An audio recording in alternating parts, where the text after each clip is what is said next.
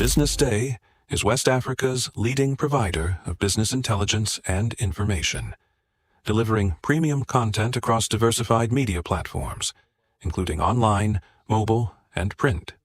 Since its inception in 2001 with a weekly newspaper production, BusinessDay has expanded its reach to provide exclusive content accessible through print, mobile, and online channels. Our premium offerings are further enriched with syndicated content from esteemed sources like the Financial Times, The Economist, and the Harvard Business Review. At BusinessDay, our mission is clear: to be the foremost provider of business and financial content, empowering readers to make informed decisions in Nigeria and Africa.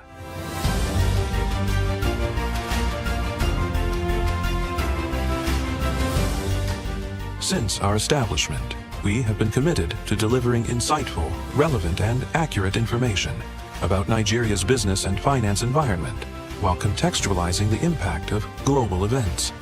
We monitor the stock market, analyze the companies driving it, and report on government policies and their economic implications.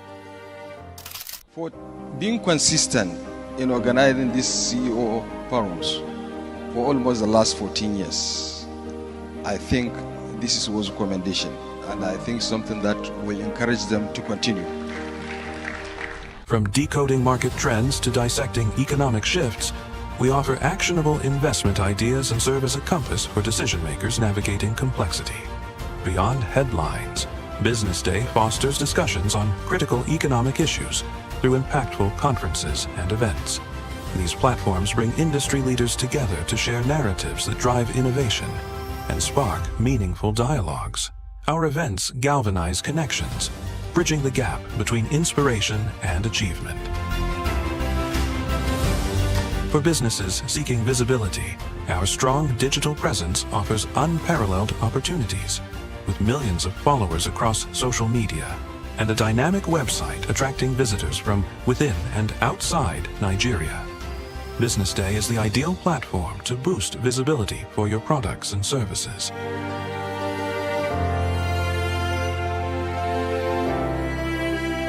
If you're looking for in-depth analysis and expert opinions on Nigeria and Africa's business landscape, BusinessDay is your guide.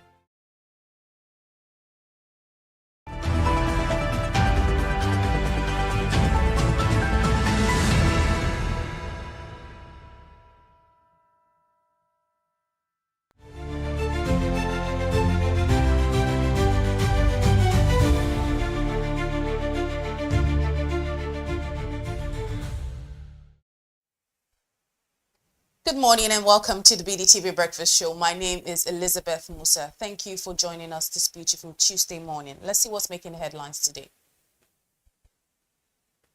Nigeria's debt to GDP hits 52.2% on rising borrowings and FX strain. Cape Verde, Benin, Senegal lead ECOWAS rankings as Nigeria shows gains. PDP zones 2027 presidential ticket to South.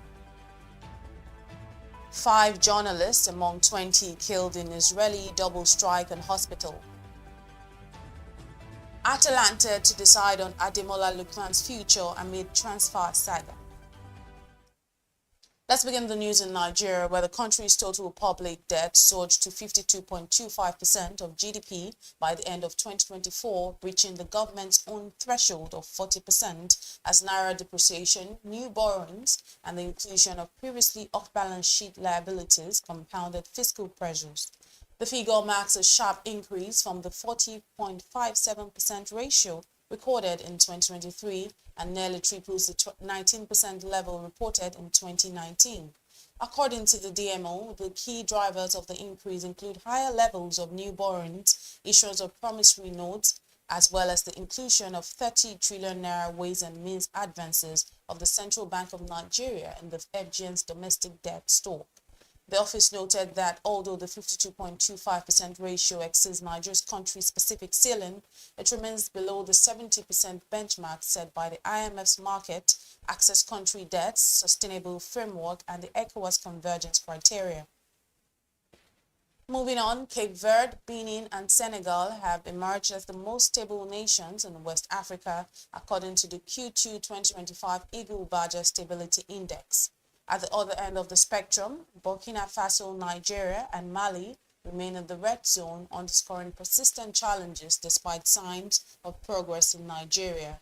Although Nigeria remains among the bottom three alongside Burkina Faso and Mali, the country's score improved by 8.3 percentage points in the past year, attributed to a decline in terrorism-related incidents and rising investor confidence in the economy, supported by signs of macroeconomic stabilization. The report shows a strong correlation between internal displacement and future instability, warning that sudden increases in internally displaced persons predict worsening macro-societal conditions within 3 to 6 months. And still on, the People's Democratic Party 102nd National Executive Committee meeting has resolved to zone its 2027 presidential ticket to the south while retaining the existing National Working Committee zoning formula for the November elective convention. Addressing newsmen after the next meeting in Abuja on Monday, the PDP National Publicity Secretary Debo Ologunagba revealed that the decision followed the presentation of a report by the zoning committee chaired by Bayelsa State Governor Duye Diri.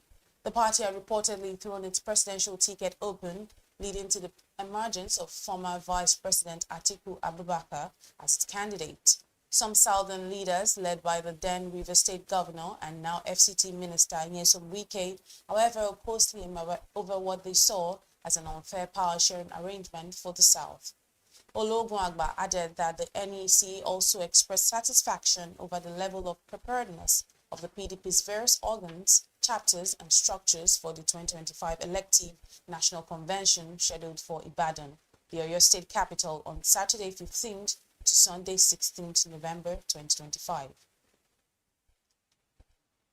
So in the local news, the Academic Staff Union of the University of Abuja zone has called on the federal government to implement the 2009 agreement and release their 3.5 months withheld salaries to avoid a strike.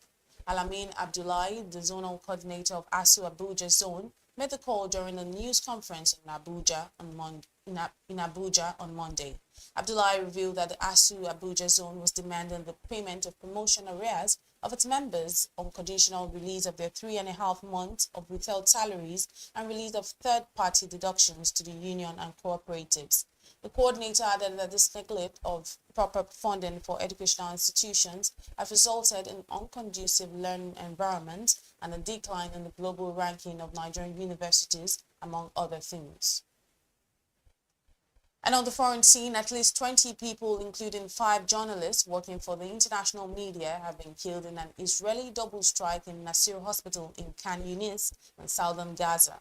According to reports, the journalists had worked with Reuters, AP, Al Jazeera, and the Middle East Eye. The World Health Organization chief also announced that about 4 health workers were also killed, while footage of the attack shows a second strike hitting rescuers who had arrived to help those targeted by the initial attack. And also, United States President Donald Trump has revealed that China must give the United States more magnets or charge them about 200% tariff amid a trade dispute between the two nations. According to reports, China is increasingly sensitive about rare earth materials and its control over their supply and magnets to its export restriction list in April in retaliation for tariff hikes by the United States. Beijing represents 90% of the global magnet market, which is critical to key products including semiconductor chips used in products like smartphones. The remarks come after the United States announced a 10% stake in Intel, one of the world's largest semiconductor chip makers, relying on rare earth materials for their products. And also sport, Atalanta's sporting director Tony D'Amico has confirmed that a decision on Ademola Lookman's future will only be made at the end of the summer transfer window as tensions continue to simmer over the Nigerian forward's push for a move. Lookman has been at the center of a drawn-out transfer saga after Inter Milan saw a €45 million bid rejected by Atalanta earlier this summer. The 27-year-old reacted by submitting a transfer request, accusing the club of breaking promises, and even took a 2-week unauthorized leave from training. Lookman's future now reportedly hinges on whether Atalanta decides to reintegrate him into the squad in September or extend his exclusion beyond the transfer deadline. So in the news, Newcastle United have had a 50 million euros bid for striker Jurgen Strand Larsen rejected by Wolves. Newcastle are in the market for a centre forward after Callum Wilson left last month when his contract expired. Newcastle turned to Strand Larsen, who joined Wolves permanently for £23 million last month, following a successful loan spell last season where he scored 14 goals. Well, that does it this morning on the BDTV Breakfast News. My name is Elizabeth Musa. Up next is the newspaper review. Do stay with us.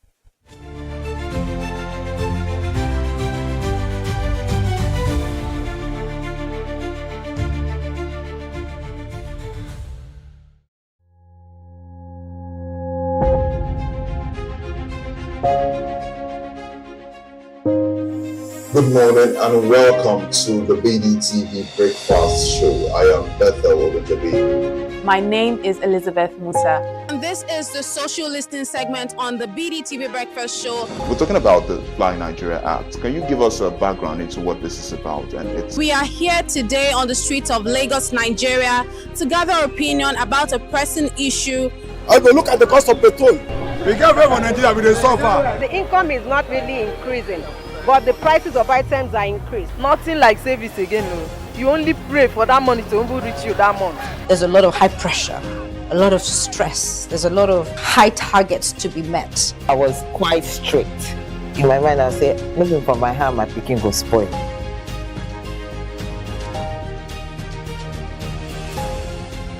To allow all banks and all the players in the space 15% inflation target achievable in 2025.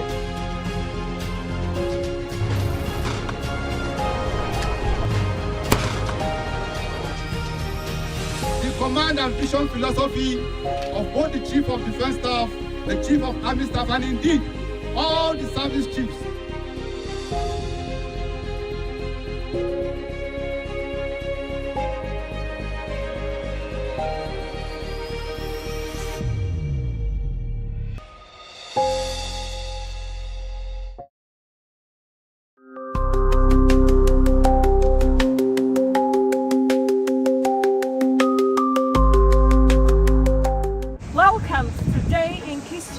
Here on BDTV, where we look back at some of the events that have shaped economies and the world of business. I am Palma Obrona, and today I'll be taking you down memory lane to some of the events that occurred on this day, August 26th.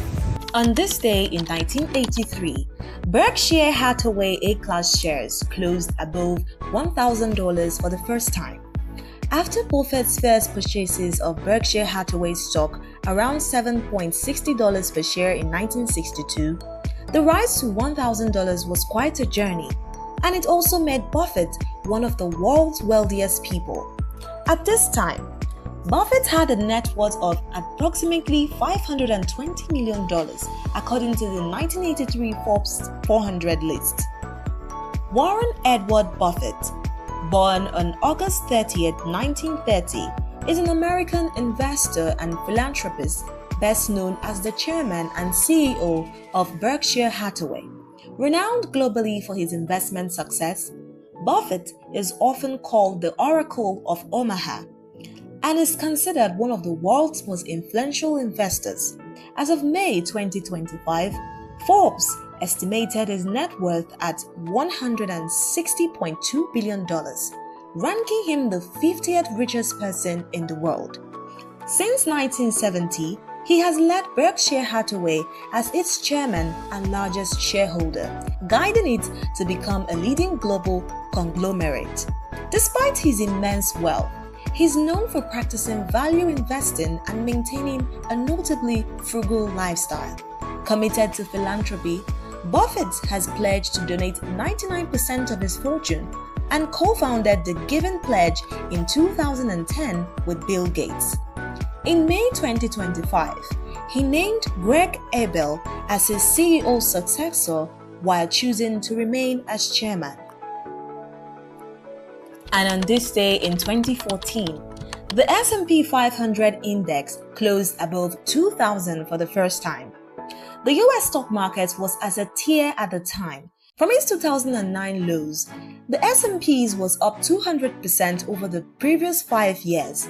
The Standard & Poor's 500, commonly known as the S&P 500, is a stock market index that tracks the performance of 500 major companies listed on US stock exchanges.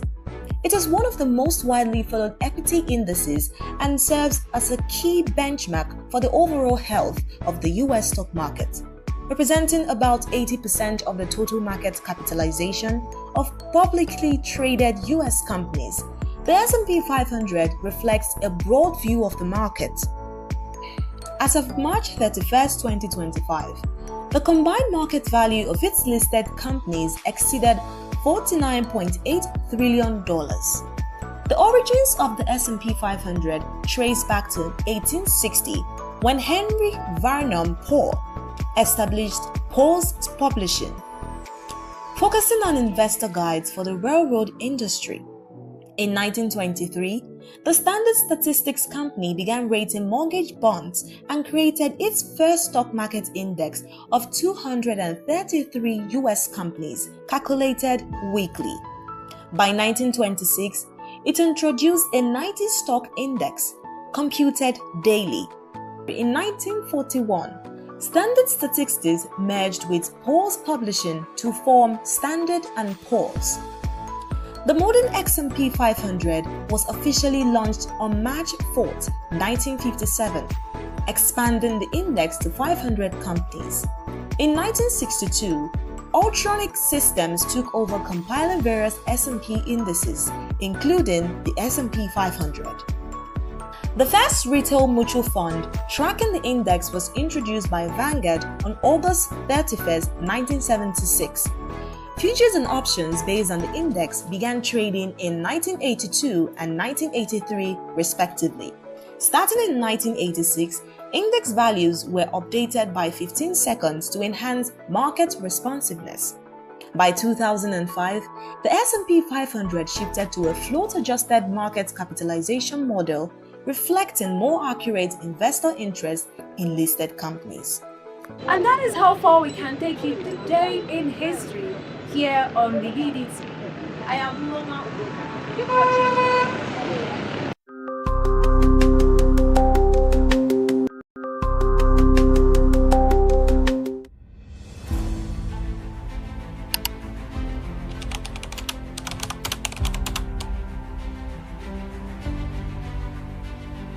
Lagos is taking a strong stance against illegal waste disposal, and the Lagos Waste Management Authority, LOMA, is leading the charge.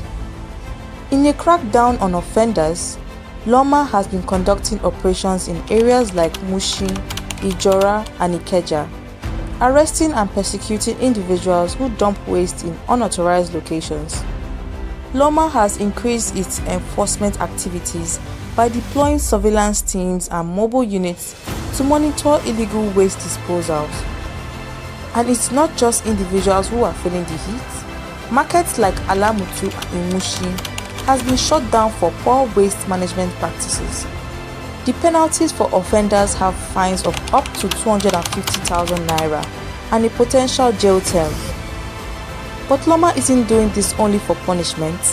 They are also about educating the people, and they are working to raise awareness about proper waste management practices.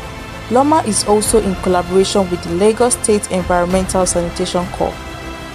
Together, they will ensure a cleaner and healthier Lagos. Ifunaya Indigwe, reporting for BusinessDay TV.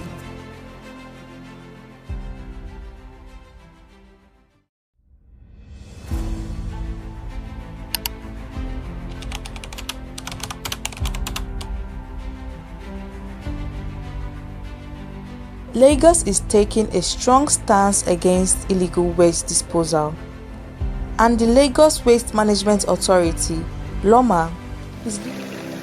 They say money never sleeps. Wake up to clarity, insights, and the stories driving business in Nigeria and beyond. From the heartbeat of small and medium enterprises to the pulse of national economic policy.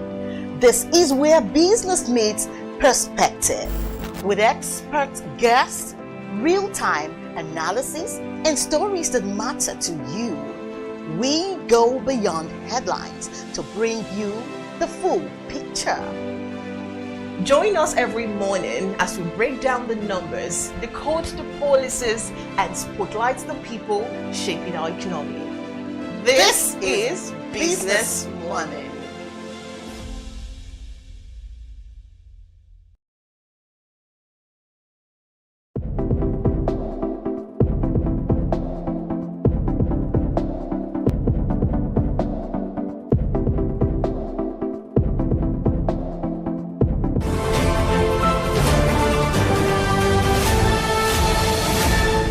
You are watching Business Day Television.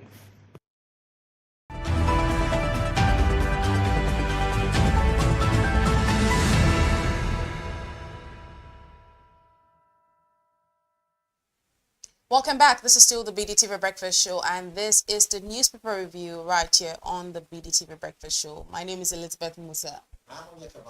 Let's see what we have on the front pages of the paper this morning. Without any further ado, we'll start off with the Business Day paper this morning. The big story here says global banana shortage opens 22 trillion naira export opportunity. So this is an opportunity for people who might want to diversify, diversify in their investment. This is an opportunity to invest in the banana industry. Great news. Sounds like great news. Is this me seeing you heading to the farm soon? Well, I'm thinking, for a second hustle, after all, agriculture saved this country before oil came to stay. And agriculture will always be a thing because we Most must definitely. feed, we must eat. Just before you jump to the next story, you see, a nation that feeds well is a nation that grows well. Did you get it? Yeah. Feed well, grow well. Right. Reverse, grow well, feed well also. Right. So as far as I'm concerned, if this is not good news, if this is not the best news today so far, what will be? Let's see. And the fact that bananas actually grow really, like they have from what I found out, they have a low, what's it called?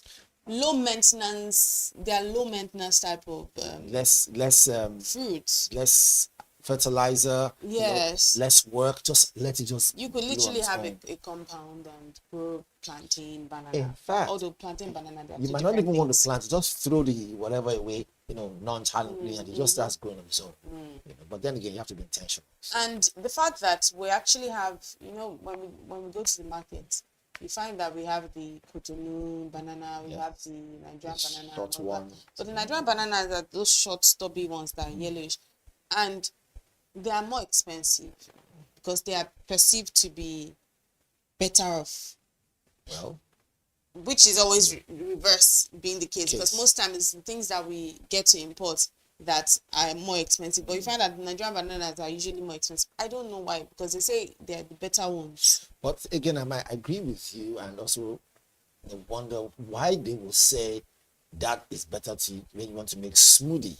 Is it because of the high level of nutrients in it? Is it the same one with the ones that are kind of longer, or is it because we have some great soil in Nigeria that produces that short? Well, it has a nickname. We never know. Maybe when you go into that, I'm thinking. When you go into that industry, when you go into that business, perhaps you could tell me more about this, because seeing that we have the fourth largest producer globally, that's a very good thing. Big. That's a big thing. Which means the idea of we being the food nation, the food basket of the nation, can actually extend to be the food basket of the world. From 4, we can actually go to second or first place. So, it's not far away from first place, really. Another story on page 26 says PDP zones presidential ticket to the South as 2027 battle rages. Nigeria's debt to GDP hits 52.2% on rising borrowing, and FX crunch may climb to 60% in 2027. Nigerians go network hopping over reach and pride. Now we're seeing, this has been a thing. I've been seeing so many people talking about porting from this to this, to that, porting from this to that. I'm just saying, stay in one place, because the game of politics again. will require you at some point to jump ship. And if the ship is moving too fast, meaning to say you have to jump more precisely. Only just 2 or 3 weeks ago, we were hearing the romance going on around ADC. So what is this new antics and this new thing we are seeing? That there is possibility that some certain persons might begin to look at the PDP again. Is it that PDP has now, come together with his whole firewood to say, let us increase the intensity of our fire to become the number one contender as it used to be? What has changed? That's the question. About network hopping over price, do you see this as something that should, because I mean, there are lots of customers that are hit by this, complaining about internet speed, complaining about lack of better coverage, complaining about pricing and all of that. When you go to the network providers, when you go to their social media handles, you would see people complaining. This is not in just one, on all across every single network. I feel sorry for this network. Whoever handles those social media, I'm sure now they are insult proof. And because you would see curses and I'm sure now they are insult proof. But I think they are trying their best, really. Well, give and take. If you dare to be big, prepare for the consequences. That's the fact. When you want to grow, there will be several people who want to, throw darts at you. The bigger you are, the quicker you can fall. So if you look at it, they serve the public. And once you are in the public eye, especially when you are rendering service as service provider, delicate as that, such things will require a lot of people, even if they are having the best of all quality. Now, human beings are who we are. We always want the best. We always want the best, even if we ourselves are not putting the best. If you go to those social media pages and see those rantings, you'll be shocked. That some people cannot hardly even hold a proper conversation, let alone even try to even, type the right thing. And reverse is also the case. However, the ones who have their voices heard, and probably look at the algorithm, but that's separate. The good thing is that we are holding them to account one way or the other. Even we in the media will talk about it. Whenever they seem to be doing something that is out of the scope of things, we'll bring them to others and look, we've noticed this thing. Those who are regulators now look into it. NCC look into it. Federal government look into it. But when they now when they now improve their services, I think it also falls on us too to now say they've improved their services. They've cut down cost of the units and all that stuff. They are giving us more data than we expect. Maybe we should give them some accolades too. So I think this is where maybe the network providers need to arrange more customer engagement forums. I agree with where you. they can engage with their customers. One thing for sure, when you're a service provider, you can't have 100%. You can't give 100% satisfaction. That's the truth. You're going to try. You can only try to be at least close to satisfaction level, but you cannot, because there are going to be people that would say, based on their own circumstances, maybe based on where they're located or whatever, even when you try to tighten it across board. But I think just having this customer engagement sessions with their customers will also help them to really feel the pulse of the customers in real time, and also make some changes where need be. I agree. Right, so let's move to the Punch paper this morning. It's talking about the 2027 presidency. It says Makinde orders to fight for PDP ticket. This is on page 2 of the Punch paper this morning. On page 19, on the top left-hand side of the Punch paper this morning, it says 13% derivation fund eases oil-producing states' debt by 611 billion naira. On page 19 of the Punch this morning.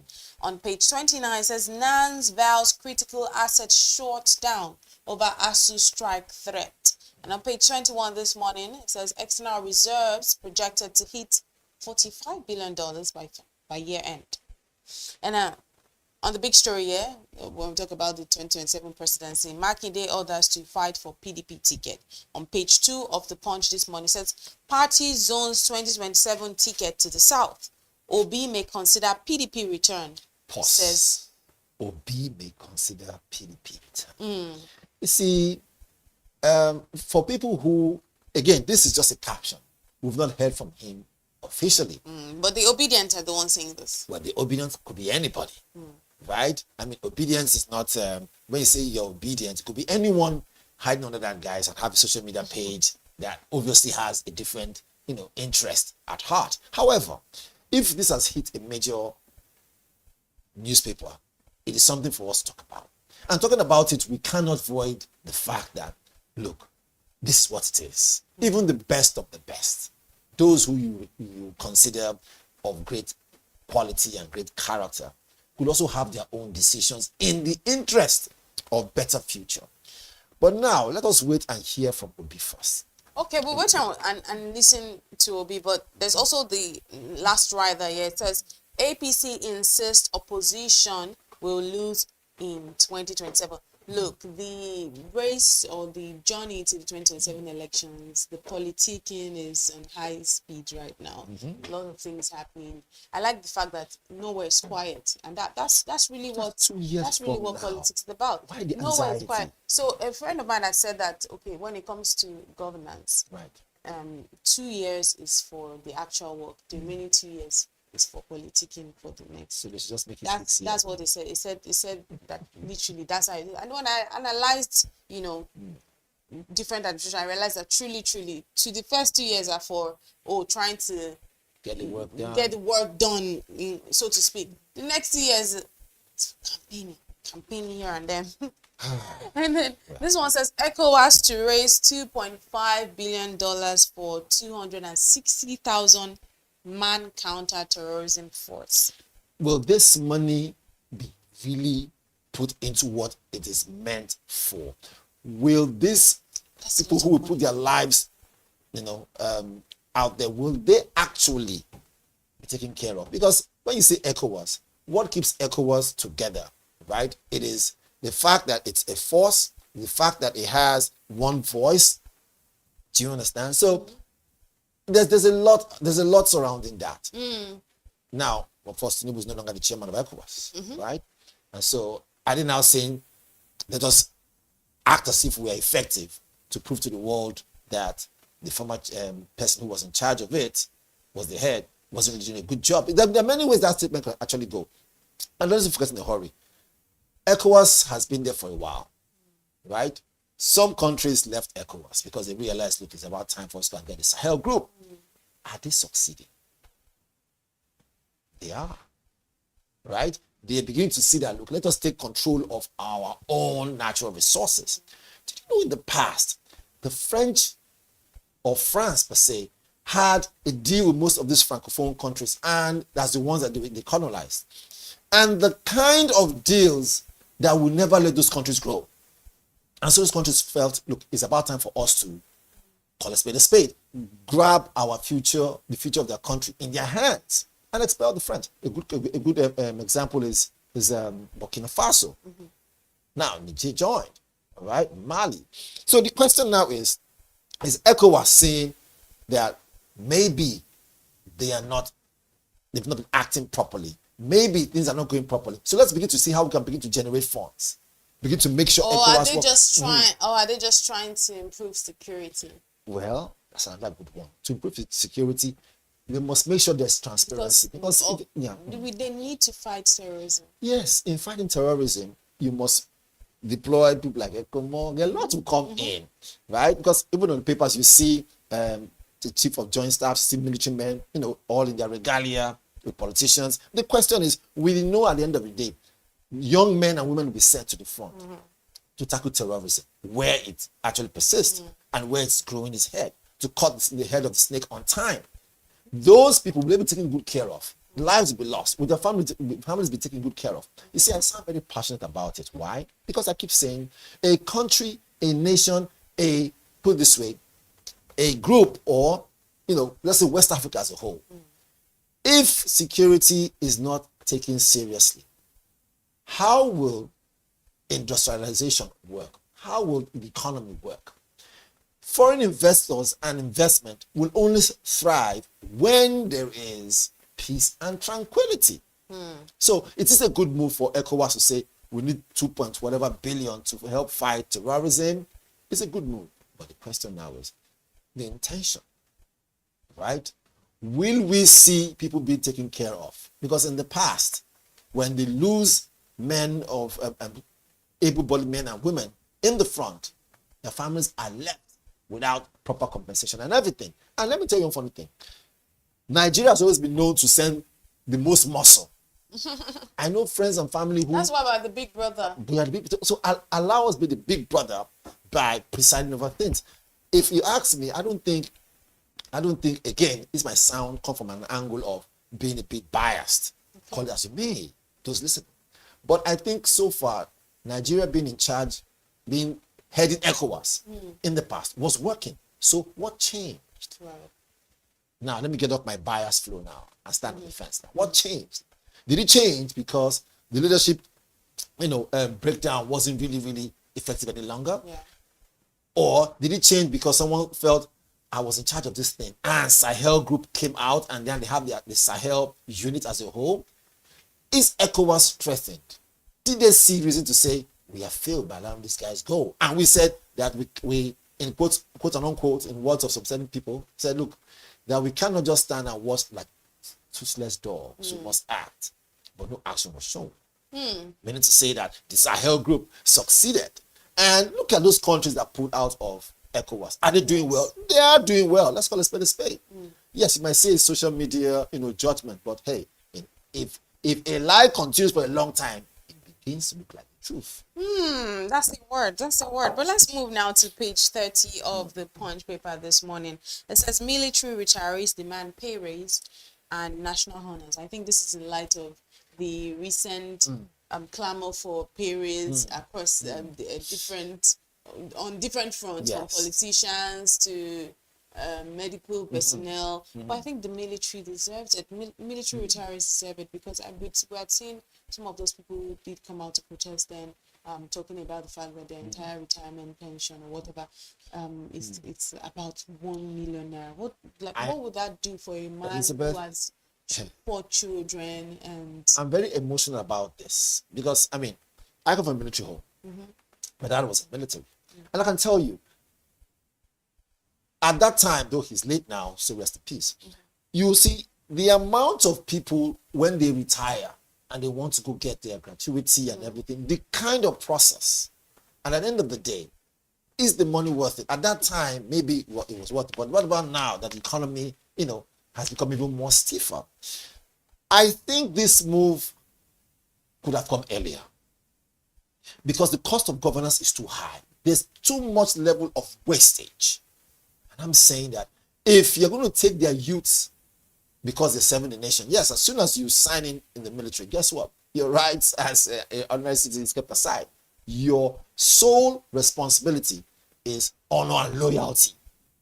So you put all your life, everything, that's why the military takes care of you. Takes care of your family. There's command secondary school, there's NDA, so that your children can go to school at a very reduced cost, if at all, zero at all, so that they take care of you, housing and everything. So they're giving their life to the service, but when they get older and they're not as strong as they used to be, it will be worrisome to think about your gratuity. You should be at rest.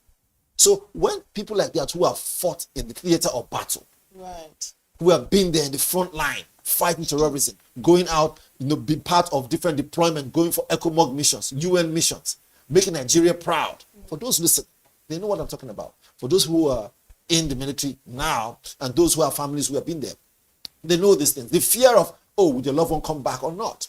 All that trauma, dealing with it, only for you to get old and be worrying about your gratuity, I think is worrisome. I think is not humane enough. After putting yourself on the line for years, serving the country, 30-something years, sacrificing, it's not a good thing. So I think for the country. I think this particular statement is a 100% welcome call. Some might call it, seen from one angle, but what it is, I think every military retiree, every military man, woman out there should actually receive some sort of national honor. I think they should have a proper pay raise. It should go without saying for them to have a national honor. The national honor, that one is not debatable. Because whether or not you are, like I said, you are in the theater of battle in the front line, right? The fact that you're a military person, you automatically have discipline and honor, and you have that level of integrity. That is how they develop you, how they build you up, whether you're in the Air Force, you're in the Navy, you're in the Army, the military as a whole. So there is, that's what they call it, character and learning and training, so that your loyalty is not in doubt. Now, with everything that you have, you put in, for me, I think it is, like I said, it's not debatable. If you don't take good care of them, they're the ones that will have everything that they need to take to what's it called again, to take care of the country, to secure the borders of the country. So you don't want to get them angry. Take good care of them. And if the young ones now who are coming out of NDA are watching the old ones who are leaving the service being treated this way, they see them every now and then, lining up for their pension, going through stress, some of them fainting in line and all that stuff, and they see these things, what do you think they will go through their mind? So I think it's a welcome idea to not only make sure that the names of those ones who had, impeccable service should be given proper honors. Also, their names should be put there for people to remember. Let's have ballads in their name. Just the way you remember Mongo Park. Let's have the names of people that we know have served well. Let us have songs in their names. Let people who are the young ones now begin to say, wow, if this person could be immortalized, I want to work hard. Yes, I want to serve my country, actually, not encourage it. This is not even to justify this is not to justify seeing the military personnel on the street. I'm talking policemen, soldiers. It's not to justify them asking for happy weekends or whatnot, but really, when their take home is nothing to write home about, they're always looking for extra funds. So we want them to be able to have enough to take care of themselves, take care of their family members. So they are not compromised. That's the word. They're not compromised on the streets, where the reason why they are stopping you is not for the reason why they should stop you. It's because they are thinking of how they can get some cash off you. Definitely. They're thinking of how they can get some money off you. It shouldn't be that way, because then you make them compromise. But this, on page 30, still on the Punch paper this morning, before we move to the Vanguard paper, it says, despite federal government promise, Ekiti, Ondo federal roads still impassable. We're still talking of bad roads. We've been speaking about bad roads since time immemorial. I'm really tired. The idea of the thought alone that you want to drive down a road that has been fixed multiple times, but yet these potholes keep on rearing its ugly head. The thought that it's going to happen like it happens like every year or every 3 years, it makes you begin to question, to say, the people who are the contractors, those who get these contracts, right? Is it that EFC doesn't understand that their job doesn't just cut across only politicians who have stolen money? I beg your pardon. Look at those other contractors too. Send most of your operatives to go there and ask questions. Upon delivering of the job, upon taking the job, that's one. Delivering of the job, executing it, and then following up. Which is why I like some certain idea of activists who will say, look, they will take their phones and record the road and look and see what's going on and show the world, right? Having said so, okay, if that road is awarded to any other contractor and they deliver it, and we come back again to now see the same problem, I mean, what are we talking about here? That's the wastage I'm talking about. That amount of wastage, when you see these things in the news every now and then, you as someone who is serving, or you as someone who has retired, from the military or retired from different areas, or the police, will say, what is this? Meanwhile, your pension is being held one way or the other. Absolutely. These things are very annoying. You get me? So, and even the most annoying part of the whole thing is, you now see the amount of money being cut aside for politicians and their comfort. I'm like, excuse me?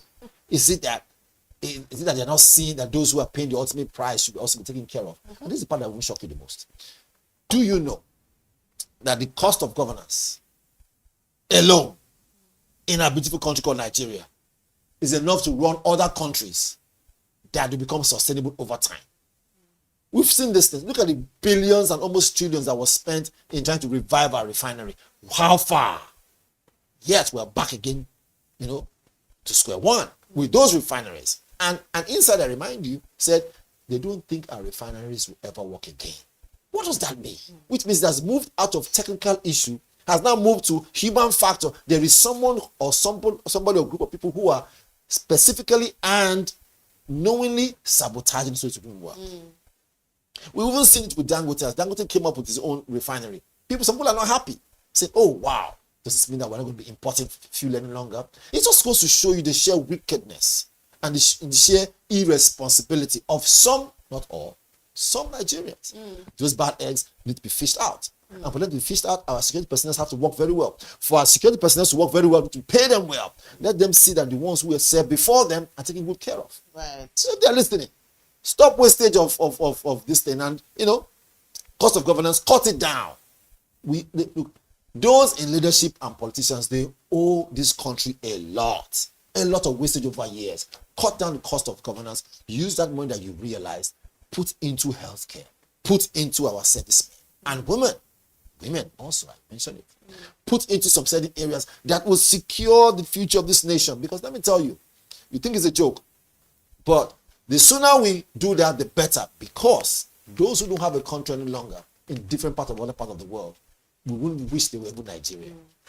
Meanwhile, we have a country and we are thriving. Right. We are surviving. Let us move from survival to thriving. And the time is now. Let's move to the Vanguard paper this morning and see what we have on the front page of the Vanguard paper this morning on the BDTV Breakfast Show. The big story right here on the front page of the Vanguard paper says PDP zones presidency to South, says APC won't play fair. We already talked about this story earlier on. Let me look at the rider for a bit. It says retained existing zoning arrangement, confirms Damagum as national chairman. Says APC can't play fair. They also say we didn't microzone leadership positions. This is from Governor Diri. IAO and NWC to sign letter to INEC for November convention. Let's move on from this story. There's a story here that says family Lagos hospital clash over patients with failed remains. ICU charges. 24 of the Vanguard paper this morning. On page 8 says 5 journalists among 20 killed in Israeli strikes on Gaza hospitals. And these are the stories we don't want to see, because as journalists, just realizing that on the field, your life could literally be cut short. Elizabeth, I mean, what you just said just kind of uncanned some certain, ugly experience. I remember about 10 years ago, I went to do some reporting somewhere. And, I mean, it was a foreign country in Africa here. But the problem was the fact that, look, as soon as we saw the whole thing unfolding, it was 2 things in mind. One, look, these people are not even targeting only those who are protesting. We who are here to cover this thing, we are also at risk. And so that our training always goes this way. Look, cover the story, don't be the story. But in an event where you don't have your own security, you are out there to cover this thing, what do? At some point, we're forced to remove our jacket that said press. Why? Because we realized that, wait a minute, these guys are actually targeting those press people. The other people who came from a different station, they were attacked. So we removed ours. We now wore something that could make us blend into those who were protesting. What does this show you? It shows you that, look, in the heat of things, you as a press person or a journalist, you have to be responsible. You have to be responsible. You must know when to pull back. Yes, we all chase the story. What makes the press person becomes, or rather a journalist becomes, what widely known is when you cover a great story and the story becomes, a big sensation and moves family tree of different countries. And they will ask, who covered the story? So person. But in doing that, remember, you can only enjoy those accolades when you're alive.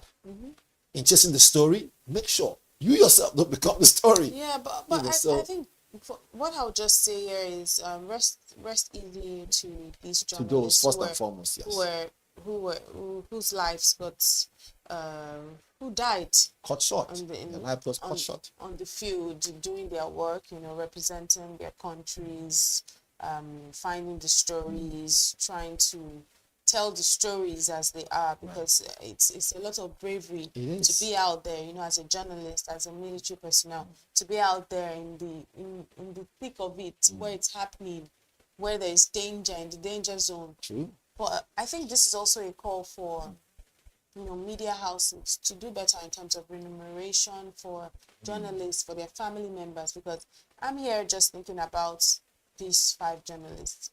I mean, most of these international media houses actually do, they do well in terms of paying for their welfare for their people. But this is just a call for across board for there to be much more catering to the welfare of these people who are going to tell the stories, who are going to be at the forefront of where the crisis is happening. Because now their wives, their husbands who have lost their who have lost their spouses, their children who have lost their parents, their fathers, mothers. So there needs to be proper welfare put in place for journalists across board. It's a painful thing to see that someone who is either the protester or the person protesting, or the person who is the person stopping the protesters, or the person who is even, whoever it is, both parties, you see that someone who is not part of any of them, rather is there to cover the story, gets targeted, and the person dies in the whole thing. It's a painful thing. Gets caught in the middle of it all. On the top line here on the Vanguard paper this morning on page 20, it says international syndicates exploit security gaps to steal crude, and this is from the NMPCL boss. This security gaps we've been talking about for a while now. You can see it's also affecting us economically, because these syndicates are exploiting the security gaps that they see to steal crude, the crude that we're managing. So this thing didn't just start today. There's a saying that goes this way, that it is the rat in the house that tells the rat outside that there's fish in the house. There is no way that these so-called foreign nationals who are stealing our oil will be doing it alone without some insight. And that's the problem now. You see, it is the mindset here. When these people, again, I'm not making a case for them. First and foremost, let's condemn it. This is our national, our national resources that is supposed to be used to take care of the country. So there is no excuse whatsoever. However, having said so, right, the people who are doing this, are they really, really Nigerians? If so, are they maybe put this way, are they security personnel? Like I said before, it is only someone who knows the whereabouts of those dormant oil wells that can bring this so-called international pirates to come and steal our crude. Again, having said so, we must give kudos to some responsible, security personnel like the Navy, who have been fighting these people for a while, and they've done a lot of arrests. The Navy has really done a great job too, done a lot of arrests. We see it over the media, fighting these pirates, making sure that our crude oil is not being taken outside our shores or stolen or something like that. So they're doing a great job. However, they can't do it alone. We need the eyes and the information of the locals too. So this also is a home call for everyone. You see something, say something. A security personnel, right, is not a witch who will know what's going on without even being there. So he will need proper intel, and the intel that will not put him or his, teammates or put again, military personnel at risk. You want a case where you can say, for what it's worth, if we're fighting these so-called pirates, right? We have to, first of all, they have to identify them first. Are these people not Nigerians? If they are non-Nigerians stealing this oil, who is helping them? Do we have locals helping them? Do we have people who are disguised as vigilante helping them? Right. So they know the job, they know what to do, they know how to go about it.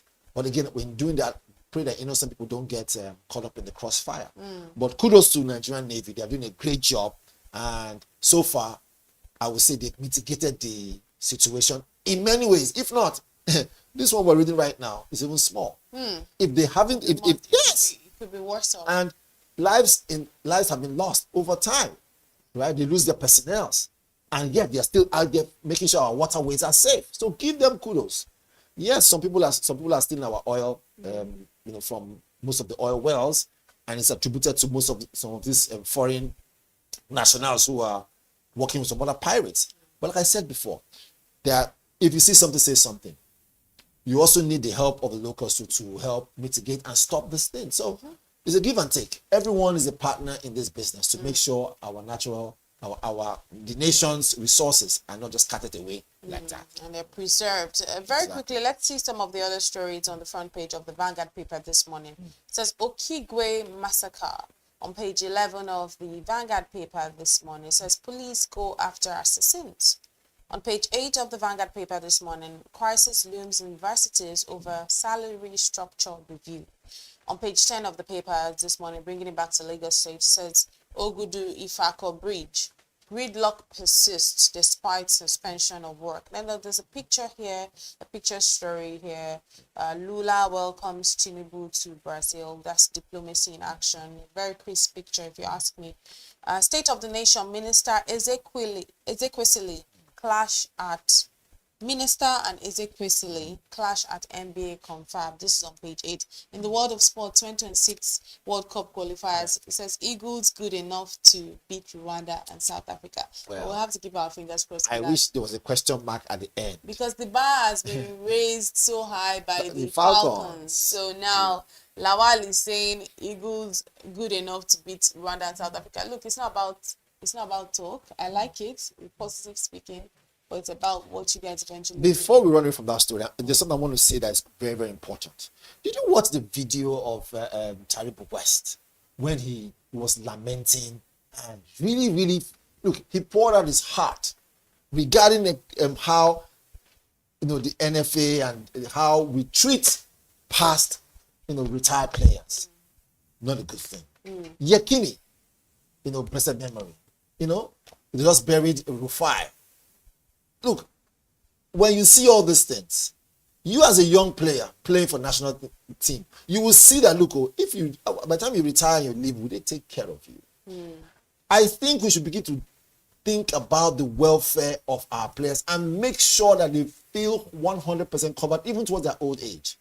Because for Taribo West to shed a tear during Rufai's burial, it goes to show you that, look, while you're young, have other things. Having said so, you will not blame our young boys if they're distracted and they don't win that cup or they don't go any further. Because of time. Let's look at that. All righty, let's move now from the papers. Now we have Business Morning coming up next. Thank you for watching the newspaper review. Up next is Business Morning. Do stay with us.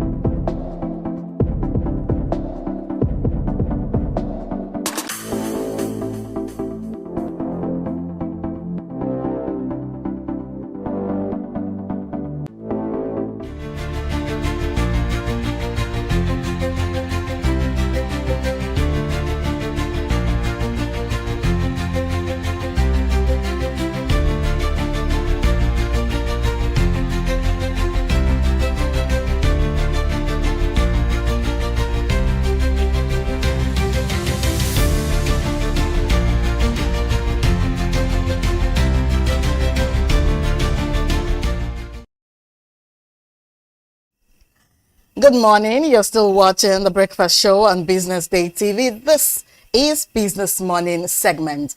I am Destiny Momo. Thank you for starting your day with us. Now let's move to the first conversation for today. We're talking about pension reforms as it faces scrutiny and as government moves to restore trust, reassures Nigerians on transparency amid labor criticism. Now, in mid-August 2025, it was a pivotal period for Nigeria's pension landscape as the government moved to enhance retirees' welfare through pension increases, guarantees healthcare access, and systemic reforms. Now, PENCOM navigated criticism from labor unions and also reaffirming its commitments to security and transparency of pension contributions. Efforts to tackle pension arrears, introduce gratuity, and also modernize enrollment signaled a more equitable, efficient pension system on the horizon. Yet real concerns from retirees, especially around low payouts, highlights the need for continued action and policy follow through. And now in this morning, joining us, highlight the pension system is Mr. Oguche Aguda. Good morning. He is the CEO, Pension Fund Operators Association of Nigeria. Good morning, Mr. Good morning, Destiny. How are you doing today? Fine, thank you. So thankful for joining us on the short notice. And now the government recently announced measures to enhance retirees' welfare, including pension increases and healthcare access. How are PFAs positioned to actually complement these reforms and ensure they remain sustainable without straining public finances? Yes, thanks. I think that's a very good question, but it speaks to the depth of the contributory pension scheme, the CPS, because the CPS is funded. Yes, so yes, the government did mention that there was going to be health insurance and there were going to be pension increases. All of these initiatives are going to be walked through the contributory pension system. So it's not going to necessarily mean extra budgetary allocation from the government. It's just going to be tied into the normal pension payments that the government pays on a monthly basis. But also, I think one key thing is earlier this year, the presidency and the lawmakers approved a 758 billion naira bond, which is going to be issued by the government. And this will help to clear most of the backlog that we've been seeing in terms of pension arrears and all of that. So this, I believe, will ensure that these initiatives do not necessarily unburden the government, but it's able to, within the contributory pension system, be able to ensure that these initiatives come to pass. Oh, wow. Now, the pension arrears have been a recurring concern, if you agree. Now, what innovative role can this actually bring to the whole system? I mean, you're very correct. The arrears have been an issue for successive governments. So I think it's good to step back and to understand how it's happened. So what happened was that when we cut off to the contributory pension system, those people that were retiring that still had some rights from the previous system, the government was owing them.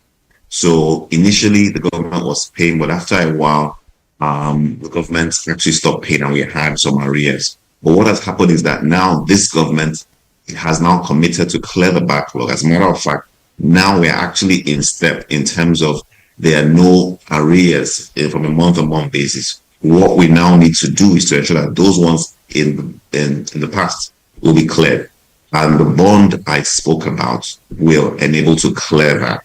So once those arrears are cleared, so people that retired, the CPS started from 2006 downwards, who maybe in some years they didn't get funded. So the bond will clear all of that. What's going to happen now is going to be on a monthly basis. The arrears are going to be cleared. So there's not going to be any backlog. And I think that is one key reform that is happening that will help to give better confidence in the contributory pension system. So now, beyond announcements, what structures are PFAs putting in place to guarantee that reforms actually translate into real tangible benefits for contributors and also retirees? Yes, so I can imagine people might be skeptical. The announcements have happened, but like you said, beyond the announcement.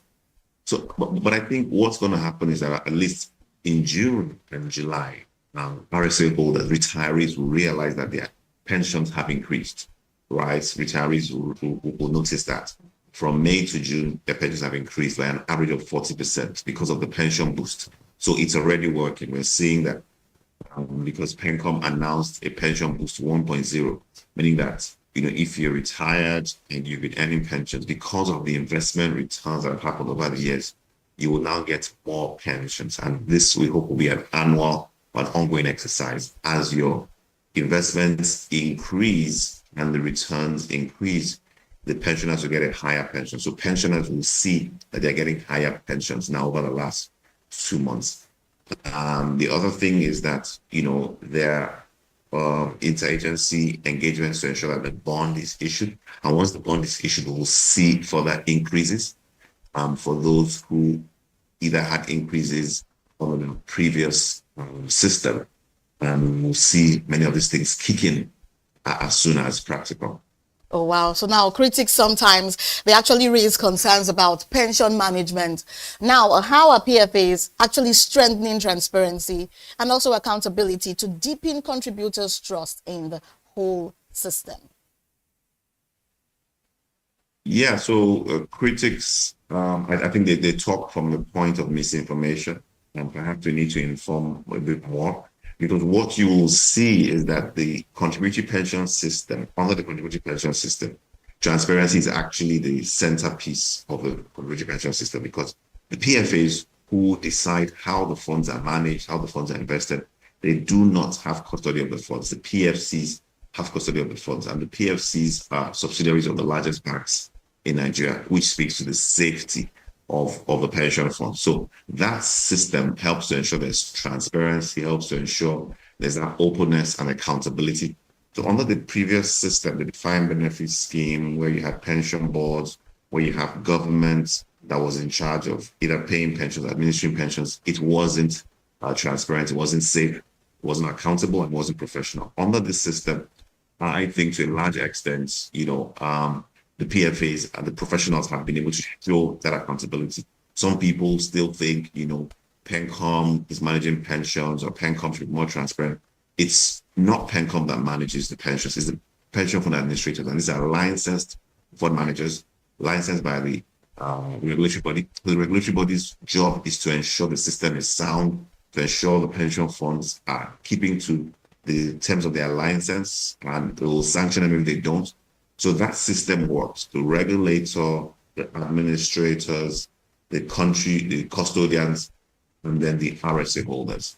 So that helps to bring greater trust in the system. Oh, wow. You've very well defined the various roles, these pension bodies actually do. Now, but then PenCom has spoken about modernization of enrollment. How are PFAs leading the way with digital and biometric innovations to actually prevent fraud and make the system more seamless for Nigerians? Yeah, that's a good question. There are 2 projects the industry is embarking at this time, industry-wide projects. Number 1 is the enhanced and digital contribution systems. Employers will notice that from June 1, we stopped receiving manual pensions or payments into banks for pension.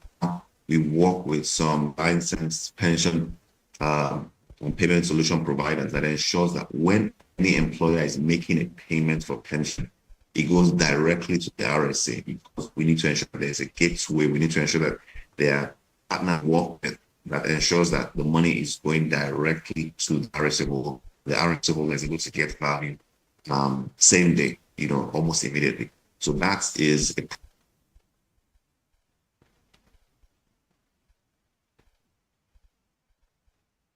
Hello, Mr. Aguda. Do we still have you on? Okay, we'll go on a short break. When we come back, we will reconnect with Mr. Aguda to get the rest of the information on our pension scheme. This is still Business Morning on The Breakfast Show. Stay with us.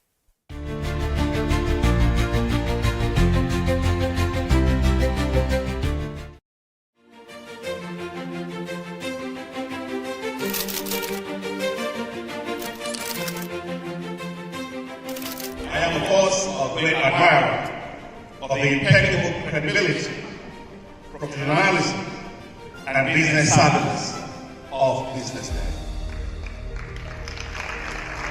If you really mean business in Nigeria, start your day with BusinessDay.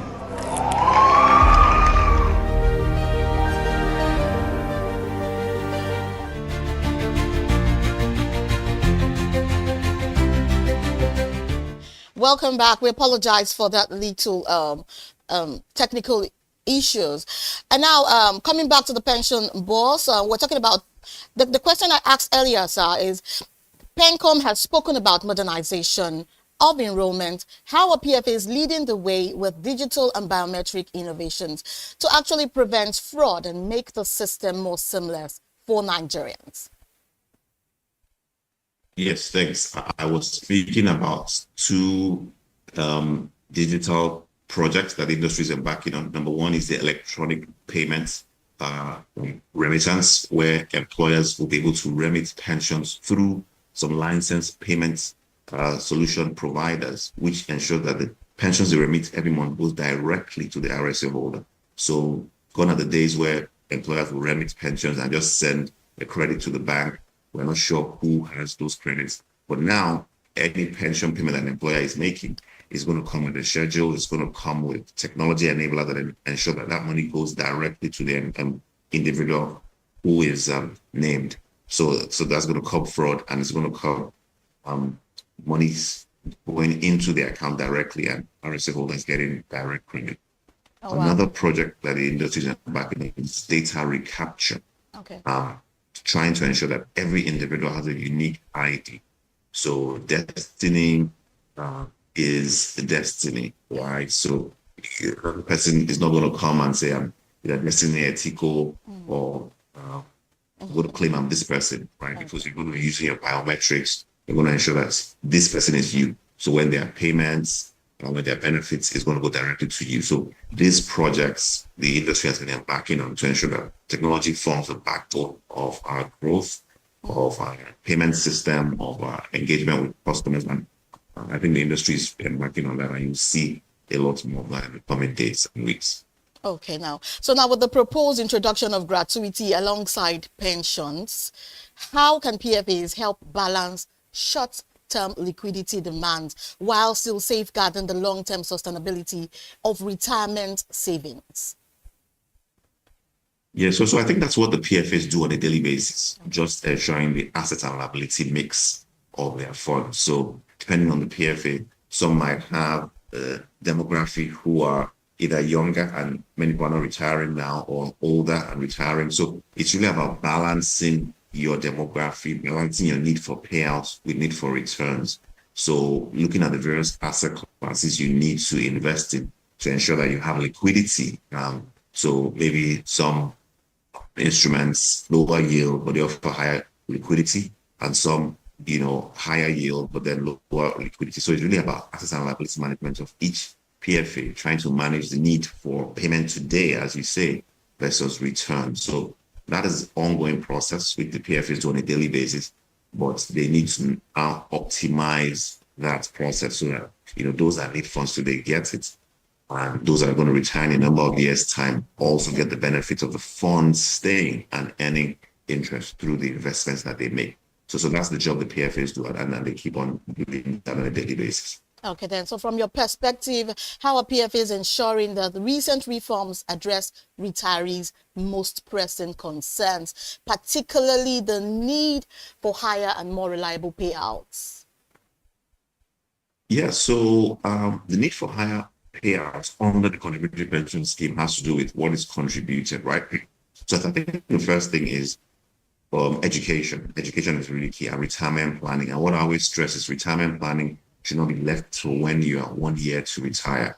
Even people that start working now need to start retirement planning, begin to think, how much do I want to retire with? Because it's a contributory pension system, ensuring that your employer is paying every month, ensuring that you know how much is going into your RSA, ensuring that you are not behind in payments, and also you ensuring that you are adding voluntary contributions, you are checking the returns on your RSA. If you don't think the returns are good, speak to your PFA. You can move funds within a PFA to a higher yielding fund. Or if you think that PFA is not giving you enough returns, you can move to another PFA. So it's really about education. The first thing is education. We're realizing that because it's a contributory pension scheme, it's not left in the hand of the employer. It's not left in the hand of the PFA. It's not left in the hand of the government. It is in your hand to decide, how you want your pensions to be managed. So one of the things we are getting out there is you as an RSA holder, as a pension contributor, the power is in your hands. You determine, which PFA manages your pension. You determine which funds you want to be to a large extent. So that's the first thing. Education. People need to realize that it's in their hand. The second thing is ensuring that, as PFAs, we invest for impact and invest for return so that when people retire, their funds would have grown. And then ensuring that with technology, with service, those payments come when they are meant to come to. And our goal is to ensure that on day zero, not even on day one, when you retire, you get your funds, it's growing, and it's you that register that is coming through technology. So those are the things the PFAs are doing and the industry is doing to ensure that when people retire, they have higher returns and the money is going to them. So education, technology, investment. So that's what I'd say. All right then. So while government assurances are key, how are PFAs working on the ground to really ensure retirees feel the direct impact of these reforms in their daily lives? Yeah, so it's an ecosystem. It's one system, right? The government sets the tone because they are the ones that, along with operators and stakeholders, brought together the law.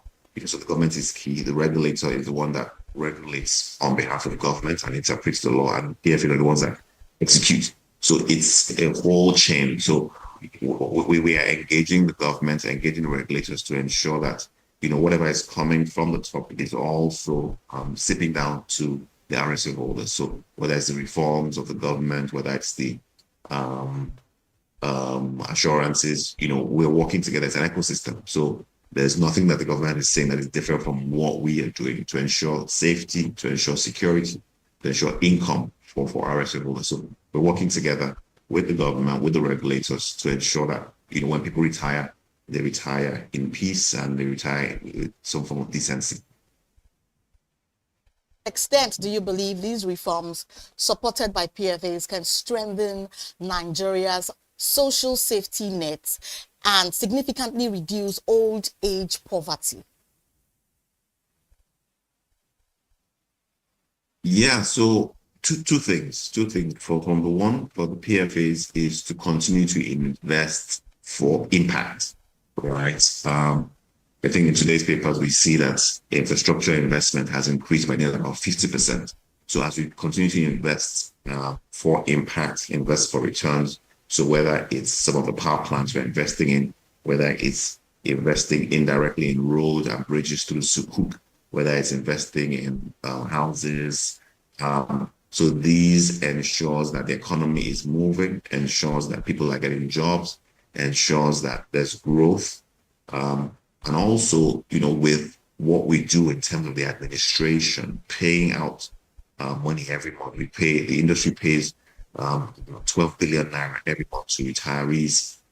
So those monies are going to homes to ensure people are powering their houses, to ensure people are moving around, to ensure people are paying for rent, So 12 billion every month is going out from the industry as payments to various retirees, hundreds of thousands of retirees across the country. So this helps and it's funded, right? It's not coming from the government pocket. So that helps to ensure that the government uses its funds in other areas to build the social net, while the pension industry, through this contributory pension scheme, is paying billions of naira every month, hundreds of thousands of pensioners through a system that is funded. Thank you so much, Mr. Oguche Aguda. He's the CEO, Pension Fund Operators Association of Nigeria, PENOP. Thank you so much for your time and for this very, very intelligent input in the pension information today. Thank you for joining us. Thank you. All right, now I enjoyed my time. but we'll go on a short break. When we come back, we'll enter into the second conversation in our Business Morning, still on The Breakfast Show. We'll be right back. Please stay with us.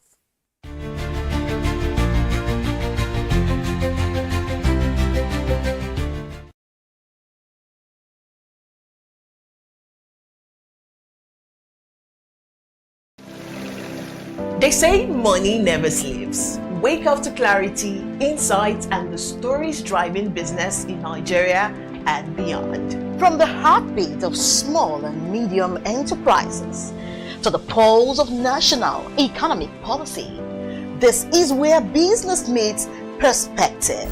With expert guests, real-time analysis, and stories that matter to you. We go beyond headlines to bring you the full picture. Join us every morning as we break down the numbers, decode the policies, and spotlight the people shaping our economy. This is Business Morning.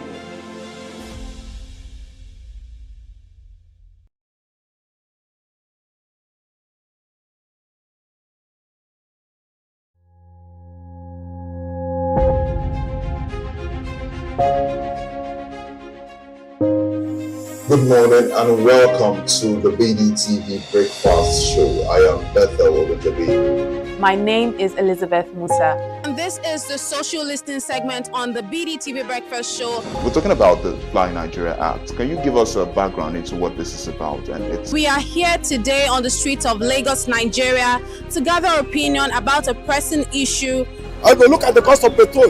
We get everyone in Nigeria with a suffer. The income is not really increasing, but the prices of items are increased. Nothing like service again, no. You only pray for that money to reach you that month. There's a lot of high pressure, a lot of stress. There's a lot of high targets to be met. I was quite strict. In my mind, I said, looking for my hand, my picking go spoil.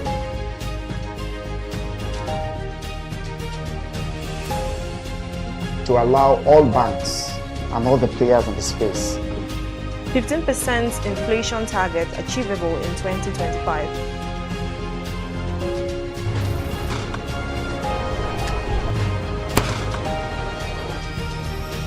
The command and vision philosophy of both the Chief of Defense Staff, the Chief of Army Staff, and indeed all the service chiefs.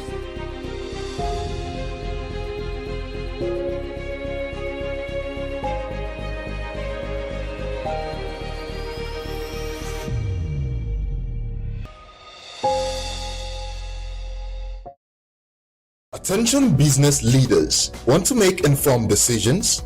Join the ranks of the best with Premium Business Day. Access in-depth analysis and expert opinions to stay ahead.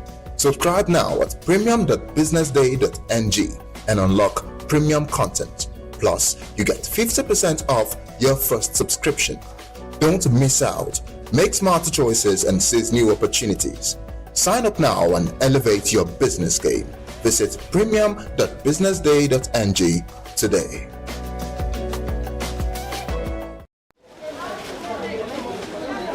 Millions of Nigerians have been pushed to the brink of starvation by the soaring cost of food, a condition many say was made worsened by the government reforms and policies.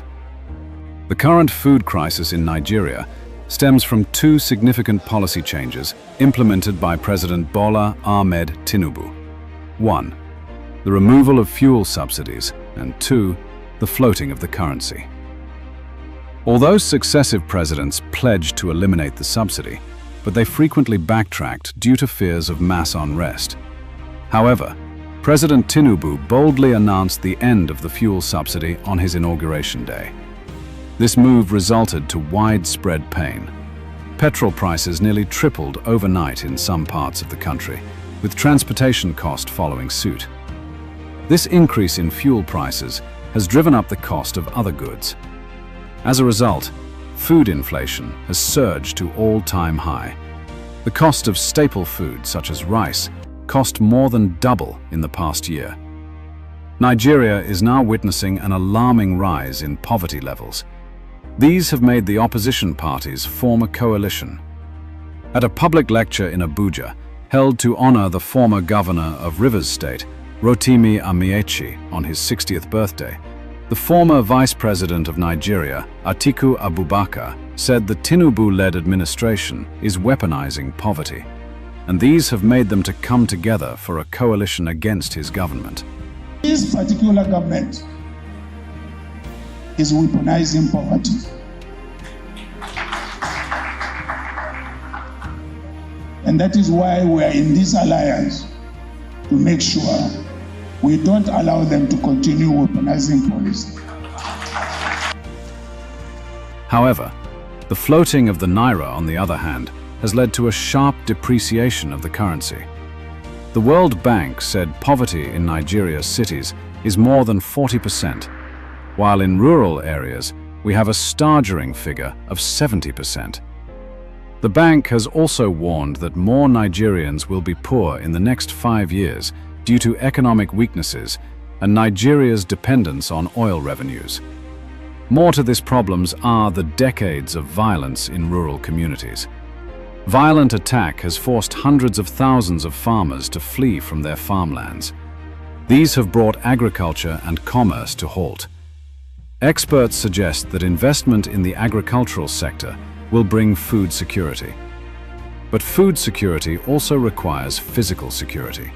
In response, the government has ordered the release of grains from the national reserves to cushion the effects of hardship in the land, and also proposed a monthly $15 grant to 12 million vulnerable households, or an estimated 60 million Nigerians nationwide. For BDTV, Isaac Ogbini.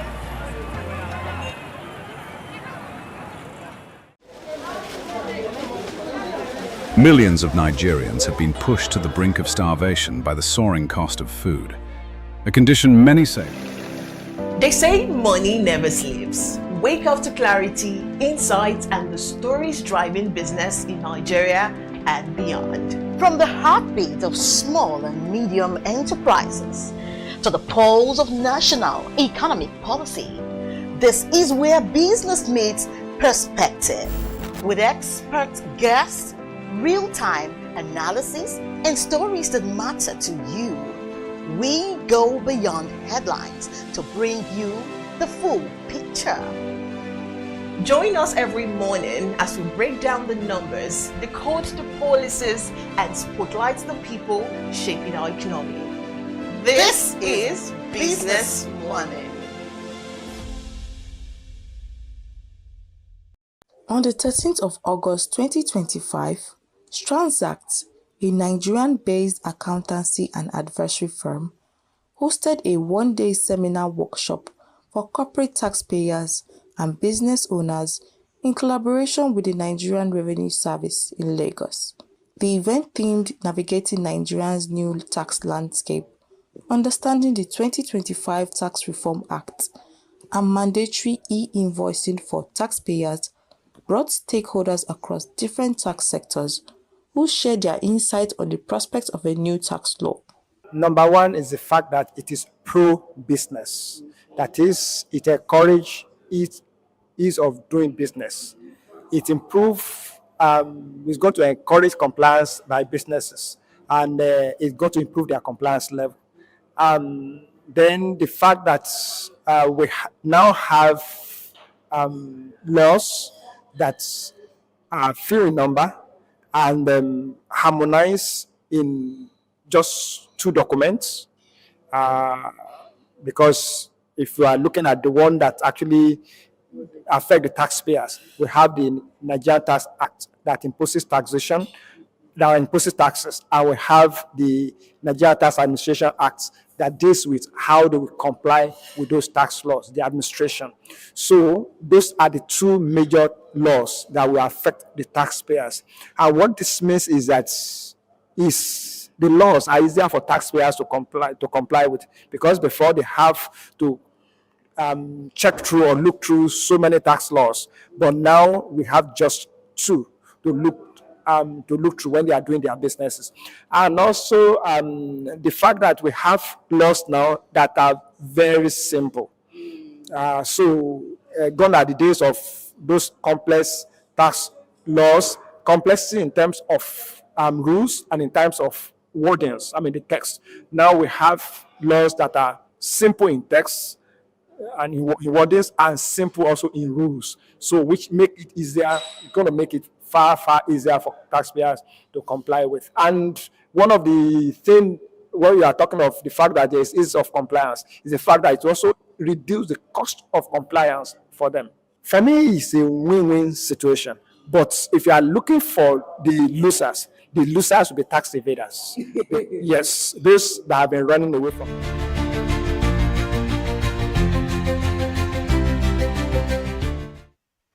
You're welcome back to Business Morning here on Business Day Television, and it's still the breakfast show. And now moving on to the second segment of today's program, moving millions smarter, building efficient transit system for Lagos, Abuja, and Port Harcourt. Now today we turn our attention to a subject that affects millions of urban dwellers, daily mass transit in Nigeria's mega cities, with Lagos, Abuja, and Port Harcourt battling congestion, pollution, and soaring transport costs. The conversation around efficient, affordable, and also sustainable mass transit has never been more urgent. Across Nigerians' urban centers, the reality is the same. Roads choked with private cars, endless queues at bus stops, and frustrated commuters. Experts say the solution lies not in expanding car ownership, but in modernizing and expanding mass transit systems. Now in Lagos, the BRT system and the newly operational blue and red rail lines show what is possible when government and private operators commit to structured transport networks. These services provide faster, safer, and more predictable travel for thousands each day while reducing reliance on the city's chaotic minibuses. In Abuja, the nation's capital faces unique challenges, limited bus fleets, and a rising dependence on taxis and ride-hailing apps. Transportation analysts argue that the city urgently needs a comprehensive bus and light rail strategy to serve its rapidly expanding suburbs and reduce gridlocks on major corridors like Airport Road and Kubwa Expressway. And now joining us, reduce reliance on the city's chaotic minibuses is Mr. Fola Tinubu. He's the CEO, Primero Transport Services Limited. Good morning, sir.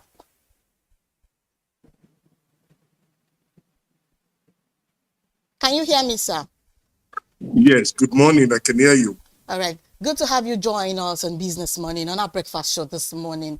Okay, now moving on. Now, your operation started in 2015 with the goal of modernizing Lagos commuting. How close are you today achieving that vision? Thank you very much for that question. We started operation, like you said, in 2015. We brought 434 buses, brand new buses from China. It's been very challenging, but we are still working on it, trying to get the system better. And we've run into some headwind with the macroeconomic situation of the country. But we are resolute and trying everything possible to make sure we provide an A-class service for Lagosians. Okay, now, so what is your long-term growth target, fleet size, daily ridership, and route coverage for the next 5 to 10 years? Well, our long-term target is to be able to carry minimum about 500,000 people daily all over Lagos and have about 1,000 buses running all over Lagos. Right now, according to the World Bank, Lagos State needs about, including the train, Lagos State needs about 7,000 buses, running all over Lagos to make commuting efficient in Lagos. And right now, total buses in Lagos is less than 2,000. So there's an opportunity for growth. There's an opportunity for growth in the business. But the microeconomic situation in Nigeria has to improve, and both the federal and the state government has to come to our help to make sure to make this dream a reality. And so how do you intend to align operations with Lagos State Strategic Transport Master Plan, especially in integrating the rail and ferry services? We are already working with Lagos State with that, and that should not be a problem. Because, look, Remember, the rail does not take you to your house. The rail takes you to a particular point, and you still need something to take you from that train station to your house. And that's where we come in. There are some areas that don't have train services, like Ikorodu to TBS now. At least for now, there's no train services there. We are working on that axis. Even Lekki axis, there's train coming, but it's not there yet. And the people there needs to move, right now. So we are working with Lagos State, and even when all the trains come on stream, there will still be need for us, because the train does not take you to your final destination. You still need buses to take you from the train station to your final destination. So we, it's not a problem with the train. It's actually synergy. We work together to make sure we carry Lagosians in a safe, neat, fast, and efficient way. Okay, now we know that there are three major cities in Nigeria. We have Lagos, we have Abuja, we have Port Harcourt, and so many other cities growing up to be major cities in Nigeria. So what can you advise on how, movement in these mega cities can actually be perfected in the long run? Well, look, the political will has to be there, both local, state, and federal government, to make this thing work. Because public transportation, it's difficult to make profit on public transportation. And without the political will to help, all these other, especially in all these other states, and all these other cities, they need the government to come in and help in the form of subsidy to make sure that the operators are making money. And I know Nigerians don't like the word subsidy because of our experience in the past with subsidy. But the reality is that if we want an efficient, world-class public transport system, we cannot run away from that. Because if you want the operators to charge the full price, it will not be affordable. And if it's not affordable, then it's no longer public transport or transport. So we cannot run away from that.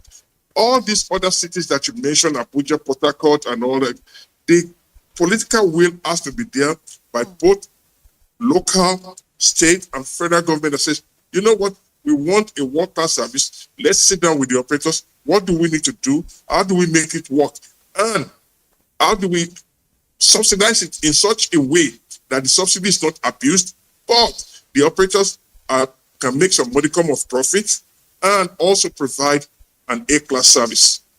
Oh, then, so what step are you taking to actually improve reliability and reduce common commuter complaints such as delays, overcrowding, and also bus breakdowns? Well, with regards to overcrowding, the plan is to bring more buses, more buses so that there will be more buses. And we're working with Lagos State with that. And Lagos State is in far advanced stage to bring it, trying to bring more buses. So that should soon be a thing of the past. But like I told you, the issue is that even with the number of buses that Lagos State is trying to bring, it will not be enough. So we still need the private sector to invest heavily in this sector, because the government cannot do it by itself. We still need the private sector to invest heavily. But if the private sector has to, if the private sector is going to invest in this, then the government has to have the political will to make sure that the private sector actually makes money, makes some modicum of profit, so that way they can keep on putting more resources into the space. Because I don't care how you cut or dice it, the government does not have enough resources to provide all the necessary buses and trains and everything that is needed. So the private sector needs to work with the government, but if it's going to happen, then the private sector has to be guaranteed at least some sort of profit, which is where I said which is where I've been saying that the political will has to be there, both from the local government, state government, and federal government.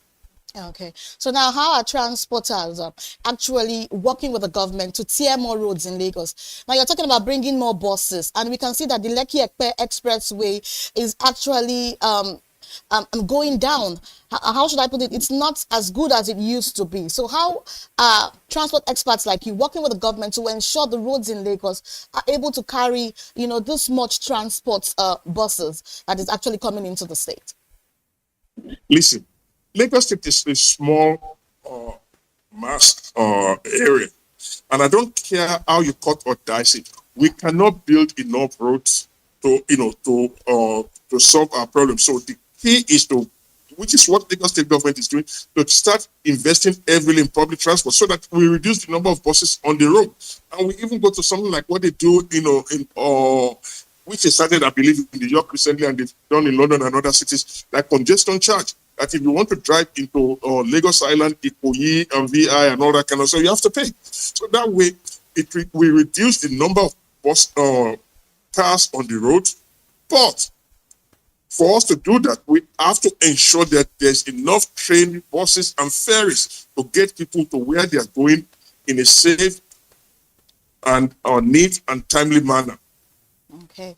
All right. So with the challenges of road congestion and construction works, how do you maintain efficiency along critical corridors like Ikorodu, TBS, Oshodi, and even Abulegba? Look, construction work, there's nothing we can do about that, because what they're trying to do is to make it work for us in the long run. So it may slow us down in the short run, but in the long run, it's good for everybody. So we cannot complain about that. It is what it is. We just have to work our way around it, because, you know, we know it's in our interest in the long run to make sure the roads are fixed and the roads are, you know, are motorable. So that's how we can be more efficient. So there's no point in complaining about it. What we can only do is to encourage the Lagos State government or the local government that is doing it to do it in a fast and efficient way, so that the delay, you know, is reduced. But there's no way around it. We have to let them do. We have to let them fix the roads, just like you said. The Ajah Road, the road is getting bad, and Lagos State government is planning to fix it. So if they're fixing it, we cannot complain. We have to let them do their work. All right. So now with the rise of CNG and electric mobility, does how are plans to convert or even introduce eco-friendly buses into those fleets? Thank you for that question. First of all, we are working with federal government right now to convert 200 of our own buses from diesel to CNG. Because if we can do that, that reduces the cost of operations for us.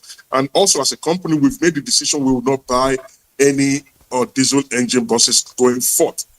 So the federal government has actually been very, very active and encouraging, you know, with regards to the CNG. It's because it's a policy to move people onto the CNG mode, which is actually cheaper for us. The buses, they actually, you know, to buy them is actually a bit more expensive than the diesel engine buses. But in the long run, it's better for us, and that's why we're working with the federal government to convert 200 of our own buses from diesel engine to CNG engine. Okay. So now lastly, what partnerships, local or internationals, are you pursuing to position Nigerian transportation systems as a leader in urban mobility in Africa?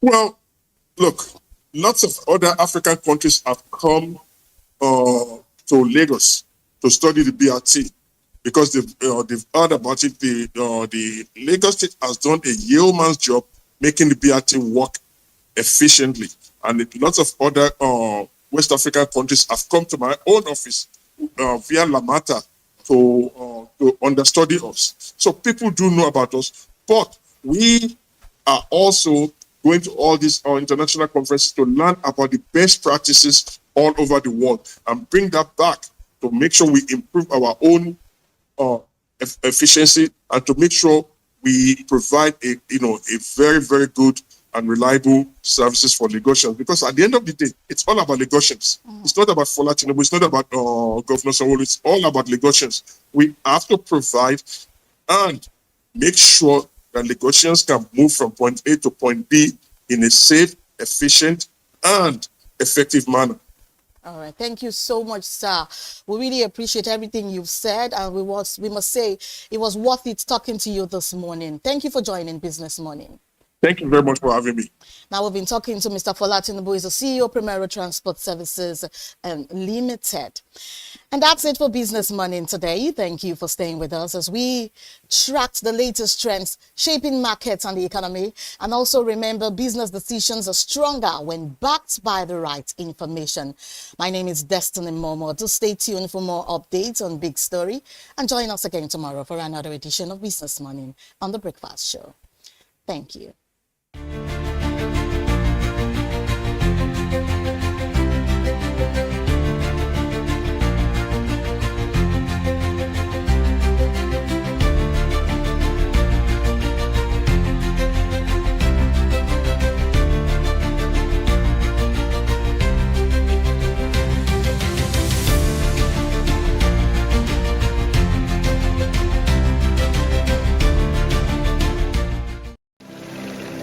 They say money never sleeps. Wake up to clarity, insights, and the stories driving business in Nigeria and beyond. From the heartbeat of small and medium enterprises to the pulse of national economic policy, this is where business meets perspective. With expert guests, real-time analysis, and stories that matter to you. We go beyond headlines to bring you the full picture. Join us every morning as we break down the numbers, decode the policies, and spotlight the people shaping our economy. This is Business Morning. Every year, residents in Lagos cry out for help during the rainy season when the terror of flooding begins. Evacuation alerts are sounded, mitigation efforts announced, yet for some residents, the task of moving is harder than going with the flow of flood. We are here on the streets of Lagos seeking insight from individuals who are experiencing this tough period of flooding and who will bail the cats. Our citizens are really cause the flood. Government really stay with us over here now. If we chop something through here inside gutter, things many things they solve now. We waiting for street for the arguing who the customer. So doesn't concern government inside there. I will blame the citizen because number one, we the citizen we are not trying because you drink bottled water, you throw it on the road, you chop biscuits, you throw it on the road, anything you throw it on the road because you are not even picking the dirt. You don't know how they don't used to pick the dirt. That is why you just do it anyhow. You throw it anyhow. Before you know, water will gather it to go and drop it somewhere. Before you know, that started flood. So before you know, everywhere floody. The government no do anything for the flood in this Lagos the way where me at see because at least every 3 months, government are supposed to make sure they come out the gutter and make sure the gutter they need because when gutter block, that is why the water cannot flow out. And most of the gutter where they built now and at the gutter is holding this gutter where they don't build. Government supposed to maintain the gutter and make sure they build the gutter again. Because I'm hope that this gutter it don't more than 10 years where they build gutter, but it's not supposed to be like that. Local government, chairman, supposed to do something against the gutter because of this is the role of the local government chairman. For me, maybe government to find maybe solution for anything they can do because this flood is a long time, sha. I don't even know maybe it can come to an end. It might be impossible to eradicate flooding in neighbors. However, it can be reduced drastically with the right policies, infrastructure development, and community efforts. You know, it's a collective effort because it's shared responsibilities between the government and the citizens. Not just the citizens, even the residents, because you can be a resident and not a citizen. Now, on the path of the government, let's look at urbanization. I know there are already existing policies, like not building on the drainage. And there's one recent one where the whole fluffy takeaway pipe was banned by the Lagos state government because each time it rains, we find out that there are a lot of these obstructing both the drainage and the waterways. So governments can actually look at this part by making some good policies just like the one they've made to eradicate such an attitude of the citizens. Then the part of the citizens, I've always said it, that is a shared responsibility. And from the part of the citizens, we have very funny attitude. If you look at the street of Lagos today, or most areas today, you find out that some bloggers or some philanthropists call out the government because of refuse. Some of us have very ill attitude. We dump refuse everywhere we see, not minding that these things, when it rains, when there is heavy downpour, the water carries this refuse and they block the drainage way. Tomorrow we are complaining that the government is not working. So we have our obligations as citizens. And one of those obligations is we should not dump refuse anywhere. There are actually provisions made. There are baskets, there are dump sites, provisions made where we can actually put these things in place. Then another thing again that the citizens can also do is to, let me talk to the developers precisely, is to actually don't build on drainage ways, on canals. What happens in some parts today, in some parts of Lagos today, especially places that are prone to floods, the island basically, that are prone to floods, you notice that what they do, what some people do is they will just buy these canals and build. Then they will obstruct such a flow of water. And at the end of the day, what happens when this water did not see a path to go through? They block, they go back to the streets and they cause flood. So it becomes difficult. So on the part of the citizens, we can either not build on such part, or we can also report if we see people doing that. The blame is shared among the government and citizens. Now, the Lagos we dream of is only but a pipe dream if the government fails to transport these actions into realities. This is Amanda Amos Sigbuwe for BusinessDay Television. Every year, residents in Lagos cry out for help during the rainy season when the terror of flooding begins. Evacuation alerts are sounded, mitigation efforts announced, yet for some residents, the task of moving is harder than going with the flow of flood. We are here on the streets of Lagos seeking insight from individuals who are experiencing this tough period of flooding and who will bail the cats. Our citizens are really causing.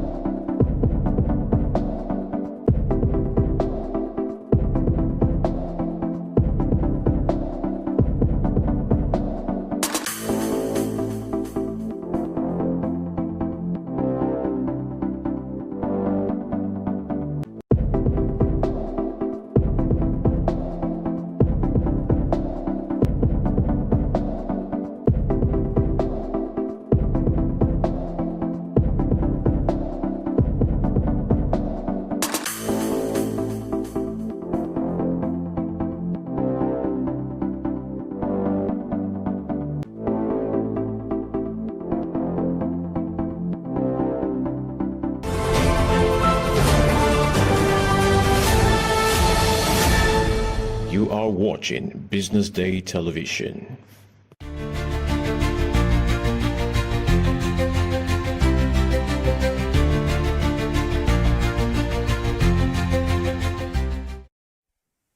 Hello and welcome to the big story right here on the BDTV Breakfast Show. My name is Elizabeth Musa. Nigeria's banking industry is on a growth streak, and according to a new report by Agosto & Co., total banking assets and contingent are projected to hit a massive 242.3 trillion naira by the end of 2025, which is about $151.4 billion.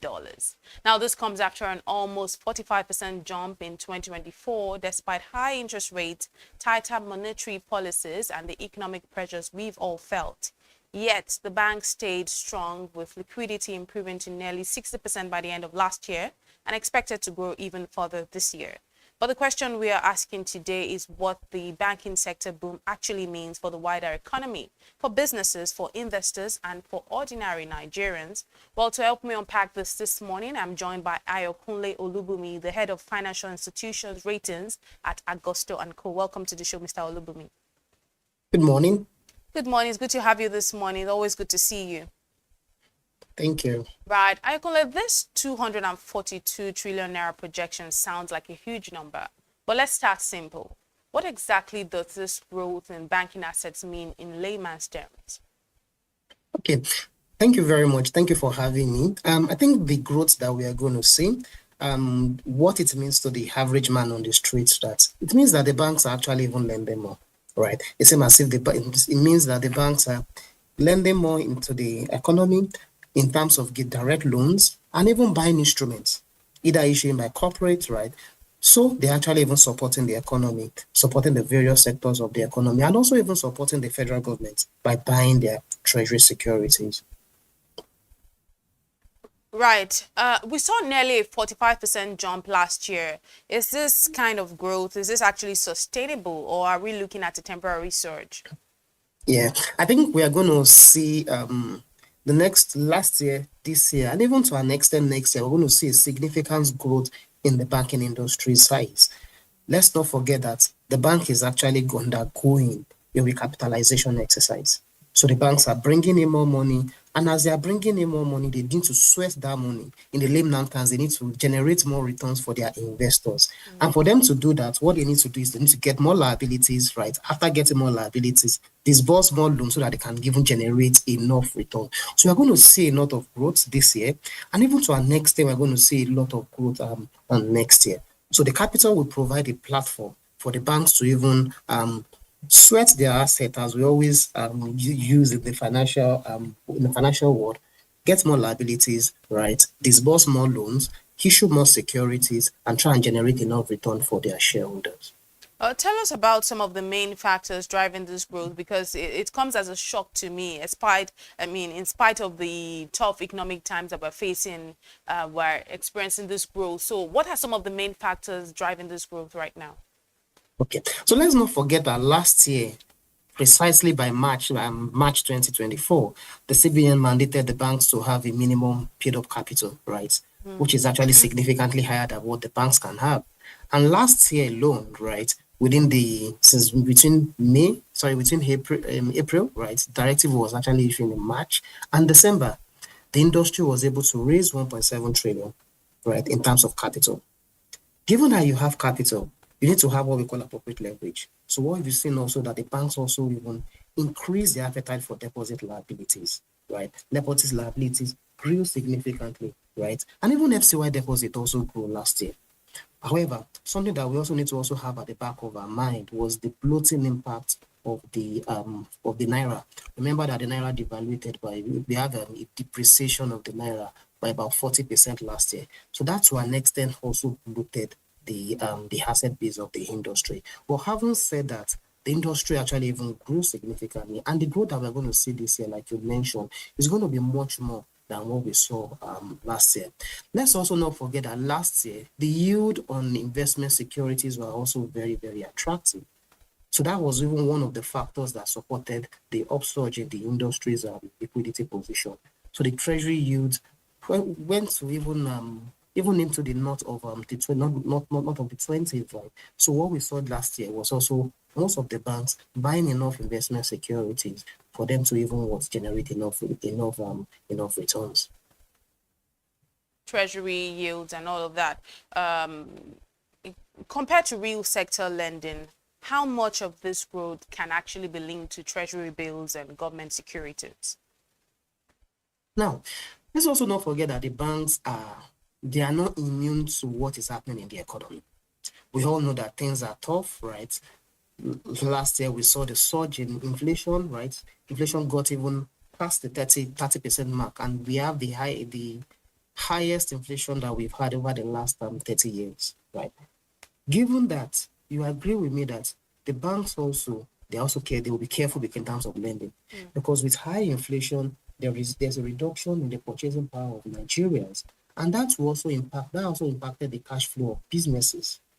And let's not forget that the banks, once they give out loans, they need to be able to collect that money back. So what we saw last year was the bank maintaining a relatively waned appetite for loan growth, right? And even those that actually even lend were very careful, very selective in their lending, trying to even focus on businesses that have track record, businesses that have been around for a lot of time, such that that have gone through various economic cycles. So the bank lent last year, however, they were very cautious. And we won't blame them for that, because for any fund that they actually even give out, they must be able to collect it, right? And we've seen the pressure that the economy is having. We are seeing it also on the non-performing loan. Last year, the non-performing loan of the industry, right, rose to about 5.2% of the loan book from about 4% that we had last year, right? So what I'm saying is that, look, yes, the banks lent a bit, but the bank are also very cautious, because if they are not careful, all the loans that they're actually disbursing will actually come out as what? As non-performing loans, right? And we're already even seeing a bit of pressure on the non-performing loans of the industry. We've talked about all of this now. Let's talk about the businesses, the entrepreneurs who are struggling with high interest rate. What will this growth actually mean for their access to credit? I don't expect the banks to be bullish, right? When I say to be bullish, that means that we don't expect them to be more aggressive in giving loans. Exactly, about giving loans, at least in the near term. Because like I mentioned earlier, we can't separate the banks from what is happening in the economy. The economy is still struggling, right? A lot of entrepreneurs and businesses are still finding it difficult to even have positive cash flow, right? And because of that, you see that a lot of banks, despite raising capital, are still very cautious in terms of lending. What we see a lot of them more amenable to is that, for instance, if you have like investment securities, right? If you have some even treasury securities. But having said that, even the lending, there will still be some level of lending. But what the banks are doing is that they are very, very cautious, very, very cautious. However, if the moderation that, because what we've seen in the economy is that the economy is gradually rebounding. If this can continue also next year, if we can see the exchange rate remaining stable, if we can see the inflation rate coming downward, right? If things can continue in this particular trajectory, what we'll see is that the banks won't have a choice but to lend. Let's not forget that it's not in the interest of the banks not to even lend, because they are in the business. That's the only way they can make money, is when we actually disburse funds to the economy. However, in doing that, they also need to be careful to ensure that they don't filter those funds away, right? So we're going to see, this year we'll be a bit cautious, but by next year, we expect the banks to actually even start relatively aggressive lending, because like I mentioned, about 1.7 trillion was raised last year. In the last 7 months, in the first 7 months of this year, they've raised about 800 billion. We're going under 800 billion to be raised before the end of the year. All these funds that the banks are raising, they need to disburse it for them to generate enough returns for their shareholders. Right. And how about Nigerians themselves? So are we going to feel the impact of this projected banking boom in our daily lives? Or are we going to see cheaper loans? Are we going to see better services? Or is this a type of growth that will just benefit the banks only? Okay. Now, but, first, let's also think about it, right? For the banks that are even raising funds, like I mentioned earlier, they need to first disburse those funds, right? In terms of the cost of credit, is a function of what is happening in the economy. If you look at it now, the MPR is already about 26%, right? So you see that the average lending rate will be about 30%, because you're seeing inflation is about 20 something percent. So there's no way a bank would lend at a very low rate. It has to be close to either late 20s or early 30s. So if those parameters does not improve, it's going to be difficult for the banks to actually even lend. What we are seeing gradually, there has been a bit of pressure in terms of, if you are following the treasury yield, you know that it has actually been coming down gradually. And even some banks have gradually been dropping their rates, right? So that we can see that, but I don't think we're going to see a significant decline in 2025. We can look at 2026, like I mentioned earlier, if the rebound and the gradual improvement that we are seeing in the economy continues, we're going to actually see that. In terms of the banks, a lot of the banks, you notice that one of the things that they want to use the proceeds of the capital raise to do is to strengthen their infrastructure, right? Their payment infrastructure. So Nigerian expects to see a more robust payment platform, right? The number of field transactions should actually even reduce, right? So we also expect to also see some innovative products, right? That the banks will actually even bring about, right? So that will also even support the economy to an extent. Right, and we're seeing that the liquidity ratio is expected to actually surpass 60% by year end. How significant is this? What does this signal about the health of the banking sector in itself? Yeah, so the beauty of that is that it shows that the banks are willing and able to meet obligation, are much stronger, in a stronger position to meet their obligation as and when they fall due. Because liquidity ratio is practically looking at what are the assets that the bank has in its portfolio, that assuming that they need to meet an obligation, they can quickly dispose and even use to meet those obligations. Right. And one of the things that have helped that liquidity ratio has been the high treasury yields, right? And because of that, you see that a lot of banks are investing in treasury securities. The beauty of that is that if they have a particular obligation, it can quickly be liquidated. Or even if you're going to get funds from a particular place, you can use it as collateral and easily get funds at a relatively cheaper rate. So that means that the banks are relatively stronger. They have increased ability to meet their obligations as and when they fall due. And now that you've said that, are we going to see, are there risks of overeating, banks expanding their assets faster than the economy can actually absorb it? Because if you look at the Nigerian economy, there's a lot to be done. There's still a lot to be done. There are a lot of sectors to be developed. There are a lot of businesses to be supported, right? So I don't think the banks are even going faster. Even as a matter of fact, the banks are even struggling to meet the needs of their customers and even to meet the needs of the Nigerian economy. Let me also add something that we're also seeing gradually is that the banks that have international banking license that are allowed to have subsidiaries abroad, a lot of them also want to strengthen those subsidiaries. Some of them want to expand to new markets. Some of them want to have new footprints. Some others want to even increase their market share in the markets in which they operate. And the beauty of that is that you see that most of those Nigerian banks will now be growing to from big Nigerian banks to even big African banks, and even be having a bigger play in across the continent. We talked about the 60% year-end liquidity ratio, but we know that we have a volatile exchange rate, inflation. What are some of the risks that could actually derail this projection for Nigeria? In terms of talking specifically about the liquidity ratio, I think the banks will still be relatively liquid. They'll still be very liquid, right? Even if the exchange rate, because the bulk of those liquid assets that the banks have are basically treasury instruments. Even if the rates are coming down, by the time you look at the yield on a risk-adjusted basis, you see that it's still better for you to invest in treasury securities to an extent than even lending to some particular sectors. So in terms of liquidity, we think the industry will still remain highly liquid, at least in the near term. Right. From 2026, we can now see banks assessing the economy and probably aggressively giving out loans. But I think the banks will remain conservative, even if yields start coming down. Right. The yields has actually been moderating a bit to an extent. But even if you have a sharp decline, the industry will still remain very, very liquid. And finally, if you were advising policymakers this morning, what would you say the government, the Central Bank of Nigeria, what would you say they should be doing to ensure that this growth actually translates into real economic impact? Yeah. It's like I mentioned earlier, the banks are not immune for what's happening in the economy. The banks are simply responding to what is happening. Although the CBN has been trying to do a lot of things, but one primary thing that needs to be done, the inflation risk needs to come down, right? Not by changing some parameters, but try and working on the factors that are actually even building the inflationary pressure. Although I know that is more of a fiscal thing than even the monetary, on than what we have on the monetary side. But what all hands must be on deck to try and even reduce the inflation rate. If the inflation comes down, you'll notice that the CBN the MPC won't have a choice but to reduce the monetary policy rate.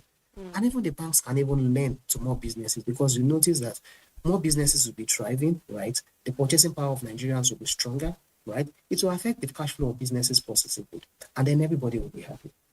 All right, thank you very much, Mr. Ayokunle Olubumi, Head of Financial Institution Ratings at Agusto & Co. Thank you very much. Thank you for having me. Well, this has been the big story right here on the BDTV Breakfast Show. Up next is social listening. Do stay with us.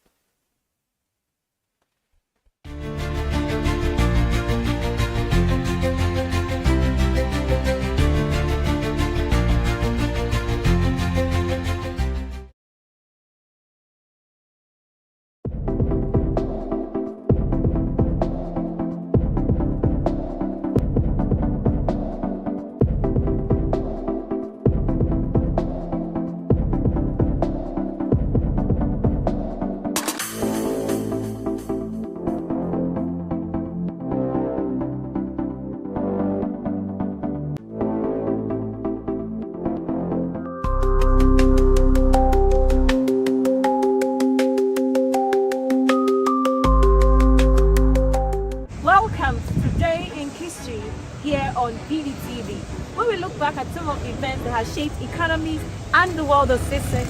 I am Palma Obrona, and today I'll be taking you down memory lane to some of the events that occurred on this day, August 26th.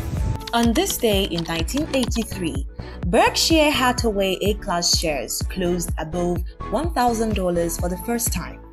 After Buffett's first purchases of Berkshire Hathaway stock around $7.60 per share in 1962, the rise to $1,000 was quite a journey, and it also made Buffett one of the world's wealthiest people. At this time, Buffett had a net worth of approximately $520 million, according to the 1983 Forbes 400 list. Warren Edward Buffett, born on August 30th, 1930, is an American investor and philanthropist, best known as the chairman and CEO of Berkshire Hathaway. Renowned globally for his investment success, Buffett is often called the Oracle of Omaha and is considered one of the world's most influential investors. As of May 2025, Forbes estimated his net worth at $160.2 billion, ranking him the 50th richest person in the world. Since 1970, he has led Berkshire Hathaway as its chairman and largest shareholder, guiding it to become a leading global conglomerate.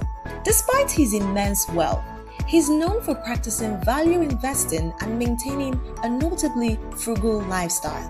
Committed to philanthropy, Buffett has pledged to donate 99% of his fortune and co-founded the Giving Pledge in 2010 with Bill Gates. In May 2025, he named Greg Abel as his CEO successor while choosing to remain as chairman. And on this day in 2014, the S&P 500 index closed above 2,000 for the first time. The US stock market was as a tear at the time. From its 2009 lows, the S&Ps was up 200% over the previous 5 years. The Standard & Poor's 500, commonly known as the S&P 500, is a stock market index that tracks the performance of 500 major companies listed on US stock exchanges. It is one of the most widely followed equity indices and serves as a key benchmark for the overall health of the US stock market. representing about 80% of the total market capitalization of publicly traded US companies. The S&P 500 reflects a broad view of the market. As of March 31, 2025, the combined market value of its listed companies exceeded $49.8 trillion. The origins of the S&P 500 trace back to 1860, when Henry Varnum Poor established Poor's Publishing, focusing on investor guides for the railroad industry. In 1923, the Standard Statistics Company began rating mortgage bonds and created its first stock market index of 233 US companies, calculated weekly. By 1926, it introduced a 90 stock index, computed daily. In 1941, Standard Statistics merged with Poor's Publishing to form Standard & Poor's. The modern S&P 500 was officially launched on March 4, 1957, expanding the index to 500 companies. In 1962, Ultronic Systems took over compiling various S&P indices, including the S&P 500. The first retail mutual fund tracking the index was introduced by Vanguard on August 31, 1976. Futures and options based on the index began trading in 1982 and 1983, respectively. Starting in 1986, index values were updated by 15 seconds to enhance market responsiveness.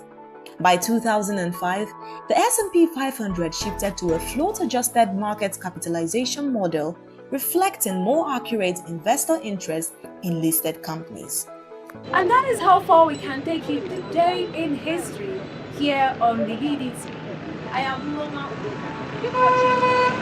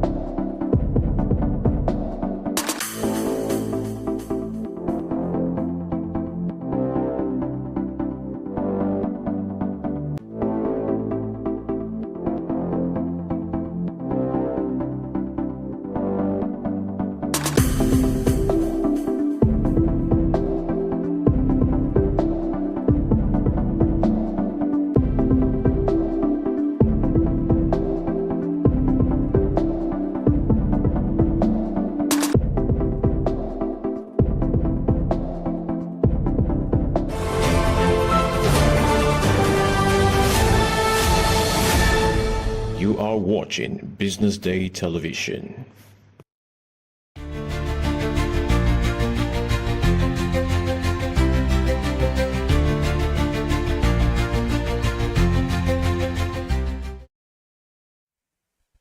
Hello and welcome to the social listening segment right here on the BDTV Breakfast Show. My name is Elizabeth Musa, and joining me this morning is none other than my very own colleague and social commentator, Rachel Edache. She'll be joining us this morning for the stories we'll be talking about today. Good to see you today, and you're looking really good this morning. Okay, you too. Good to see you. Now let's talk about some of the stories making the rounds on social media today. Firstly, is the story of Hope, the Nigerian boy once branded a witch and left to die before being rescued by Danish aid worker Anja. And this happened in Akwa Ibom back in 2016. Now, the viral photo of Anja giving water to him as a malnourished 2-year-old captured the world's attention. Now, nearly a decade later, Hope has graduated from primary school with one of the best grades in his class and will be starting secondary school in September. Despite being deaf, he communicates through sign languages, he communicates and is described as intelligent, artistic, and full of humor. His story is not just about survival, but about the countless other children who have been accused of witchcraft, who may never get the same chance. You know, this actually a story that really caught my eyes. When I saw it yesterday, I knew that we definitely needed to talk about the story on social listening today. Firstly, we have this, it has happened a number of times in Nigeria where maybe because a child does not appear the way you expect or does not conform with the norm, the next thing they would say is maybe that child is possessed, maybe that child is a witch, that child is a wizard. And there's so many dreams that have been truncated because of this singular thing. The other day we saw about how many 25 children or so were being flogged by some priests. Yeah, I saw that. You saw that? Yes, in the name of discipline. Discipline, and saying that they are possessed or something. With demons and all of that. I don't know. It's quite unfortunate for Africa and especially Nigeria. I remember back then during the days of Mary Slessor. Remember, twins used to be killed until Mary Slessor intervened. Exactly. So Africa have always had that mentality that once a child does not meet certain standards, or once a child has any form of, uniqueness, let me call it uniqueness, yes. They tag and stereotype that child as demonic, as abnormal, as, I don't know, children are innocent. It's not their fault they came out the way they came. In fact, most times it's the mother's fault, because there are some things you do when you're pregnant and there are some things you don't do to avoid such situations. For instance, there's a reason why women are encouraged not to smoke or be under the influence of alcohol or anything intoxicating.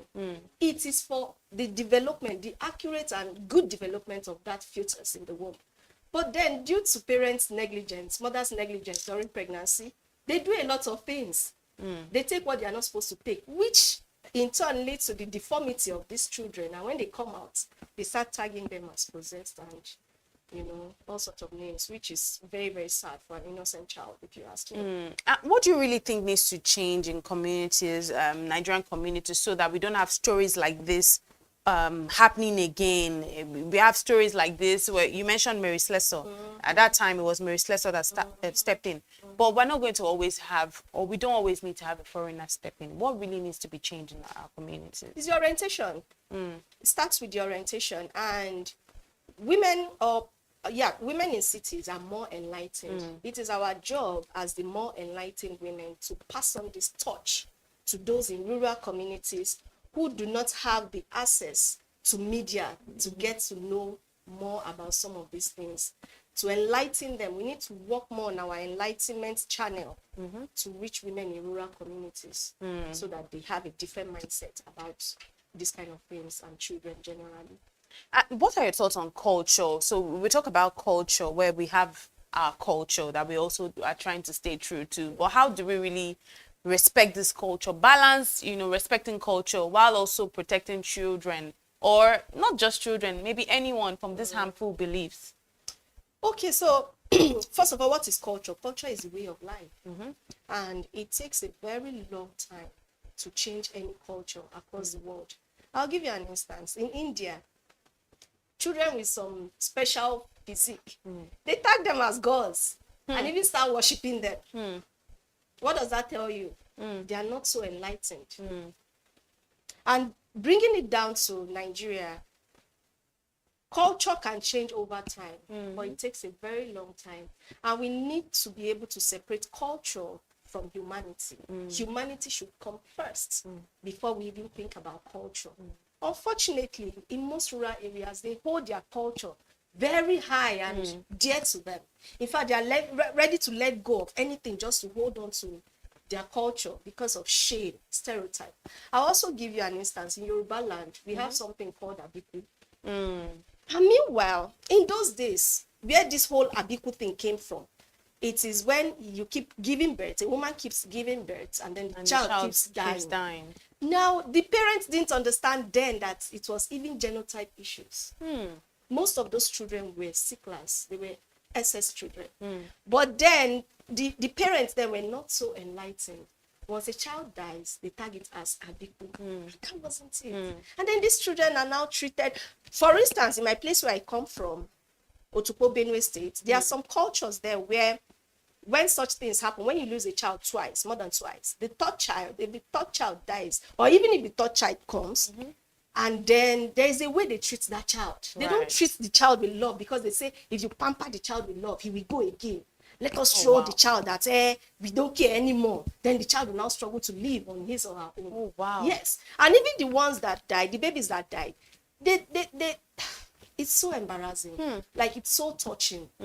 That's culture playing out for you. Culture is really doing us more harm than good. We need to let go of certain cultures in Nigeria, honestly. We need to go for humanity first before we even talk about culture. Humanity needs to be saved first. That's what I think about culture. Right. Let's see some of the reactions on social media to this conversation, because this is what we do on social listening. We also see how, people on social media are reacting to stories like this, because this one, I found it really touching when I saw the outcome. Sylvester says this was religion almost causing an innocent child's life because of some sort of nonsense prophecies. Well, religion, culture. Kelechi says poverty is the only witchcraft troubling Nigerians. I agree. Let's see more reactions to this conversation on social media. Techman says very rife in most parts of Akwa Ibom. 70% of them easily assign everything to superstition. Imagine parents going to consult a Bible broom pointer to know if their newborn is bringing good or bad luck. So if they tell you it's bringing bad luck, what will you do? You terminate the child. Chief Judge, otherwise known as Egisol, says, imagine how many kids have been left to die because of this barbaric acts of branding people as witches. Really, Rachel, just before we move on from this story, do you see success, Hope's success, as a personal miracle, or do you see it as just a proof that with the right support, any child can thrive? With the right support, any child can thrive. Any child at all. Every child has a right to live, irrespective of their disability. Every child has a right to love, because they didn't ask to come to this world. They didn't ask to be born. You conceived them. And then I like what the other speaker said when he said some families use pointer to determine the luck the child is bringing. Yes, if it's good or bad luck. Do you know that if it is bad, you ask what they will do if it is bad luck. They detest that child. A lot of parents hate their child because they think that the child brought them bad luck. And that's why I so much respect the Yoruba culture. They are very positive with naming their children, and they transfer that positivity to the kind of love and attention they show the child. But then in other cultures, they transfer that aggression. Hey, it was when you came, it was when you were born that my husband died. It was when you were born that our house caught fire. They ascribe all sorts of evil menace on innocent children. Children are from God, for crying out loud. Regardless of how they look, they are from God. They deserve a life to live. They deserve a right to be loved and nurtured as children. Very well said. Let's move to our next story now, where Big Brother Nigeria winner Ijoma Otabo, who is popularly known as Fina, is demanding that Dangote Group flies our sister abroad. Now, our sister, who is known as Ruth, was involved in a tragic accident with one of the company's cement trucks in Auchi, Edo State. Now, the accident, which led to our sister's leg being amputated just days after graduating from school, which was truly tragic, if you ask me.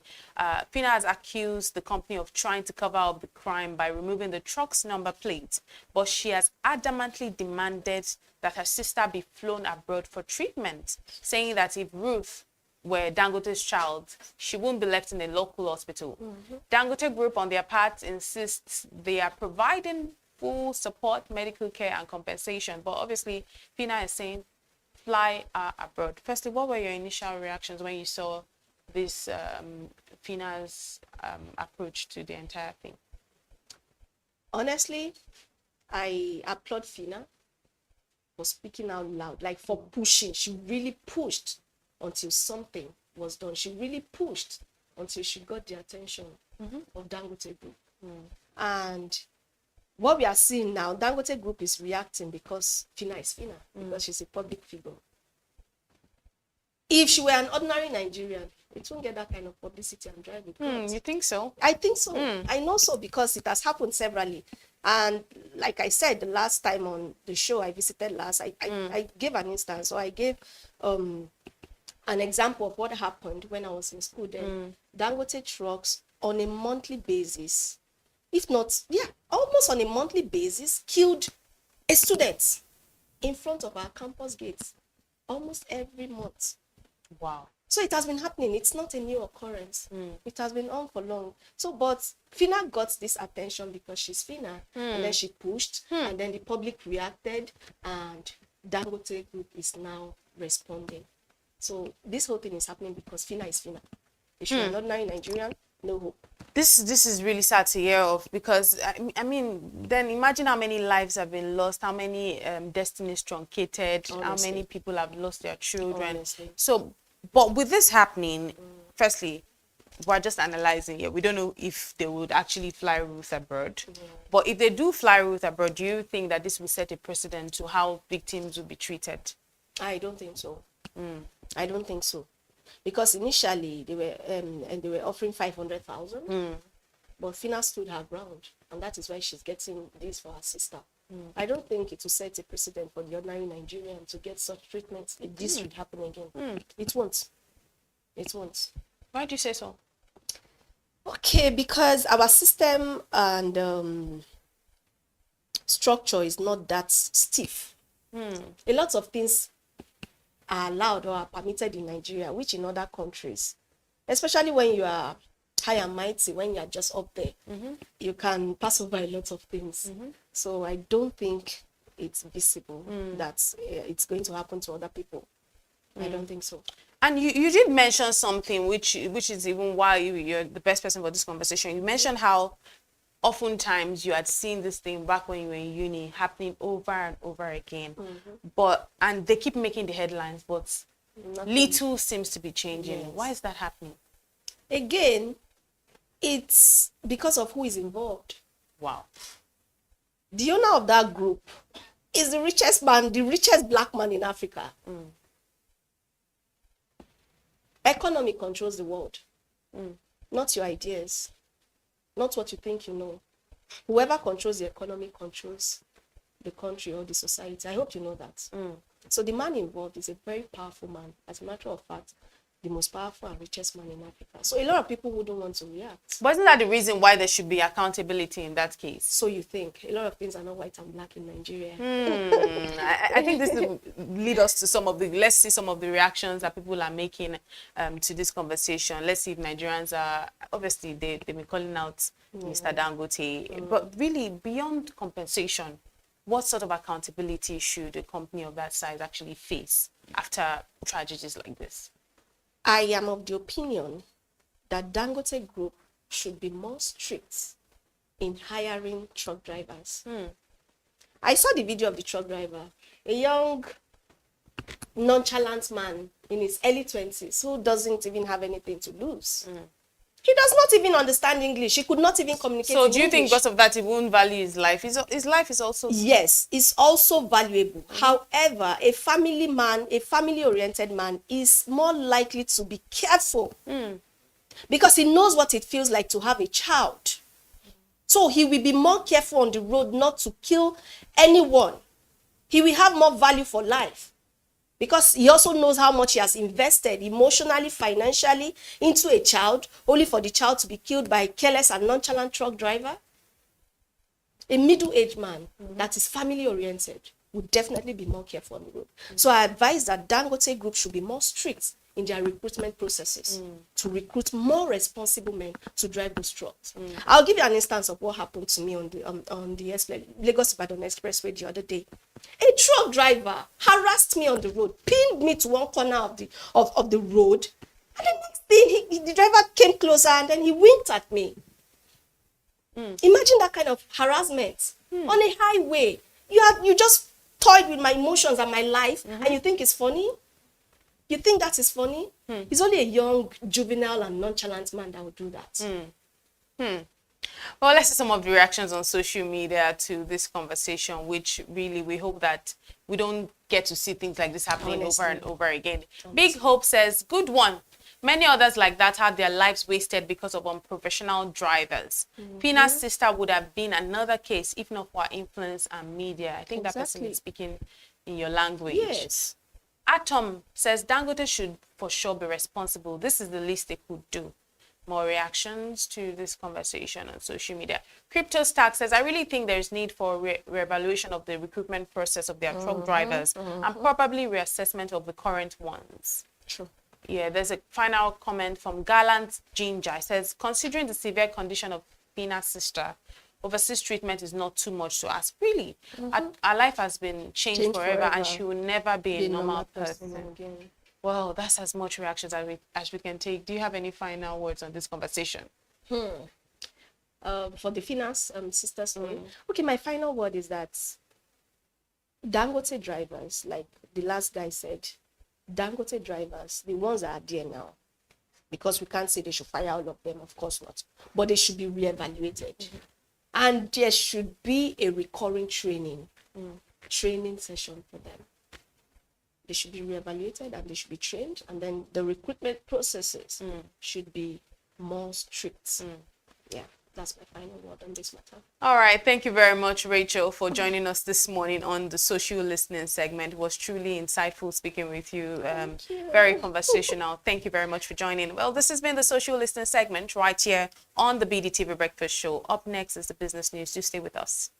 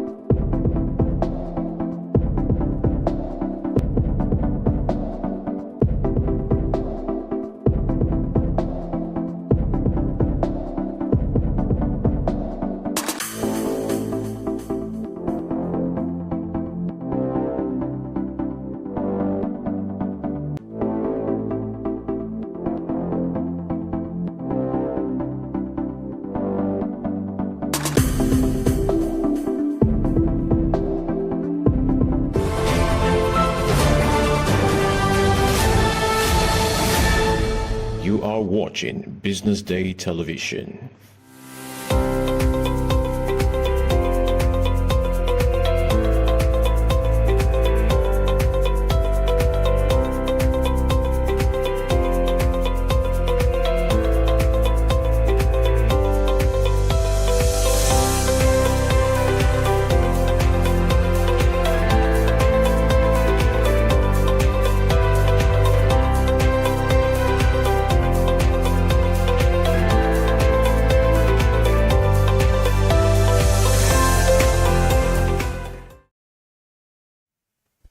Good morning and welcome to the bdtv Business News Hour. I'm Glory Brown. Thank you for joining us. Now let's take a look at today's top business headlines. Oil producing states cut debt by 611 billion naira after 1.67 trillion naira derivation windfall. Naira sees slight depreciation as weekly FX inflows slow.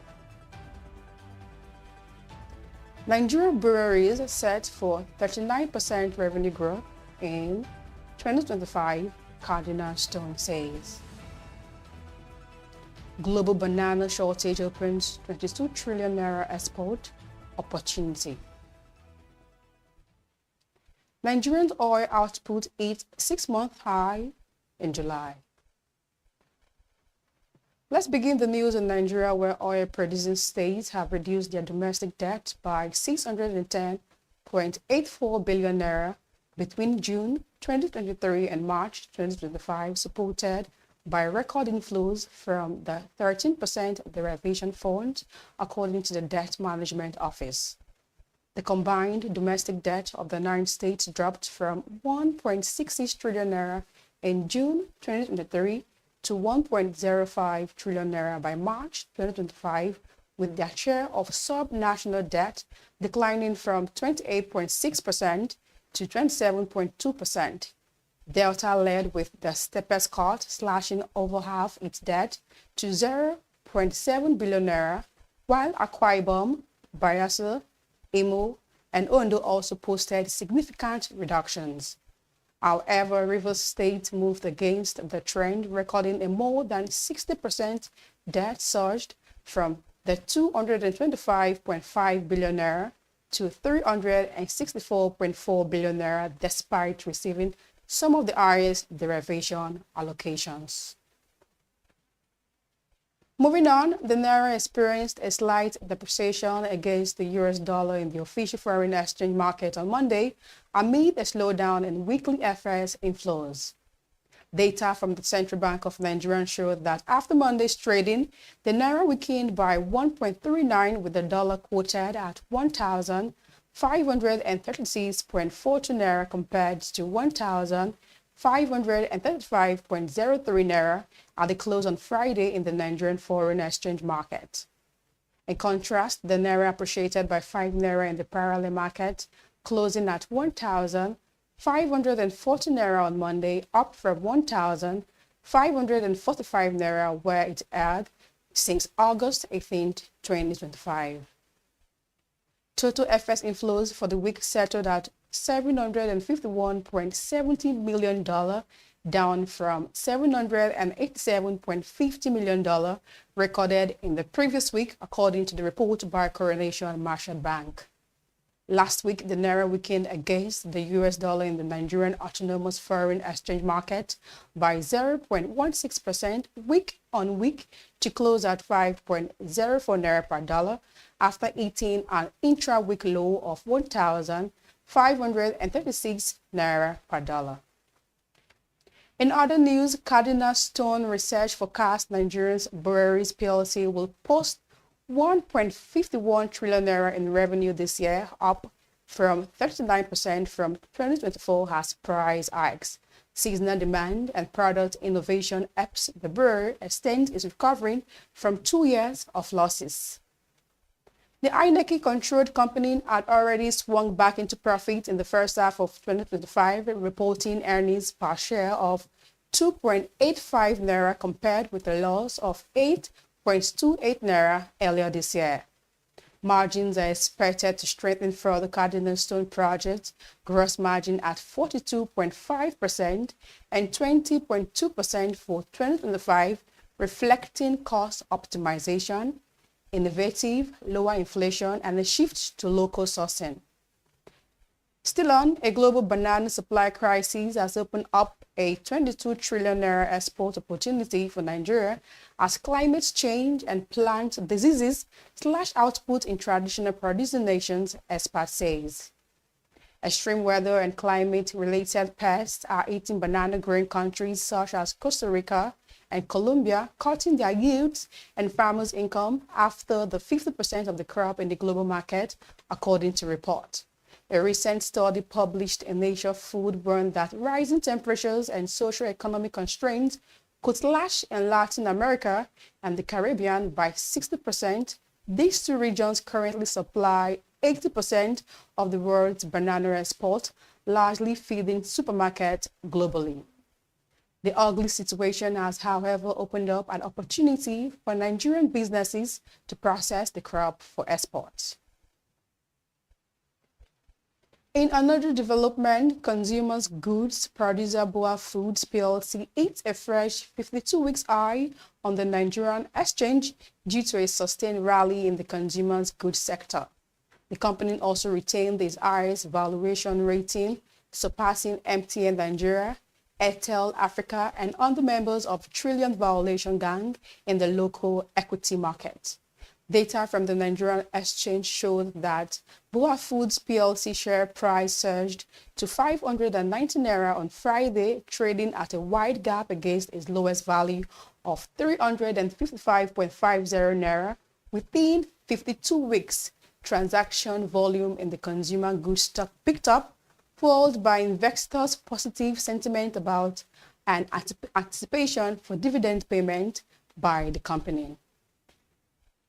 And to wrap up the business news hour, Nigerian crude oil production rose to its highest level in 6 months in July, signaling a steady recovery after earlier declines, according to the latest data from the Nigerian Upstream Petroleum Regulatory Commission. Africa's top oil producer pumped 1.507 million barrels per day in July, slightly higher than the 1.505 million barrels per day in July. The figure means Nigeria has exceeded its Organization of the Petroleum Exporting Countries quota for the second consecutive month. And that wraps up today's Business News Hour. Thank you for staying with us. I'm Glory Brown. Stay tuned and keep watching BDTV.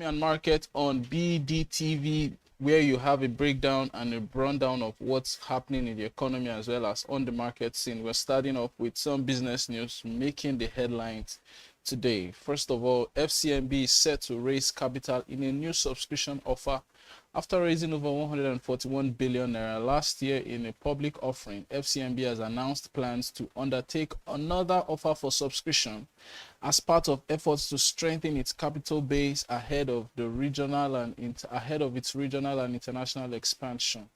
The move is following approval granted by its shareholders at an extraordinary general meeting that held in December 2024. In a notice to NGS Regulation Limited, the board of directors of the group said that the proceeds from the offer will be injected as equity into FCMB Bank Limited, its flagship banking subsidiary.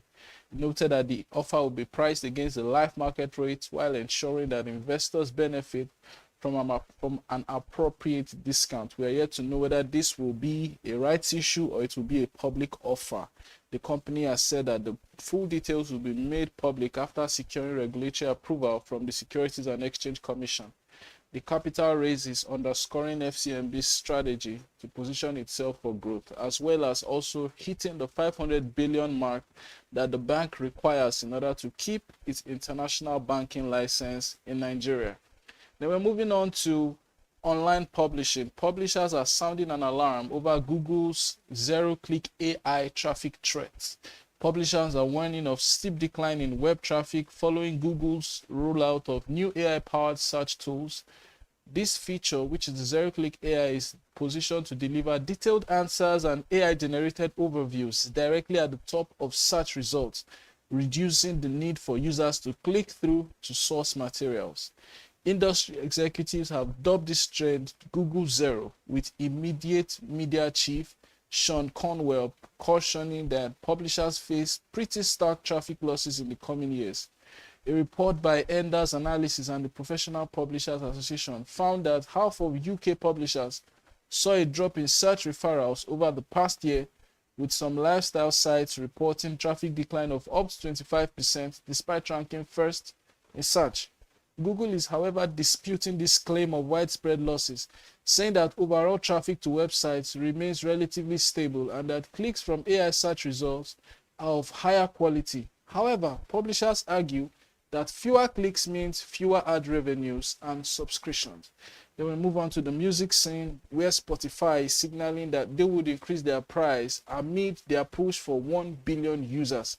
Spotify has indicated that customers should expect further subscription price increases as the company is investing in new features and is targeting 1 billion users worldwide. Alex Nostrom, Spotify's co-president and chief business officer, told the Financial Times that price adjustments were now part of our toolbox after years of keeping fees flat. He stressed, however, that higher prices will come alongside new services designed to add value for listeners. The music streaming giant first raised prices in 2022 after a long period of rapid subscriber growth. This move, coupled with cost cutting, helped the music streaming platform deliver its first annual profit in 2024. Earlier this month, Spotify announced another round of hikes in select markets starting September, sending its shares up nearly 10%.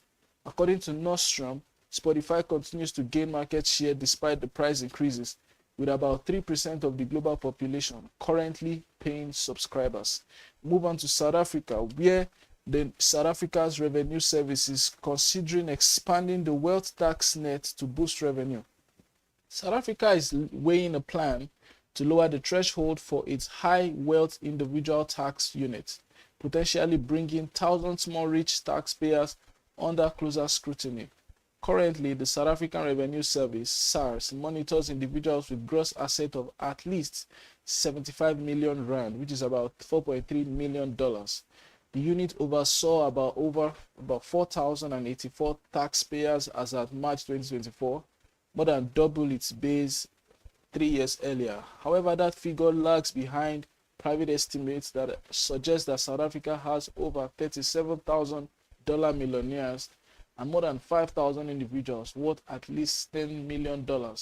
Natasha Singh, who is the head of the unit, said expanding the base either by adding more wealthy taxpayers at the current threshold or by lowering the criteria could strengthen collections without politically sensitive tax hikes.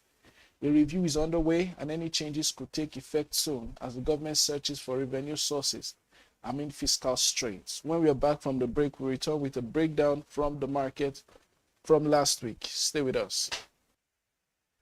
After 4 days of consecutive losses, the NGX went up back again. We saw just the bullish run on Friday as the market closed at an all-share index of 141,004 points, up by around 671 points or about 0.48% on Friday. Year to date, the market remains firmly bullish, up by 37%.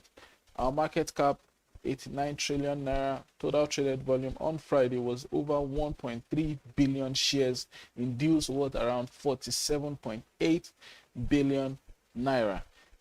When you look at the figures from last week Friday, we see that on the gainers chart it was a limit up day. Basically, 4 of the top 5 gainers all gained 10%. That's the maximum limit of appreciation that a stock can have on a single day.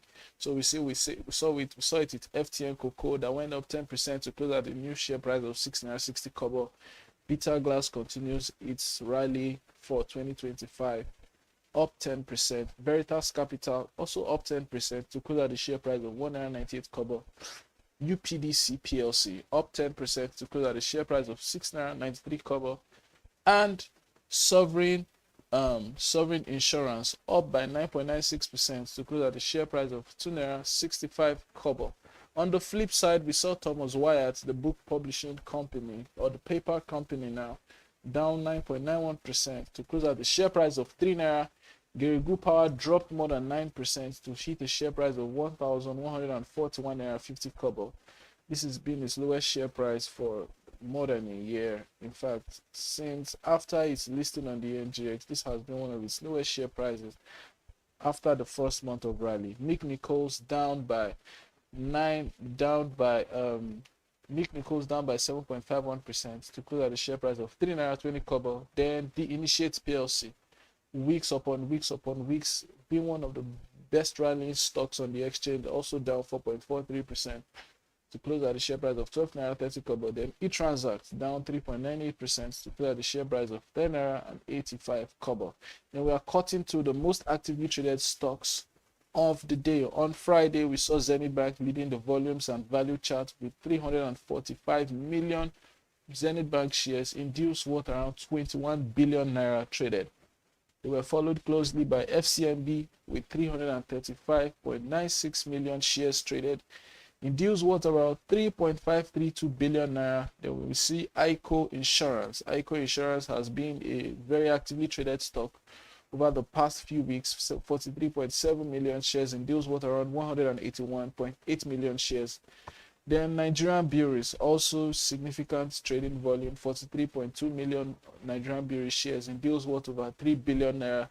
Then WAPIC or Coronation Insurance, 33.3 million shares in deals worth around 103.562 million shares. Now let's look at the weekly picture. Although Friday was bullish for the exchange, overall from Monday to Friday last week, we saw the all-share index fall by 2.5% as it broke a run of gains that the market had been on since July. Last week, the market was also on a bearish run. This week, the bearish run continued, 2.51% decline. Austin Lars, NCR, and Enamel Wear, Nigerian Enamel Wear Company, were some of the top gainers on the exchange throughout the entire week. So when you look at the chart of the top gainers of that week, we see that Austin Lars gained 20.83%. Then we also see NCR Nigeria, the ATM company, also gained 20.69%. Then Nigerian Enamel Wear Company gained 19.45% during the week. Insurance companies, Guinea Insurance gained 18.79% during the week, and Mutual Benefit Assurance gained 14.29% during that week. On the losers' end, we see Thomas Wyatt, the top loser of last week, also was the top loser of Friday, was the top loser of the week. It lost almost 19%, almost a fifth of its value. to hit a share price of 3 naira. NEM Insurance, after the weeks of rallying after the Naira was signed into law, NEM Insurance had been on a significant rally. However, last week there was significant profits taken, and that stock lost 18.15% to close at the share price of 26 naira to 60 kobo. Stanbic IBTC Holdings down by 15% to close at the share price of 94 naira. Initially the most expensive banking stock, now it's lagging behind GTCO. Lasaco Assurance, another insurance stock that had rallied significantly from the start of August up until last week. It lost almost 15%, down 14.57% to hit a share price of 3.46 kobo. Then also RT Briscoe has been another significant rallying stock for most of 2025. However, during the week it lost 13.92% to hit a share price of 3.40 kobo. On a sectoral basis, we see that all of the sectors that we track in the NGX, except the consumer goods sector, all were down significantly. The NGX banking index down just slightly by 0.23%, about 23 basis points. However, the insurance index went down significantly, 4% lost during the week. On the flip side, the consumer goods index was up by 0.83%, and the oil and gas index down by 0.84%. However, the most decline was seen in the industrial goods index that went down by 8.42%. Then we move on to the global markets, starting off with the US indexes. On Friday, it was a very greenish day, very bullish day for investors in the American stock exchanges. Why? The day after the Fed chairman Jeremy Powell made a statement signaling that a rate cut may happen very soon. He signaled that a rate cut may happen as soon as September. Investors took that sentiment, and we saw the Dow Jones index, the S&P, almost hitting 6,500 mark, and the Nasdaq Composite all hitting record points, all gaining almost 2%. They all rallied by almost 200 basis points. In Asia, the sentiment was also similar, as the Nikkei 225 went up, the Kospi index also went up by 0.86%, and the Hang Seng index went up by 0.93%. The same sentiment was shared. It shows that in America, when good things happen in America, it somehow has a ripple effect across the world. The major indices in Europe, starting from the FTSE 100, rallied by 13 basis points, 0.13%.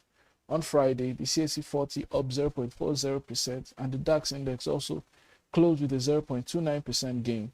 We see that the CAC 40, which is the Parisian exchange, is close to hitting the 8,000 mark for the first time in history.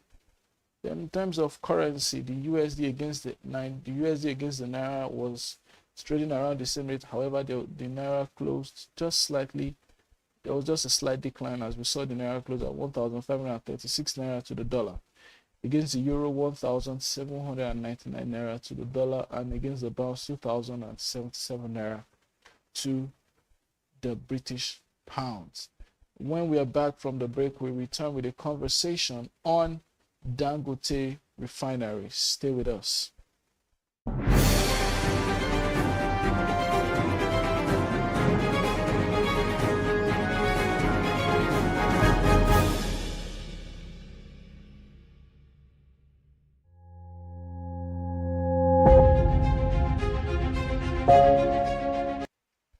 So basically, it's no news that Dangote Refinery is set to commence plans to distribute fuel to petroleum marketers. It's been in the works since July.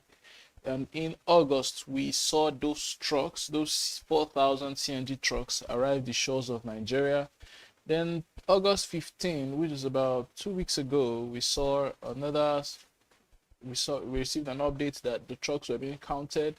We will be receiving updates such as the Dangote Refinery is set to distribute fuel to marketers like Nogaza. Ipman is also another marketing association that is also in the works. Basically, all of this is happening very soon. Let's say we don't know how soon those trucks are going to begin. We don't know how soon we're going to start to see those trucks on our streets. But let's say within a week, 2 weeks. And according to Abubakar Maigandi, who is the national president of the Independent Petroleum Market Association of Nigeria, the refinery has commenced numbering the trucks. It initially missed an August 15 rollout date, but that investment will if they're already numbering the trucks, it means that they are soon to start to commence the entire operation. Basically, all of that will eliminate middlemen. Is expected, as we have already started to see that even before the trucks were rolled out, we started to see a drop in fuel prices. At least across Lagos, we've seen petrol stations selling fuel at 855 naira, some 865. Around the southwest is around 875 naira per liter. So we already see that there's a possibility that we may see reduced fuel pump prices. And there's also another side of easing the transportation cost of transporting petrol, because logistics is one hellish segment of running a business in Nigeria. Essentially, we say we're on the brink of a revolution in the energy space.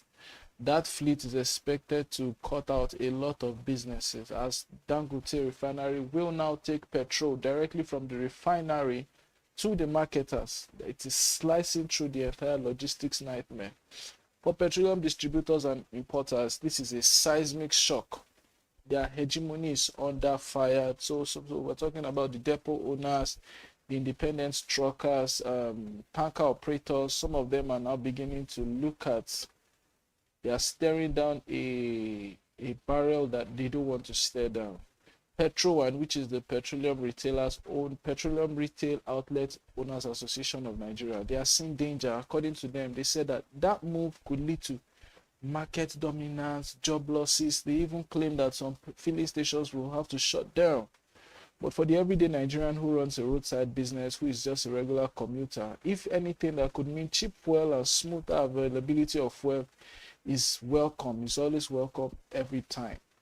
So we're witnessing a tectonic shift in the downstream sector that could probably deliver cheaper fuel.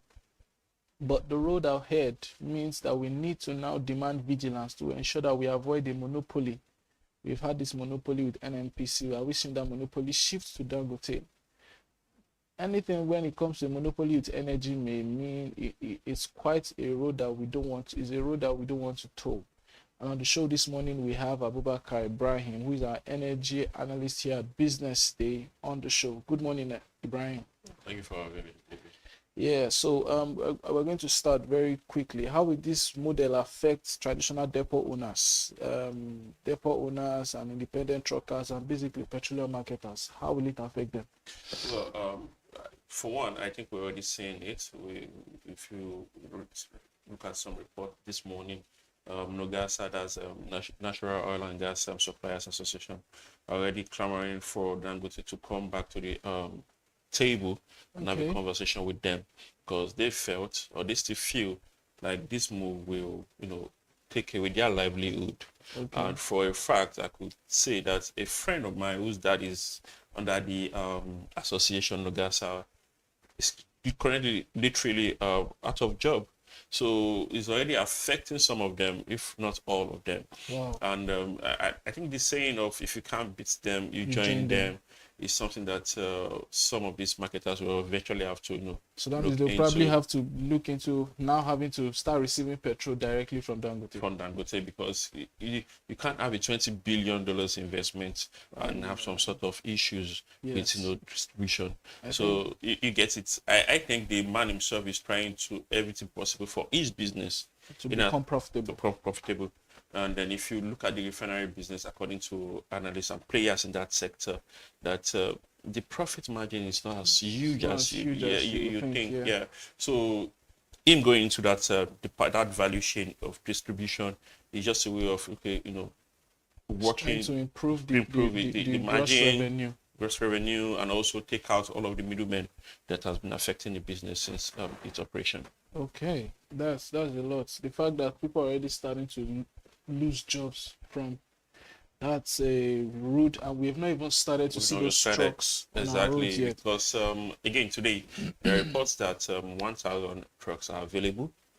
Okay. And very soon you see them on the streets, on the road, on the Nigerian. But in Lagos, Ogun State, and the Southwest region, That's 1,000 trucks. The 1,000 trucks, yes.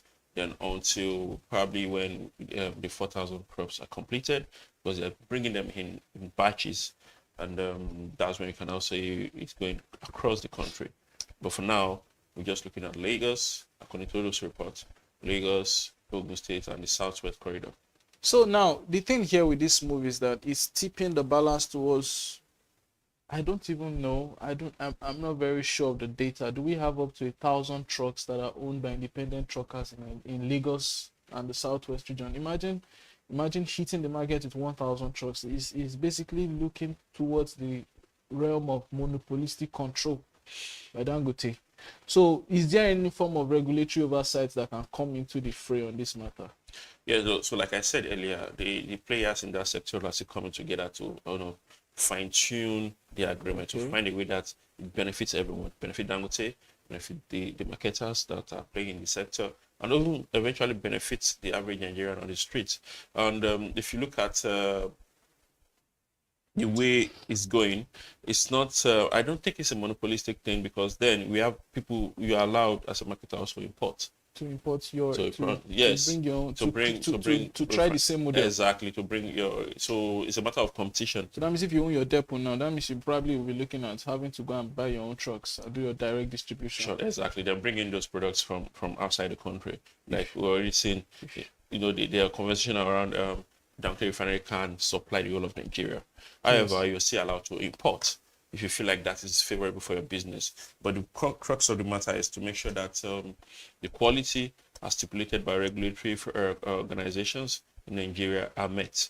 So importation, Dangote Refinery, if the quality is meeting up to standards, then you can run your business. However, I still feel like they will eventually have to come together and have a conversation. Yes, and there are reports by Nogasa secretary just about a week, and Ipman too, that eventually they're having the talk. They're going to have the talk. Yeah, so hopefully we hear from them very soon. Another thing there is that so there's a business model that Dangote operates with the cement. He used to operate. So because I think one thing that some of the petroleum marketers did not take into consideration is the fact that when it comes to running a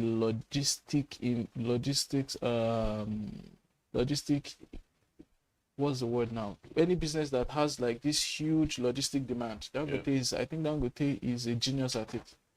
He's experienced at it. He's run businesses, for example, Dangote Cement. Now, Dangote started the entire system of having to buy trucks to move cement from the ports to the consumers. In the past, dependent marketers, warehouse owners would go buy their trucks and would be the ones to transport the cement.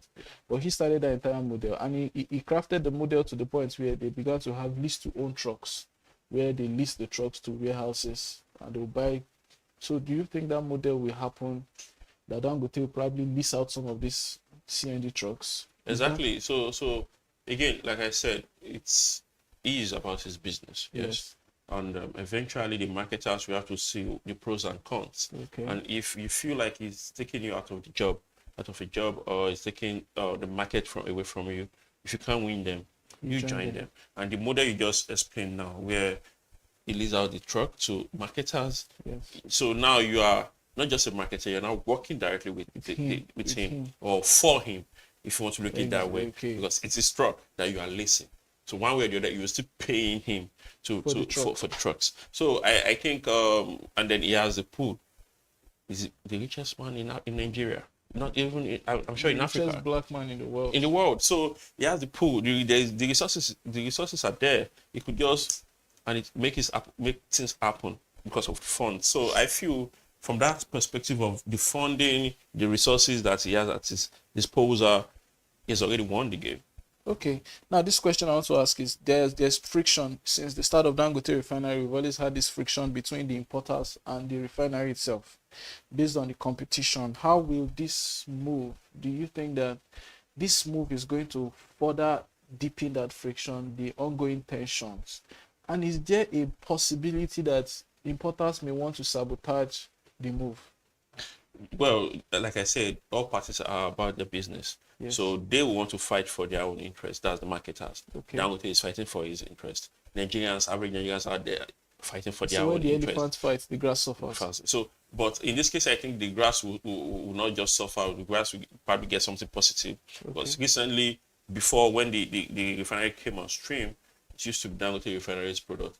It's cheaper than imported products. Okay. There's sometime last month, we started to see that a importation price war. Exactly. Importation has dropped. The price of importers now, independent marketers, are now having cheaper petrol than Dangote refinery. Yeah. So these are the things I feel like will work in favor of Nigerians. So if they are having competition, Nigerians win. Nigerians win. So in this case, it's not that the grass suffers. The grass, okay. The grass is not suffering. So what are some of the indicators that you think that we need to watch out for, maybe to assess how well this initiative has gone? Like, say, will there be a drop in prices? Will there be consistent supply of petrol? Maybe we'll say now this is the end to everything fuel scarcity forever in Nigeria's history. Or what are the indicators that you think that we need to watch out for to assess how effective those trucks have been? Yeah, so for the price reduction, I think we're already seeing that even without the trucks. We're already seeing price reduction from Dangote refinery, from the importers, marketers. Yes, yeah. So that has already been alleviated. We could see that this has been done. Then on the part of grid, there's queues, scarcity. I think last December in Nigeria normally do have scarcity between December and February. Between December and February, yes. But last year's, that's 2024 December down to February 2025, we didn't see anything like that. So again, maybe, just maybe, the initial stage of all of this might want to lead to something like that. Like I said, they will eventually have to go back to the drawing board, all parties sitting together to make sure that they analyze what works for them, what works for the Dangote refinery, what works for the importers, the logistic companies, and every parties involved, so that they find a common ground and come together and make it work. Because if they try to sabotage Dangote refinery, which I feel was what he thought or still thinks was happening, that led to him going about bringing those trucks. Okay, I want to cut all these middlemen. I want to go directly to the marketers, because these middlemen are making business bad for me. You understand? So, like I said, he has a pool, he has the resources, and I feel like he has a team that have done the analysis and seen that, okay, we've done this with the cement, we can actually do this with petrol and diesel. So let's find a way to make these people be on their toes. It might eventually work in his favor or work for the Nigerian favor. At the end of the day, I do not see scarcity. If there will be, it will be for a short term, while all of this has been ironed out. So then the last thing you asked? No, I was asking what are the indicators. Then I think we'll also look at Nigeria's petrol consumption. Okay. There's been discrepancies in Nigeria's data. Yes, it's been 60,000, there's been 30 million, 60 million liters. And then you also realize that the body, that's the NMDPRA, there was a time they used to release a report on truck out. Was pushed out. Okay. Well, if you go on their website today, as of this morning, the latest report there was in 2023, I think August 2023. So there are no reports unless that's the chief executive, Ahmad Farouk, will come out to say, okay, this is the numbers we're doing, which I feel is not the right way to go if we want to talk about transparency and integrity. We need the data as it's happening. If it's data for Monday, we should have it on or before Tuesday morning. So I believe then Dangote has said, oh, we're not doing up to 60 million, 70 million. It's way below that. So I feel like this move will also show some form of transparency. Yes. Okay. To the sector, and we'll see what he from his refinery is trucking out, and the importers, whatever numbers they're giving us, we'll try to put it together and see if there are changes in that regard. So I feel these are some of the things that we should be open up. Okay, thank you so much for your time, Ibrahim, on the show this morning. Thank you for coming on Economy and Markets. It's been insightful talking to us about some of the things to expect as those CNG trucks start to roll out in the next couple of days and probably couple of weeks. We don't know. Thank you so much. And to our viewers, that's all we can take on economy and market this morning. Thank you for staying with us and always stick with us. This is Business Day TV. Have a lovely morning. Economy and market.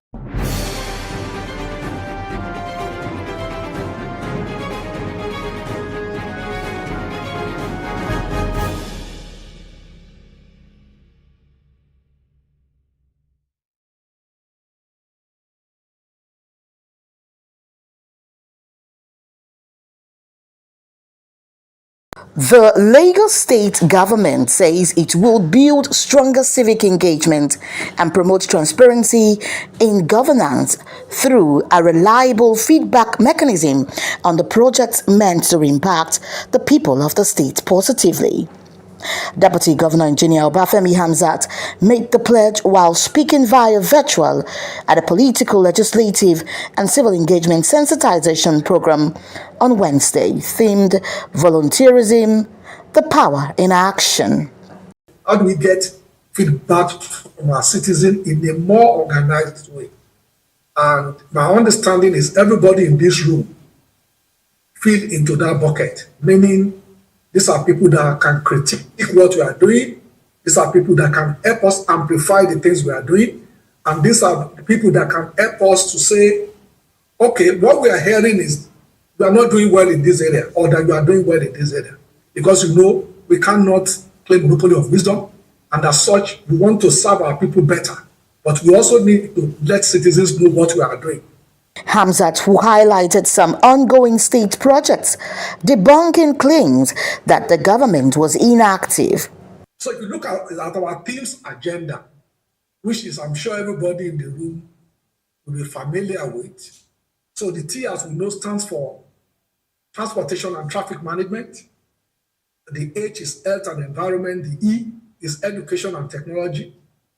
The M is Making Lagos the 21st century. The E is Entertainment, and S is Security and Governance. And the plus there is actually Empowerment and Youth Inclusion. So if you look at those, so let's take, for example, our hospitals. So I'm sure a lot of people know that we have about 26 general hospitals spread across the state, and we are building more. We are building Ojo General Hospital that sits, I think, on about 8 hectares of land and is massive.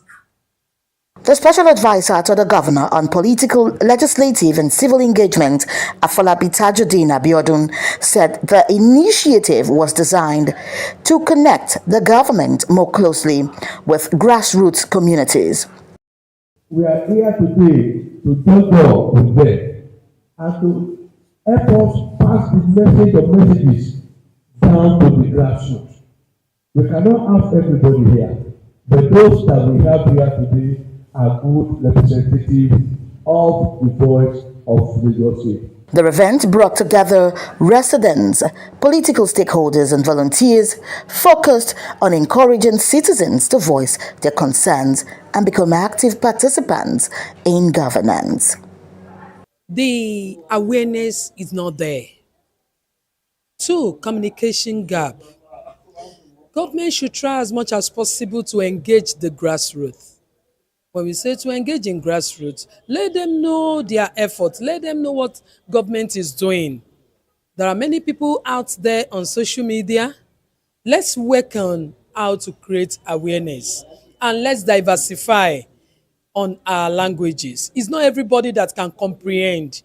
It's not everybody that can speak English language. At least with the government awareness on their different programs, let them diversify in different languages. Mr. Governor Sanwo-Olu is trying. Mr. Deputy Governor have been trying. All the people in Lagos State, the executive, the legislative, they have been trying. But let there be awareness. Destiny Momo, Business Day Television News.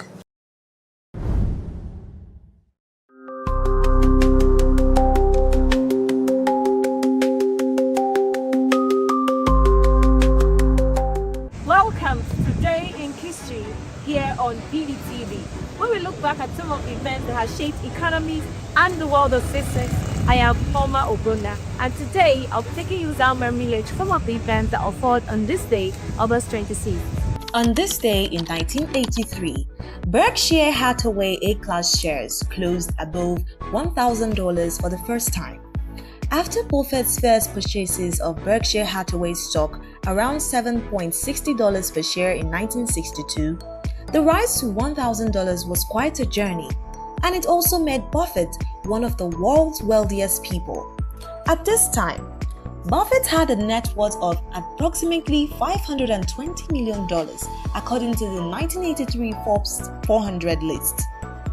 Warren Edward Buffett, born on August 30, 1930, is an American investor and philanthropist best known as the chairman and CEO of Berkshire Hathaway. Renowned globally for his investment success, Buffett is often called the Oracle of Omaha and is considered one of the world's most influential investors. As of May 2025, Forbes estimated his net worth at $160.2 billion, ranking him the 50th richest person in the world. Since 1970, he has led Berkshire Hathaway as its chairman and largest shareholder, guiding it to become a leading global conglomerate. Despite his immense wealth, he's known for practicing value investing and maintaining a notably frugal lifestyle. Committed to philanthropy, Buffett has pledged to donate 99% of his fortune and co-founded the Giving Pledge in 2010 with Bill Gates. In May 2025, he named Greg Abel as his CEO successor while choosing to remain as chairman. And on this day in 2014, the S&P 500 index closed above 2,000 for the first time. The US stock market was as a tier at the time. From its 2009 lows, the S&Ps was up 200% over the previous 5 years. The Standard & Poor's 500, commonly known as the S&P 500, is a stock market index that tracks the performance of 500 major companies listed on US stock exchanges. It is one of the most widely followed equity indices and serves as a key benchmark for the overall health of the US stock market. Representing about 80% of the total market capitalization of publicly traded US companies, the S&P 500 reflects a broad view of the market.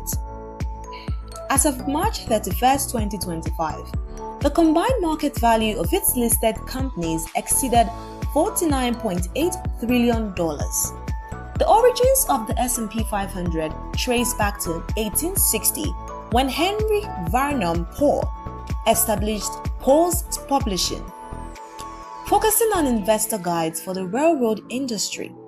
In 1923, the Standard Statistics Company began rating mortgage bonds and created its first stock market index of 233 US companies, calculated weekly.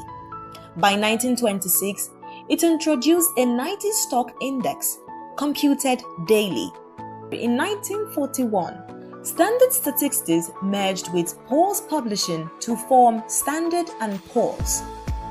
The modern S&P 500 was officially launched on March 4, 1957, expanding the index to 500 companies.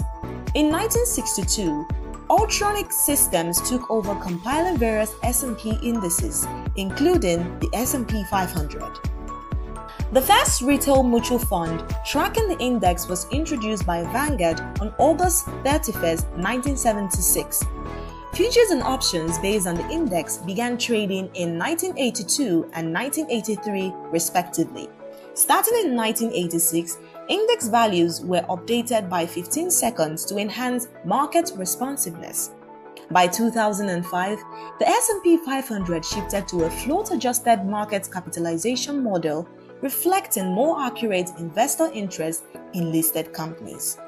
And that is how far we can take you today in history here on the BDTV. I am Palma Obrona. Keep watching.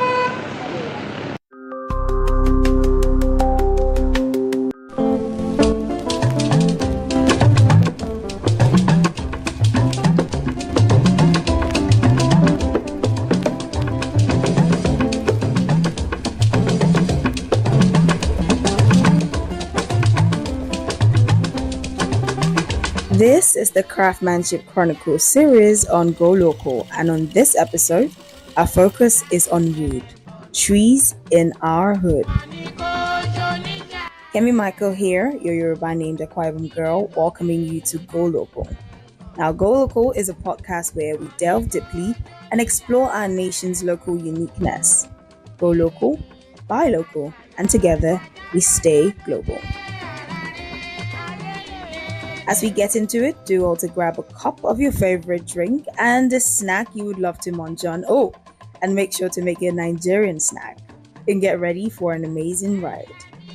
Since humans first realized they could make use of the materials they found in the vicinity, wood has been used and altered by us. People eventually learned about the special qualities of wood as they utilized it to satisfy a wide range of human requirements in peace and conflict, farming, and industry. Throughout history, trees and their wood have been essential to human existence. Since ancient times, wood has been one of our most vital building elements, used for construction as well as for production of tools, weapons, and furniture. Wood has historically played a key role in a lot of areas, and we Nigerians are part of that history. For this episode, I went to the Itamaga sawmill in the Ikorodu area of Lagos State, where I was able to speak with the General Secretary of the sawmill. My name is Alhaji Kabiru Adegboyega Ibrahim, and this is Sogidowo sawmill Itamaga. So I'm the secretary to the association, General Secretary to the association, Sogidowo Plant Marketers Association of Nigeria. Here in Nigeria and around the world, we have several uses of wood, such as agricultural purposes, for making musical instruments, for carving religious figurines, to create household furniture, for casket production, for fortification, as well as for a source of energy supply, for example, our firewood and general logs for fireplaces. The wood production in Nigeria has specific process, and I will leave the explaining for the experts. The woods normally come in 2x6. That is for roofing. So when they boil to it, like the ones you are looking there now, and it's 2x6. So when they bring it here, so if you want to saw it, you saw into 2x4, 2x3, 2x2. Those are the roofing planks. So we saw it to those sizes if you need it for roofing. So we take it from the shed down to the machine side. So we saw it there. If it is roofing, so it's all 2x4, 2x3, 2x2. So for facing board, that one is 1x12, 1x12x12. So now like the one that they are putting down there. So that is 1x12x12 for facing board. So after you roof, to facing board, so you cover breeze or whatever. So that's what they use that one for. So to seal the roof with the ceiling. So that's what they use it for. Just like other industries, the wood industry sure has its challenges. The challenges we usually face is the problem of this marine police or guard or whatever. You know, they are extorting us too much. You know Nigeria, that's Nigeria system, corruption. After we will have saw wood, process it, take the license, but we usually collect approval for wood, any wood cut. After that, if you pass through the water, if this marine police or whatever see you, they will still collect money. I think you never collect any paper. So that's the Nigerian problem. So we face many challenges, yeah? At the same time, after they are coming from the river, the canoe bash, those the trucks that are coming into the sawmill, those are the policemen on the road, trying to collect something, collect money. Those are the challenges we have. Vegetation of Nigeria can be broadly classified into two types, that is, forest and savanna. Now, according to Statista in 2021, Nigeria exported forest products amounting to nearly $109.7 million US. Most of these products were roundwood and sawnwood, amounting to roughly 52.4 million and $8.1 million US, respectively. Other main exported forest products included paper and paperboard. The wood always come from Bayelsa State, Ondo State, Edo State, and from Oyo as well. But the one coming from Oyo, that's 1 by 12 by 12, and at times 2 by 12. But 2 by 6 wood for roofing normally come from Bayelsa, Edo State, Ondo State, and at the same time from Ogun State, Ogun Water side. The customer you have, if it is an old customer, you must have a relationship. He can call you on phone and place order. So you call transport for him. When you've concluded with him for the quotation of the wood, so if you help him process it, you call transporter to transport it. So they will take it down to him. Or some do come inside to the market by themselves. So they will negotiate price, buy the wood, call a motor to pack it. Because the transporters they have their own association as well. According to the United Nations, Nigeria has the highest deforestation rate in the world, with an estimated 3.7% of its forests lost every year. That's what I'm saying, our problem here. And these forestry people that are supposed to be handled at Ministry of Agriculture. Wherever they cut timber, supposed to plant it back immediately. They don't do that. In a question of say 5 to 10 years now, there will be the issue of a wood scarcity. Those places that I'm talking the other time, that is Edo, whatever. If you want to get wood now, it's very, very far to the upland, to the river itself, to the swamp itself, too far. That's why the wood is very hot now. This is a call to action to the Department of Forestry, Federal Ministry of Environment. We in Nigeria are losing our trees and we need a solution to this loss. When one tree is cut down, I believe 10 more should be planted in its stead. Wood in Nigeria plays a very vital role, and leaving our forests to chance of the trees growing on their own accord is very risky.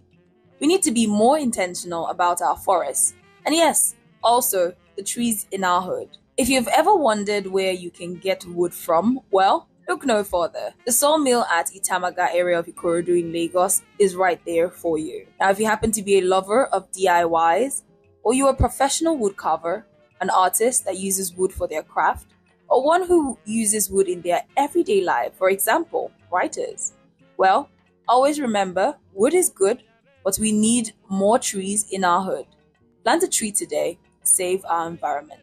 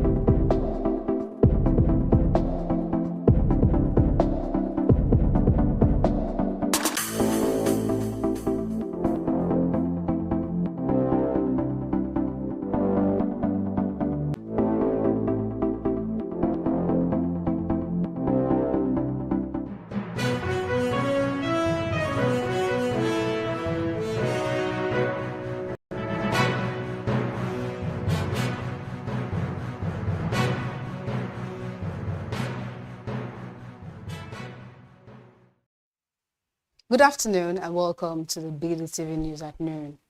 I am Glory Brown Odibu. Thanks for joining us this afternoon.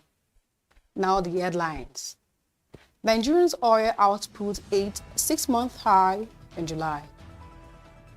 Tinubu welcomes Petrobras' planned return to Nigerians, signs MOUs to boost economy. ECOWAS to raise $2.5 billion for 260,000 man counter-terrorism force.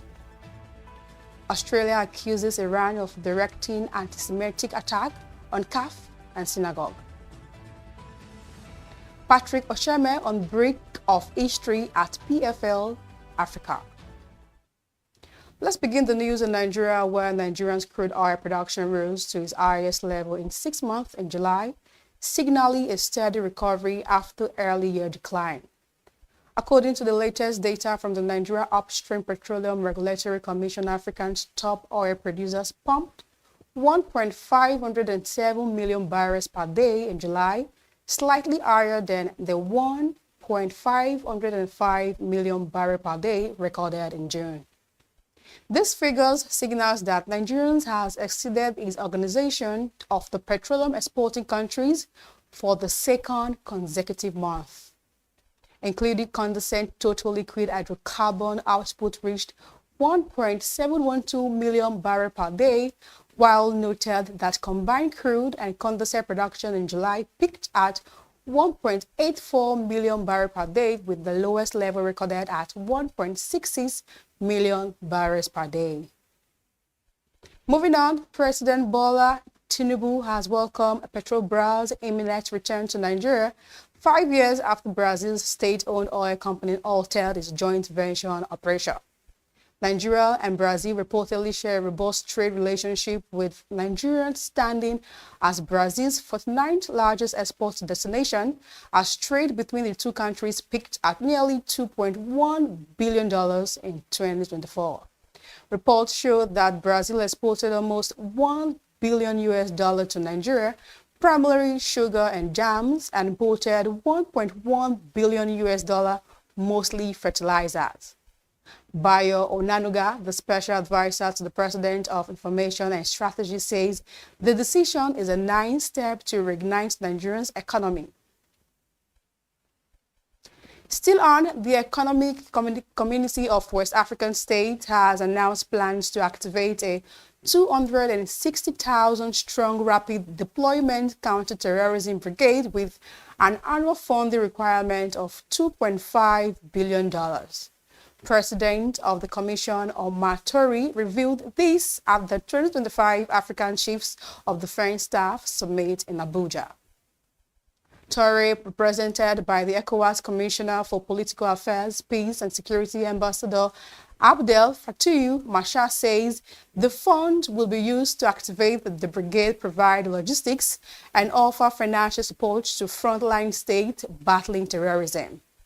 The Commission President stressed that the Sahel had become the epicenter of global terrorism, accounting for 51% of related deaths worldwide in 2024, and warned that the growing threat demanded an urgent and coordinated continental response. To end the local news, the Niger Data Protection Commission has given organizations in banking, insurance, pensions, and gaming 21 days to show proof of compliance with the Nigerian Data Protection Act 2023 or face sanctions. In a statement issued by Abuja Babatunde Bamigboye, head of legal enforcement and regulations at the NDCPC, said the notice follows the launch of an investigation into organizations suspected of failing to meet their obligations under the Act.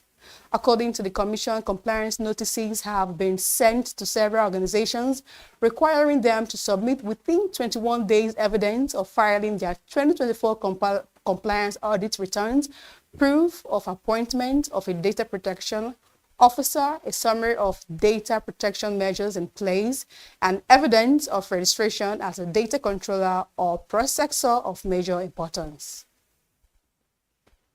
Now, on the foreign scene, Australia has given Iran's ambassador 7 days to leave the countries after alleging the country's government directed anti-Semitic attack in Sydney and Melbourne. Prime Minister Anthony Albanese revealed that intelligence services linked Iran to an arsehole attack on a calf in Sidin in October last year and another on a synagogue in Mebur in December, adding that the two incidents were attempts to undermine social cohesion and sow discord in our community. Ambassador Ahmed and 3 other officials have been ordered to leave Australia, which has withdrawn its own diplomat from while Iran has absolutely rejected the allegations. Australian Security Intelligence Organization Chief Mike Burgess said his team had uncovered link between the alleged crimes and the commander in Iran's Islamic Revolutionary Guard Corps following a painstaking month-long investigation. Also, Israel's Prime Minister Benjamin will convene his security cabinet at 4 p.m. to discuss situation in Gaza and potential plans to reach a hostage release deal. And in the office, they revealed that the meeting will take place, but did not clarify whether to raise the ceasefire and also faced hostage release proposal that Hamza said it accepted last week.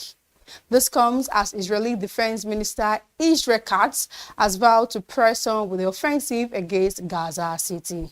Hamza said in a statement on Sunday that Israel's plans to take over Gaza City showed it wasn't serious about a ceasefire, insisting that a ceasefire would be the only way hostages will be released. And now to sport. Nigerian featherweight star Patrick Starboy Osheme is set to headline the first ever PFL Africans seminars, bringing Nigerians one step closer to crowning its first Miss Martial Art champion. The event will determine the finalists for the inauguration PFL Africans tournament and scheduled to take place on Saturday, October 18th at the BK Arena in Kigali, Rwanda. The event follows 2 groundbreaking cards in Cape Town and Johannesburg and will feature semi-finals bouts across 4 divisions: heavyweight, welterweight, featherweight, and also bantamweight. At the top of the card, Nigerians will face Burkina Faso Abdul Razak in a highly anticipated featherweight semi-final main event.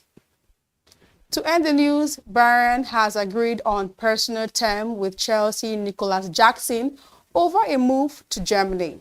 According to German outlets, personal terms have been sorted between both parties, but Bayern Munich still need to reach an agreement with Chelsea for the Senegalese signature.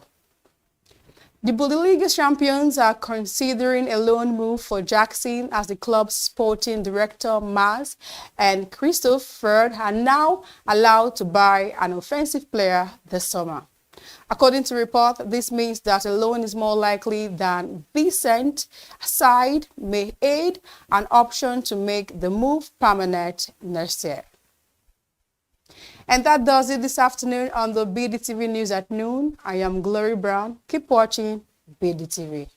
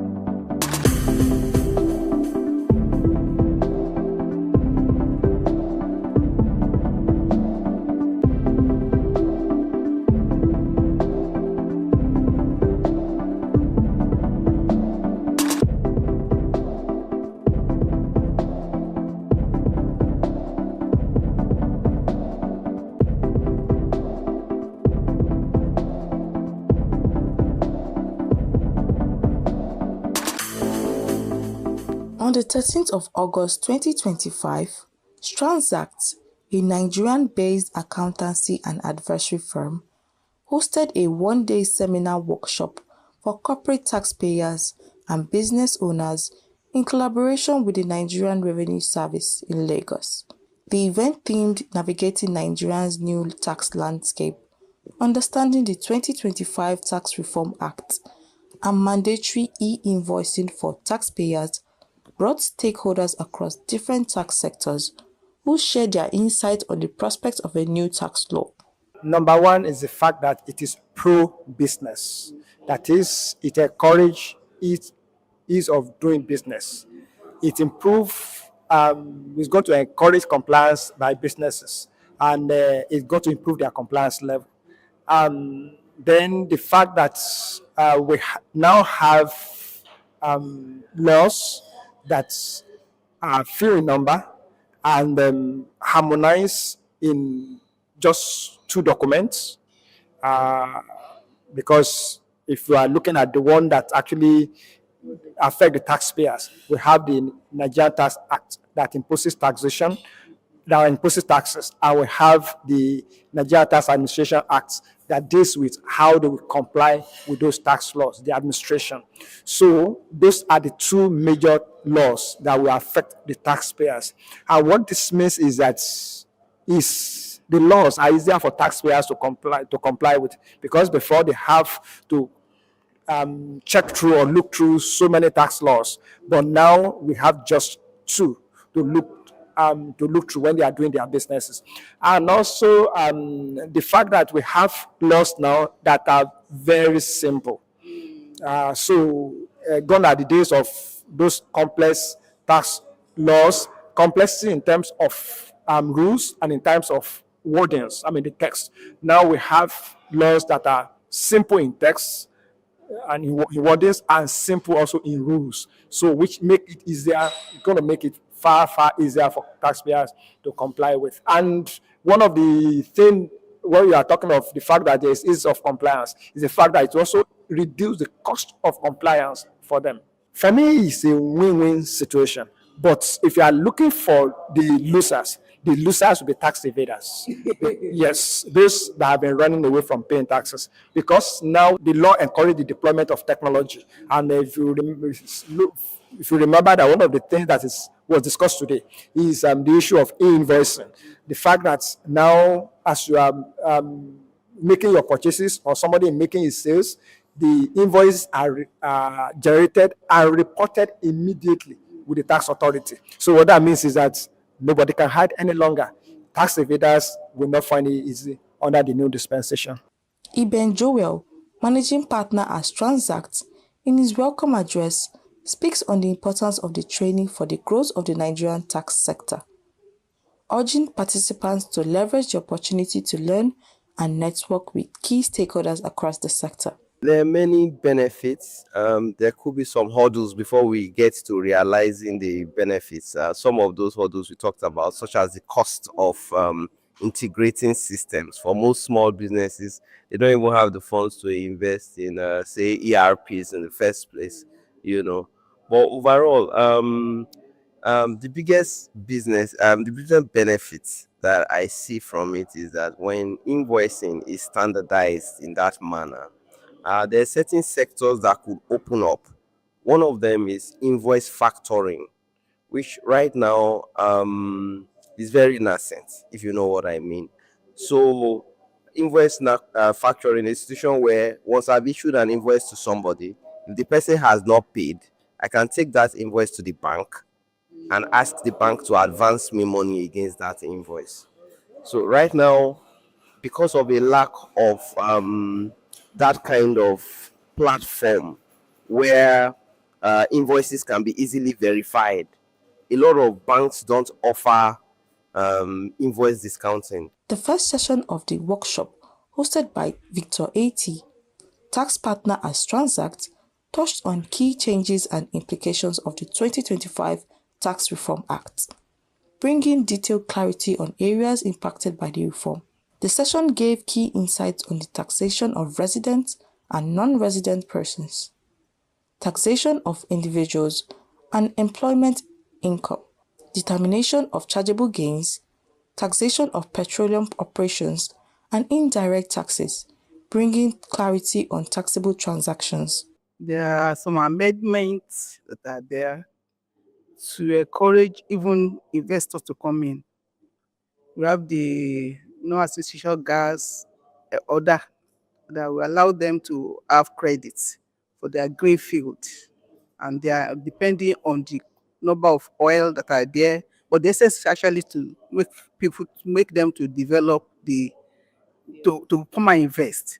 It's only the gas. We have so much gas in Nigeria that they have not really do anything about it. And with those orders, it will encourage them to invest so that we can, in Nigeria as a country, can get value for those gas. It's a welcoming idea. Like before they do provisions, and provisions as far as law is taxation is concerned is not allowable. You just think like, I want to make provision for it, but for you now to be able to deduct it and be allowed for tax purpose, so they are saying fund it. If you think 100 million every year, every $100 million or whatever, in most cases the oil company they do dollar. So it's going to, and because at the end of your leaving the production place and you want to leave that, you're supposed to restore the place back to its normal state. And so we are making provision that by the time I want to leave, that I'm done, I want to restore the place. You are making provision to get money to be able to do it. Because towards that end, the feed will not be producing as such. And so to wait till that end will be very difficult. And that is the essence of, okay, make provision for it. And for you to enjoy it as a tax benefit, then fund it. So they're now funding. Before it was like put it in escrow account, which may mean putting it overseas. And given that we are developing, we don't even have money. So the little one we have depositing in a foreign country, we make those ones to be better than us again. They will have enough money to be using over there. But putting it, they are only asking for 30%. And I think it's CBN they want to use. So if there is a fear of if the bank may collapse, it's like they want to use CBN. So put 30% in Nigeria, that is cash that they can lend out and be able to do some other developments. So it's a good one. The event also featured 2 panel sessions. The first panel focused on solutions and ways to navigate challenges and future outlook of the country's tax system, while the second panel centered on practical aspects of e-invoicing, including integration, data requirements, and transaction models. Stakeholders also collaborate the impact of the new tax reforms and how it will attract investment for the country. Simply, the tax system and boost compliance. There's no loser. Everybody is a gainer. It's more of a win-win situation, and government is giving a lot in terms of incentive to encourage business and even individuals in the country. Now, the principle is that we are not going to tax the seed, we are taxing the profits. So, and we are not taxing the poor, we are taxing the rich. Because it's simplified, the tax system, and also the issue of fiscalization is there now, that issue of e-invoicing, which is going to bring many taxpayers into the tax net, and which eventually will increase the revenue of government. You know what we're having presently, the data before now is that our tax to GDP ratio is very low. Until recently, that has been increased to about 11 or 13%. But we can still do more, because in the West African, something say expect to be 15% is the minimum tax to GDP ratio. Nigeria is moving to that level with this tax reform and fiscal policies. On the test.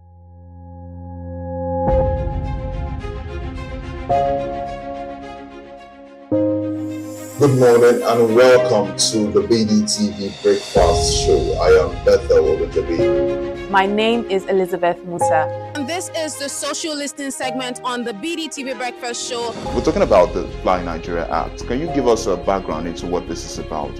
We are here today on the streets of Lagos, Nigeria, to gather opinion about a pressing issue. I go look at the cost of petrol.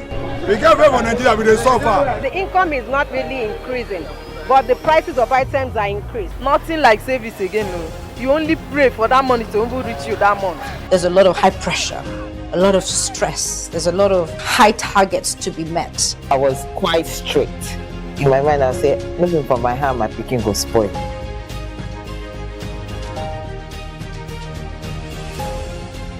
To allow all banks and all the players in the space.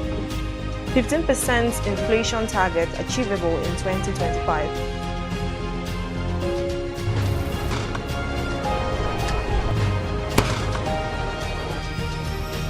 The command and vision philosophy of both the Chief of Defense Staff, the Chief of Army Staff, and indeed all the service chiefs.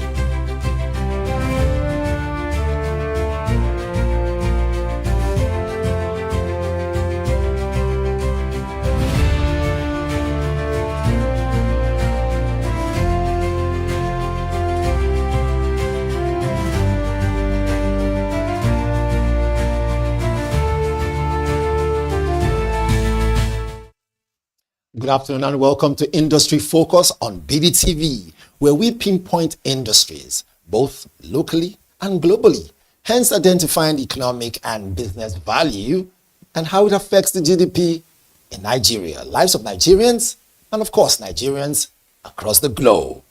So here are our segments for today. When we start, we will give you business quote of the day, and then we jump right into our captain's opinion, where our guest, Otto Bong and Niefok, is here with us to tell us exactly the pros and cons of culture and tourism industry in Nigeria. Very important. You don't want to miss that. And right after that, we also do have the deal or no deal, where we find out how Nigeria as a country plans on pushing its strategy to alleviate the creative industry and economy of the tourism sector. Then after that, we do have retrospect, where we will talk about the past tourism sector that affected the conference in Kuala Lumpur, Malaysia. All these coming your way. I'm Onyeka Valentine. Don't touch it. When we come back, you will find out why this show caters for everything that you need industry-wise. I'll be right back. Don't go away.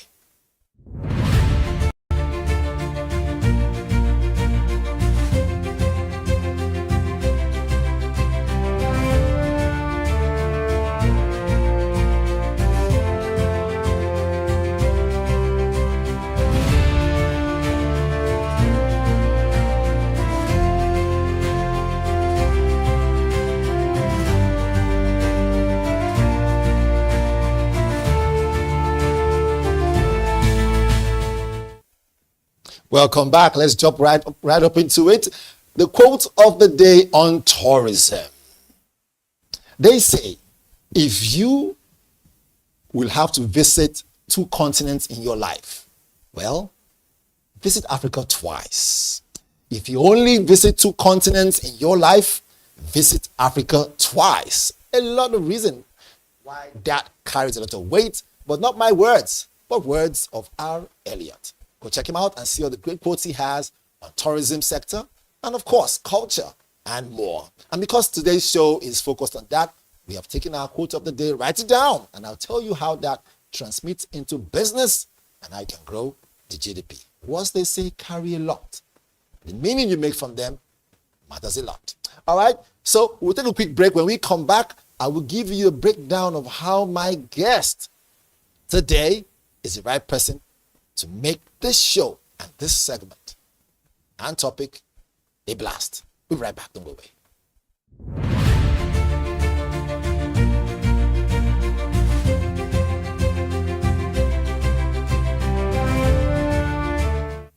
Welcome back. Welcome back. Yes. So our guest today is not only a prolific speaker, he's someone who knows exactly how to do good justice to topics that border on culture and tourism. So let's jump into it. Today we're discussing the industry of culture and tourism in Nigeria, its pros and cons. And our guests, Mr. Otto Bong and Niefok Owa, is a lover of humanity and a firm believer in the continuous level when it comes to nature, how to grow it, and of course the human spirit to overcome every challenge that confronts mankind in every epoch. He is a lover of history, a human, social, dynamic person who, in many ways, brings forward major interest in governance and the government itself. He also is a public speaker, and in that particular area of public speaking, he gives you that which you need. He's a lover of poetry, as well a big supporter of simple tech-enabled initiatives that bring solutions to the immediate environment and the world at large. His interest in culture and tourism doesn't end there. He's also an anthropologist. He has led so many literary works, contributed in a lot of world-giving speaking environment when it comes to culture and tourism, and is an award-winning book author titled Ibibio Nation, Culture and History. Help me welcome my guest right here in the studio, Mr. Otto Bong.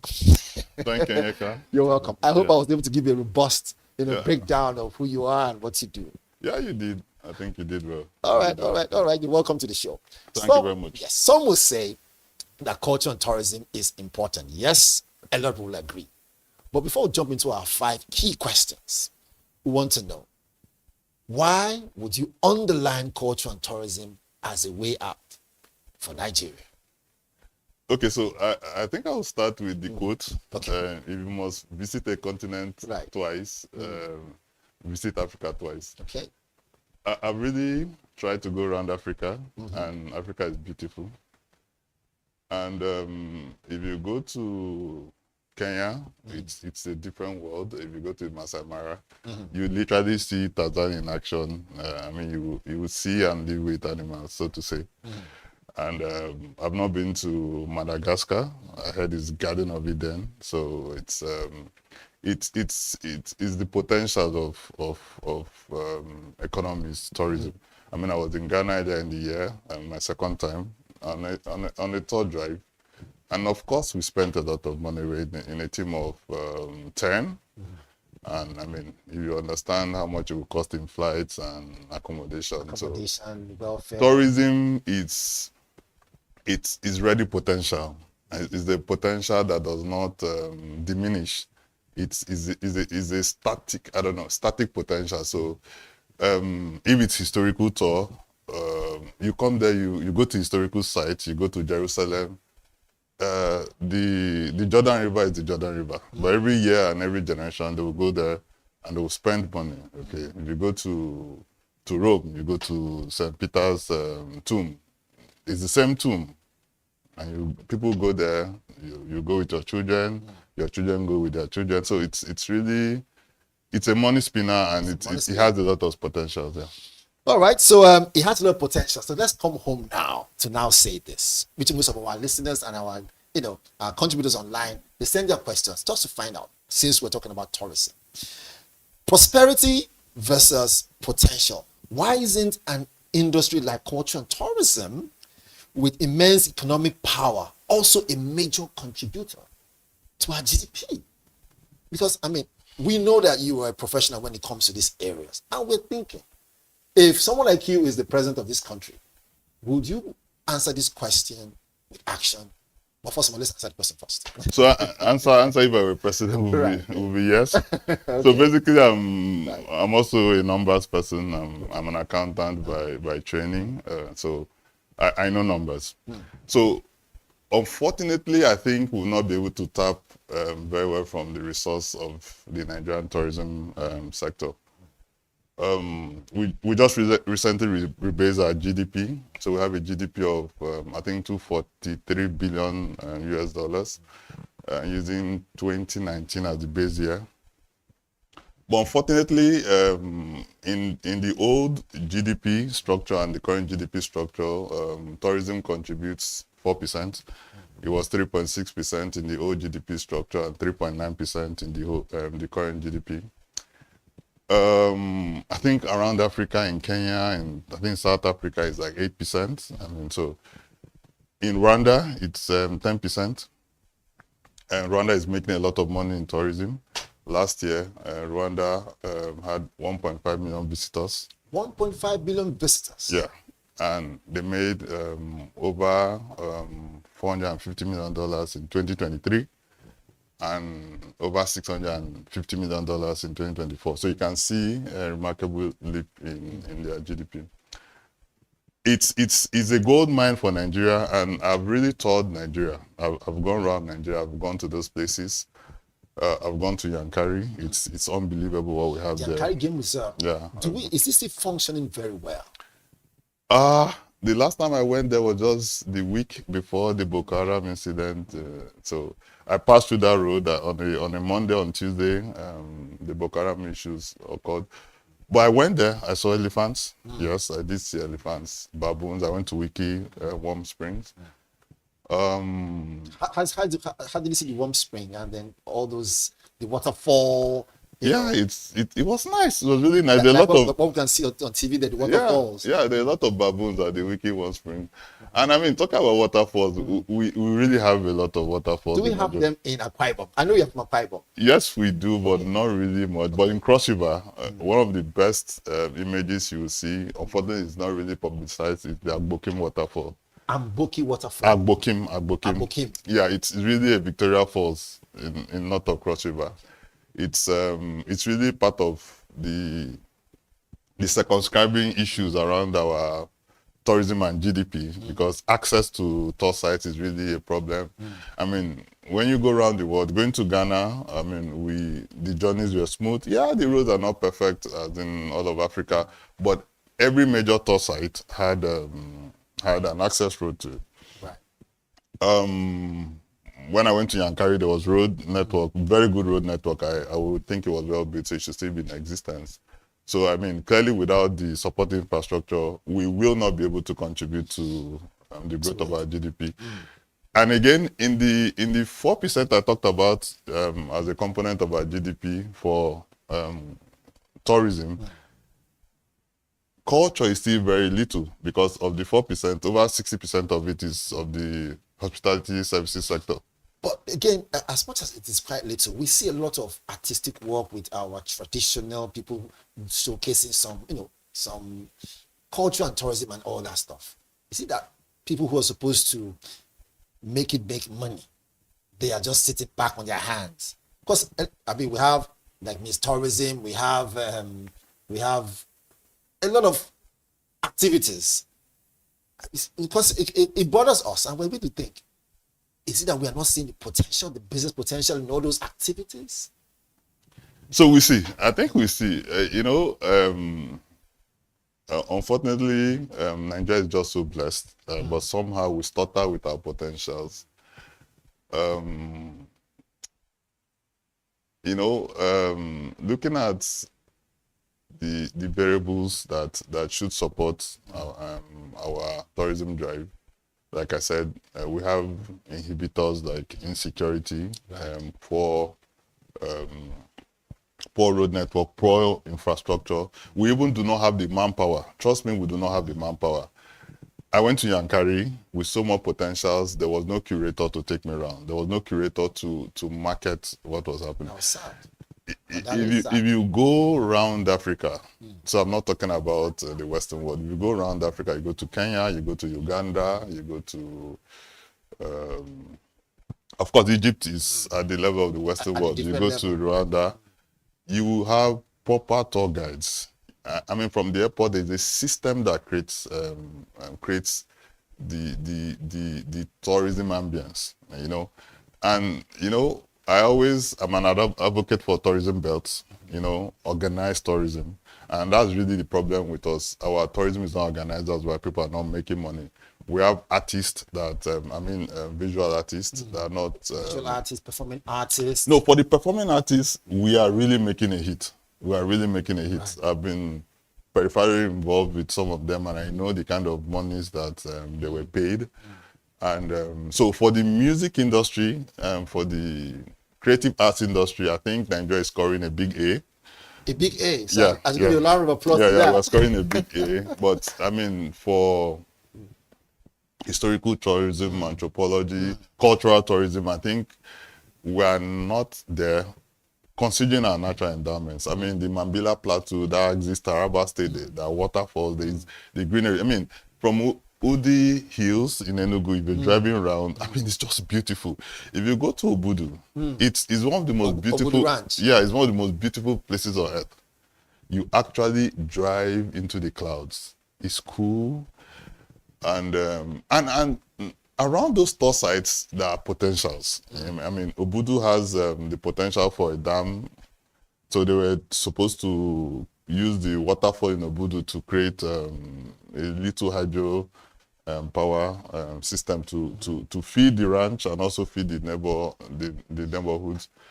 In Ghana, the Akosombo Lake, I mean, they have a dam, So around the tour sites, there's absolutely great potential for direct economic activity, which is not directly linked to the tour, but it's an offshoot of the tour site. So you create economic activity, the company and the government makes money, company makes money in profits, the government makes money in taxes, right, and social enhancement through job creation. So government knows that more people are employed, and of course the entrepreneur also boast about helping the government to employ people. while also providing a long-term solution to the issues of everyday life, like power, like roads. So, like the road to Yankari Game Reserve, it was built largely for the reserve. Like I went to Ikogosi 3 months ago, and there's a new road that's been built to Ikogosi. But the communities around there, we also benefit from the road. So, whereas you may want to solve the problem of the third site, you will also be solving a big social problem of the environment. This is key. You're giving us an in-depth breakdown on some secrets in tourism and how, you know, the country can actually make money out of these things. I wish the Minister of Culture and Tourism is actually watching this. I know one of our segments we drew a sighting, you know, considering where Nigeria is going to regarding upping its economy with culture and tourism. But before we jump into that, we have another question here. One of our listeners, you know, viewers said they wanted to know the collaboration versus the fragmentation. What is the economic cost of lacking a unified industry vision like the one of culture and tourism? If there is something lacking, what's going to be the economic cost? I know we're going to pay dearly for it, but how badly if we ignore this sector? So very badly. Unfortunately, we still have shortage of data on that. But I think for me, considering global data available, it could be upwards of $100 million annually. I think so. So $100 million. Yeah, I mean, it's not database, Yes, but this is my own conjecture. Okay, because, and I will speak to some examples, 2, 3 local and maybe others foreign. When Tinapa was envisioned, it was envisioned as a Dubai of some sorts in a locale. So you could shop there and you could have your fun there. There were hotels, the water parks, there was a film village, a cinema, so many things. At the same time, Ibom-Icon Hotel was being built, independent infrastructure development. But there was a mooting of an idea, a wonderful idea, and there was a coming together of the two states. And what was the idea? You could shop in Tinapa and play golf in Ibom-Icon, or you could play golf in Ibom-Icon and shop in Tinapa. There's some form of partnership and cohesion. And you were to use a ferry, and it actually did happen in the first 2-3 years that both facilities were functioning optimally. And that's collaboration. So it created a tourism belt. So it created aqua tourism, and you really have a very beautiful mangrove pathway from the marina in Ibom-Icon to the marina in Calabar. So that's collaboration. So that's like a joint tour access. So like I speak proudly about Akwa Ibom. It's right on. I want to hear part of that. It's the tour destination of Nigeria. So I invite everybody, all viewers, come to Akwa Ibom. You know, we're also creating something in Akwa Ibom. Private sector, public sector, trying to work together. It's not fashion, but there's a mooting of the idea. Peripheral part of it. I've made some presentations to that effect. Just to have a coastal belt for tourism in Akwa Ibom. A coastal belt? Yeah. That sounds like a huge potential for a lot. We have tourism. the longest natural coastal drought in Nigeria. I think in the west coast of Africa. We have the longest natural beach also in Nigeria. So in Ikotabas, you have you know, that was at some point the capital of Nigeria. So you have natural, it was also a slave route. So you have these slave relics, and you have Lord Lugard's office in Ikotabasi, the typewriter, everything is still intact. So there is tourism around it, and I support an NGO that is already working on creating virtual tours of those artifacts in Ikotabasi. So you could stay around the world, hopefully within the next 2 years, you could stay around the world and take a virtual tour of those relics, the 1929, what is in history called the Aba Women's Riot, but it's actually the Women's War of 1929. Lord Lugard's office building, also inclusive of the slave relics. So that's the Korobasi. You move again to Ibono, there's the beach. Eket, Ibono, there's the beach, and you move further to Oron area, and you have an aquatic tour opportunities. So that's And that's local. So internationally, I mean, you go to Las Vegas. This was a desert 50 years ago. Right. But Las Vegas has around 160,000 hotel rooms. The Las Vegas Strip alone has 100,000 rooms. It's just a little piece of the earth. And making a lot of. But all the boxing bouts, all the formula, everything that happens in Vegas happens on the Strip. Happens on the Strip. On this particular Strip now, industry focus. We have one more question before we go. This now focuses on, although we don't have much time, but it focuses on the area of the art itself now. Okay. Right? We all know it's all tied to art and culture, right? And tourism. But we see the music industry, we see the fashion industry, we see the performance in the performers, those who wear, the like traditional clothes, like during when they have carnivals, right? We see them showcasing our traditional wear and everything. Is it that we are just spending money having those spectacles and we're not making money out of it? What do you think you might be responsible for that? No, but I think again we are making money, but it's just that we are not living up to our true potentials. Dirty Lagos is now global. It's now global. I can't place but I think I've seen something around 40 billion naira or so that came into Lagos last year, just in December. That's increasing our GDP. Yeah. So I've been to the Durbar in Kano. It's one of the best human spectacles, the Durbar in Kano. So, I mean, all the hotels are normally booked. And, I mean, if you go to Calabar for the carnival, you need to book a hotel room 3-4 months before the carnival. So we are making money. Right. But we are not making enough. And the money is also not... I mean, Lagos is really an example of things where you go to a hotel, there's always an activity. So money filters to all hands. We need to be organized. We really need to be organized. And without organization, you can't market yourself. Okay, Donald Duke, as the governor of Cross River State, did really market Cross River. That time. And on DSC, you're going to see Visit Calabar, Visit Cross River, a lot of things. In 2004, the Nigerian government then launched Nigeria Heart of Africa project.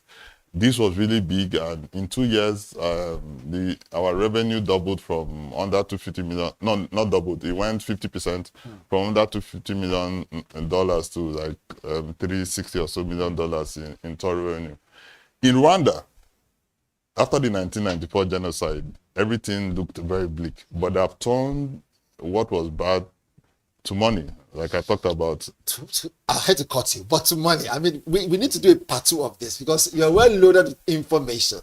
Yeah, go on, ready. Okay. And when we come back, let's do our deal or no deal. Okay. Maybe we should touch that in one area, but let's take a quick break. Okay. All right. We have our guest in the building. I hate to cut him because he's an embodiment of knowledge when it comes to culture and tourism. I'm sure already you see what we're talking about and how that streamlines business and grows the GDP of our nation. Let's take a break. When we come back, deal or no deal, we hear the Nigerian government.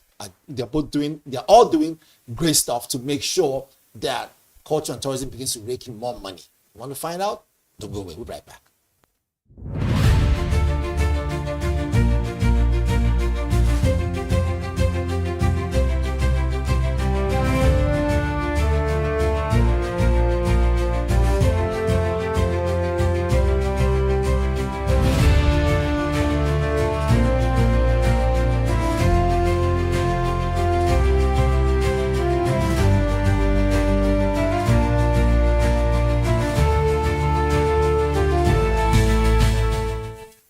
Welcome back. It is still industry focus right here. And we are talking deal or no deal as our next segment. To make it very short, I got my guest in the building, Mr. Otobon. Yes, we're talking about something that has to do with Kenya and other areas. We'll do that in a different episode. But now we have deal or no deal. We hear that the federal government is working on something key to help move Nigeria's economic value based on culture and tourism to the next level. Right, and this has been championed by the minister, right, of culture and tourism and arts. Do you see this as a deal or no deal, and why? So straight answer is the deal. Okay. I think the minister is doing very well. I mean, minister, I commend your efforts. First of all, she's very visible. She's very visible, and she's walking her talk. She's really in the right places. She's marketing the country. We have our challenges, but I think she's one of the officers of government doing a great job at marketing the country. And I mean, around the creatives and reading through her profile and this strategic interest she has in promoting culture and tourism as a component of our economy, she's really strong on the creatives and also in capacity building of locals. So I think if she achieves 50% of that, we will have leaped. We have had a great leap in our tourism. Hanuta Musawa. Yes. Hanuta Musawa. And beautiful lady, madam. Yeah, very beautiful. Yeah. Well groomed and everything. Yeah, and she speaks well. And with her poetry on the country, the beauty of the country, it's really, I mean, she really takes me back to the Heart of Africa project in 2004 and the potentials I saw at the country.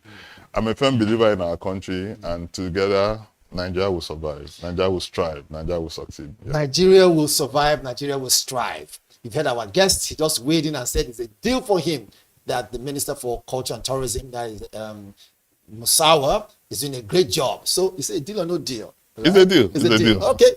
Deal it is. Deal it is. Okay. We've seen the handshake, which means that we're all rooting for her, hoping that she does a better job. All right, and keep on doing a great job, not just better, but a great job that she's doing. All right, so if you're watching, madam, keep doing a great job. Our wonderful guest here has given his own pass back.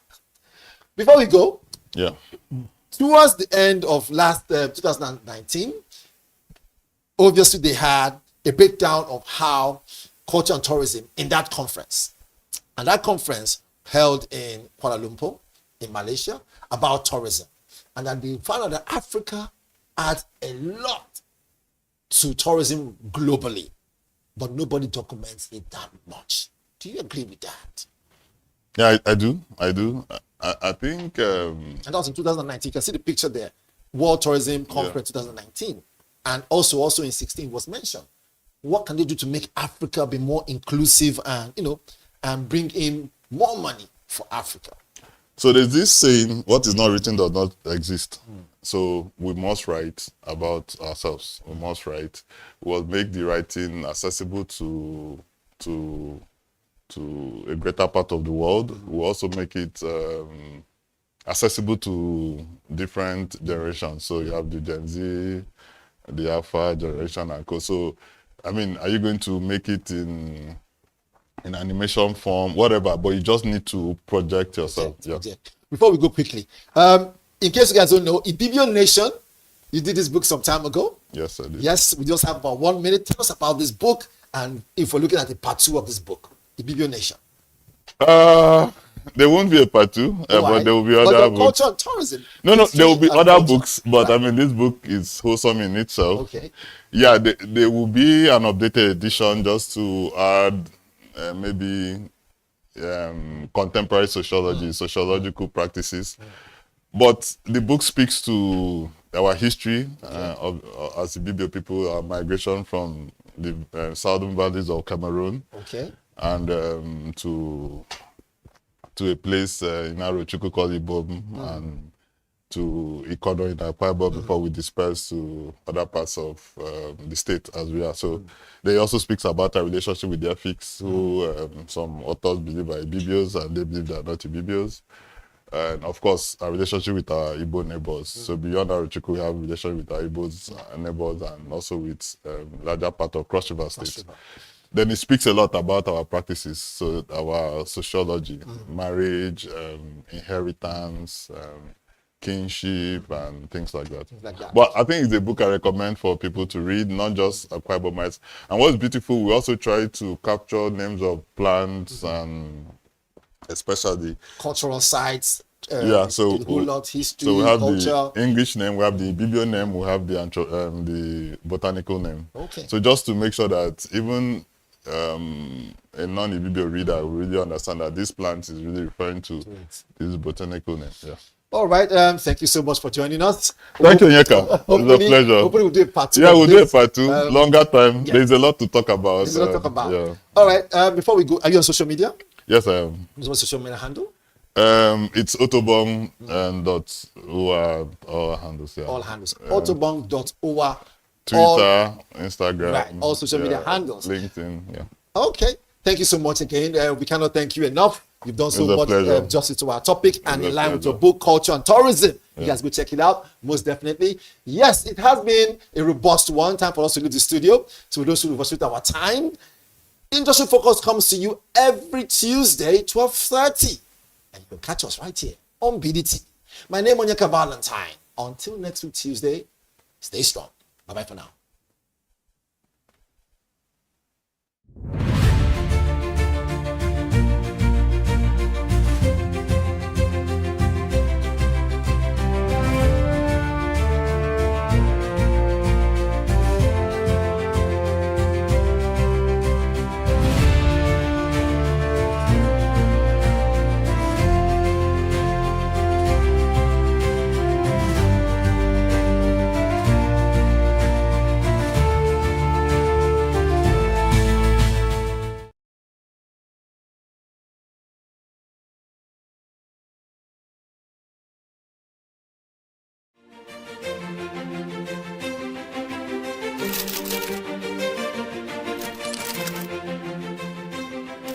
I am, of course, a great admirer of the impeccable credibility, professionalism, and business savviness of BusinessDay. If you really mean business in Nigeria, start your day with BusinessDay.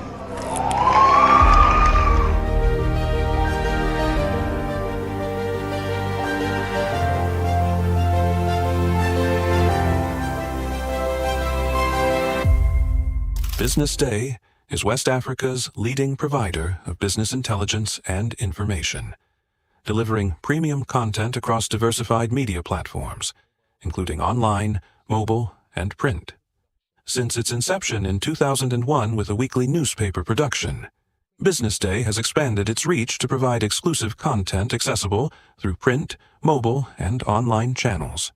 Our premium offerings are further enriched with syndicated content from esteemed sources like the Financial Times, The Economist, and the Harvard Business Review. At BusinessDay, our mission is clear: to be the foremost provider of business and financial content, empowering readers to make informed decisions in Nigeria and Africa.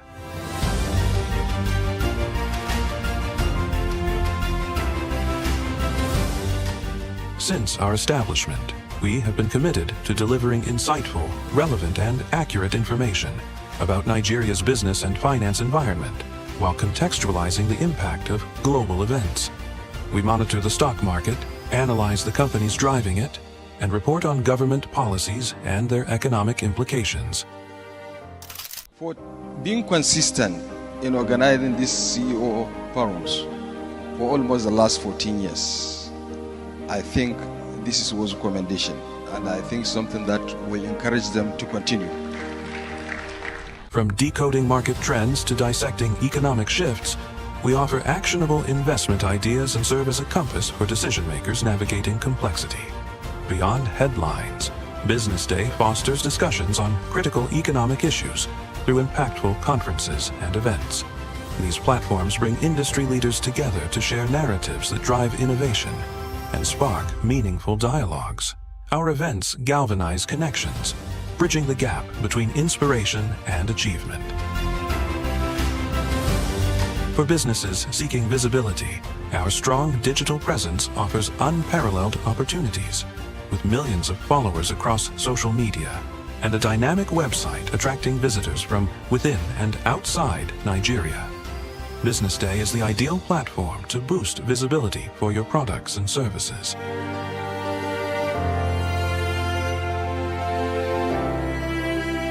If you're looking for in-depth analysis and expert opinions on Nigeria and Africa's business landscape, BusinessDay is your guide.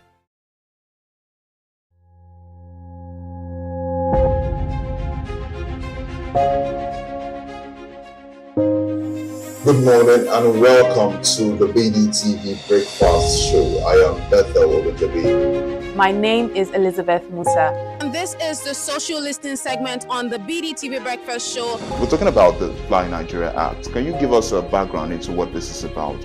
We are here today on the streets of Lagos, Nigeria, to gather opinion about a pressing issue. I go look at the cost of petrol. We get very for Nigeria with the suffer. The income is not really increasing, but the prices of items are increased. Nothing like service again, no. You only pray for that money to reach you that month. There's a lot of high pressure, a lot of stress. There's a lot of high targets to be met. I was quite strict. In my mind, I said, looking for my hand, my picking go spoil.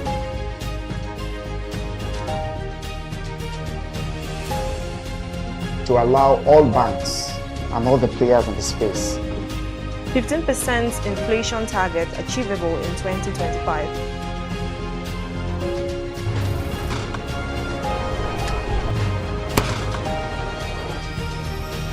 The command and vision philosophy of both the Chief of Defense Staff, the Chief of Army Staff, and indeed all the service chiefs.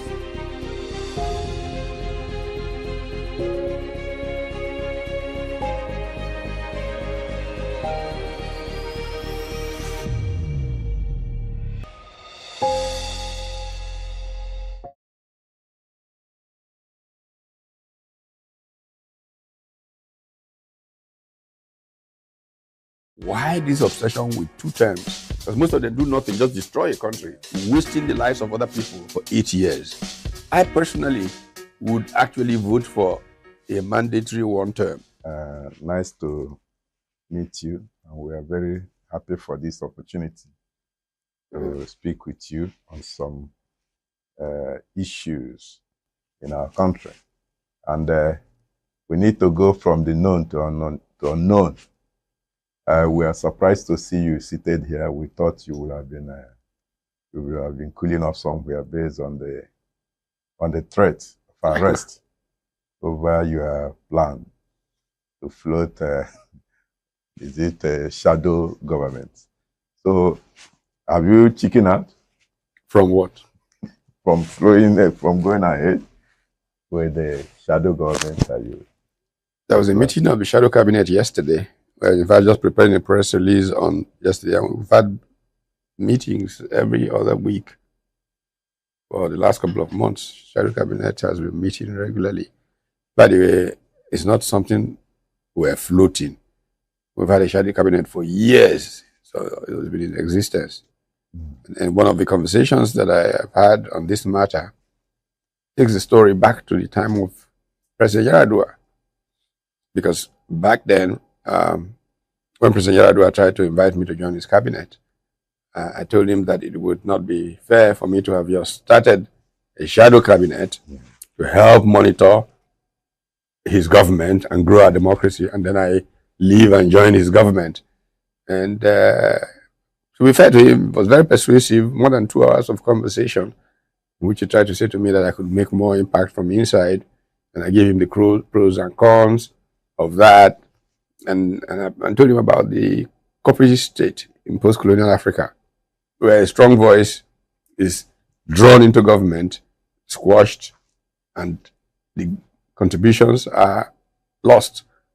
And he tried to convince me that that would not be the case, and so on and so forth. But that's a story for another day. So, no, I think the government people said they were taking the path of civility. They're going to go to court. So they went to court. And we have been in the courts to discuss the matter. Indeed, the presiding judge essentially indicated that the case was without precedent. And so he invited amicus curiae, 6 SANs from 6 different geopolitical zones of the country to submit to him their own view on the matter. And that has been done. And his ruling will come on the 29th of September.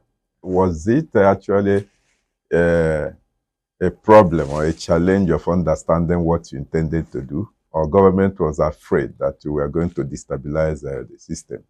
I don't know. You have to ask them that, not me. Okay. The INEC last week came out to say that the Julius Abure tenure as the Labour Party's national chairman has expired. You are not, well, yes, until now, you have not told us you have left Labour Party. What hope does that development hold for the party? Well, I think that just clarifying something everybody knew a long time ago.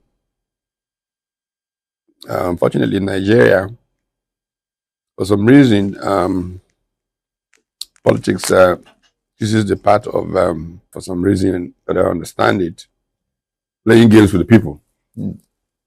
Our politicians should be straightforward, transparent, and seek to advance the common good rather than play games for the purposes of power. I think that the whole Labour Party thing, because I was a very critical part of making that come together, when we were pushing the idea of a third way, I hit on the fact that the Labour Congress or the Labour movement needed to be a very critical part of this organization that will pay attention to the plight of the worker, to production, because this country's major problem is that it does not produce. So if we're going to have a party that's going to pay attention to production, workers are critical stakeholders in the production process. And so that party necessarily had to incorporate labor. So I began to reach out to the then NLC president, Ayuba Waba, who held dozens of meetings in his office in Abuja. And we then decided to build a coalition of parties that would be the base for this, our third force. But just on the last minute, one of the stakeholders in our conversations, Femi Falana, SAN, suggested that we can literally retake the Labour Party. And he got this court ruling or whatever that required for Abure and co to come and sort some things out. We thought all was well until, I guess most people were surprised by what happened in the elections. So suddenly all the small boys in Labour became big men. And people began to, and then they started behaving badly. Yeah, Prof. The last Saturday's by-election in 16 constituencies and across 12 states, which was held, then the ADC is being derided for not winning any state or any of those elections. The question we want to ask you as a member of the coalition, kindly make us understand the place of that coalition in that particular election. Well, as far as I know, the coalition is not even in place yet. There is a legacy party, the ADC, and the idea is to use the ADC as platform for building this broad coalition. And so it does not seem to me appropriate to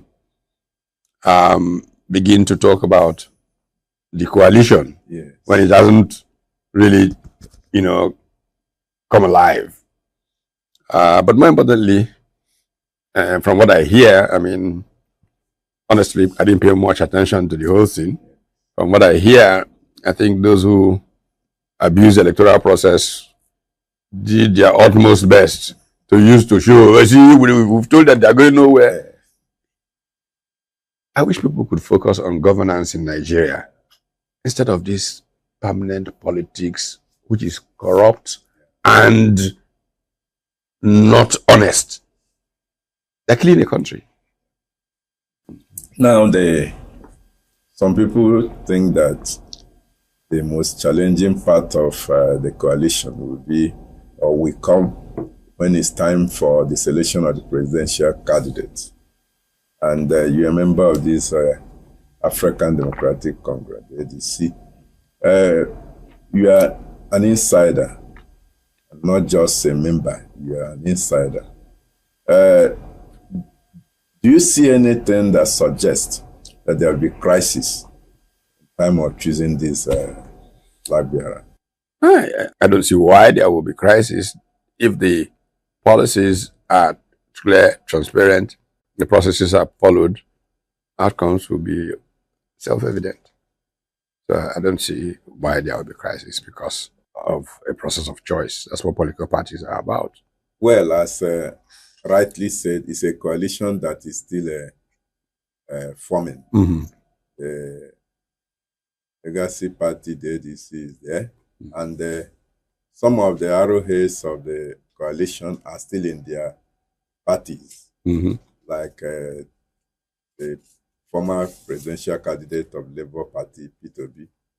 And recently, Peter Obi promised and pledged that if he was given the opportunity to run on any party and if elected, he will do only 4 years of one term, which many people have doubted so much. Could you please provide us any background or the reasons why you think that there have been this preponderance of doubts, to the point that some people say... Well, I was going to say, first of all, it shows how little attention people pay to details of matters. I was actually not surprised at all to hear Peter Obi say that, because for years before the last election, Peter Obi's mantra, as one of the first things he would try to do if he was elected in 2023, is ensure that we go to a one-term rotational presidency. That was his mantra. In 2002, 2001, he talked about this, that if he was elected, what he will do is move quickly to 1 5-year term, rotating across the geopolitical zones. So why would anybody begin now to say, oh, they doubt it? He said it long before this scenario of now came up. So you will see that people are mischief makers, deliberately just trying to, by the way, I don't know why this obsession with 2 terms. ICANN has a 1-term, this thing rotates. Everybody seems to be happy. It's gone on. Why is there this obsession with spending 8 years doing nothing? Because most of them do nothing, just destroy a country in 8 years. I personally would actually vote for a mandatory 1 term. It's not my idea, but it's Peter's idea. And I would support it, not because it's his idea, because it kind of makes sense in the face of this obsession with 2 terms. Non-performing people, wasting the lives of other people for 8 years. I think after 4 years or 5 years, you should move on. Let some new thinking try their bit. Yeah, to seem that politicians came too early, this dispensation. Far too early. Started even 1 year after the inauguration. So what danger does this thing pose to us as a nation? It means that no governance takes place in Nigeria. I would liken it with how we used to deal with the problem of the budget cycle in Nigeria back in those pre-SAP years. Most companies that run in Nigeria actually had a window of less than 6 months to operate because, first of all, they will announce the budget January 1, whatever day of the year they did that. Then for 3 months, customs will be trying to determine, is that what they said in the budget? So companies won't be able to take any action. Are still wanting to see what customs and co have. 3 months will pass. Then they move. Then speculation starts about the next budget. 3 months to the end of the year. So companies had only 6 months to actually do anything. Imagine what that did to competitiveness in Nigeria compared to, say, Ghana or somewhere else, a different kind of discipline. We've brought it to politics now. Now we campaign, then this charade that we typically call elections takes place. Then we'll spend the next 1 year going to court. Then as soon as we finish the last cost selection, we immediately go into the next election. Look at Nigeria, poorly governed, and people are paying a price, but they don't seem to realize it. Yes, there is this sing-song going on, particularly from the Northeast. Some groups are calling on the former president, Lord Jonathan, set to run again.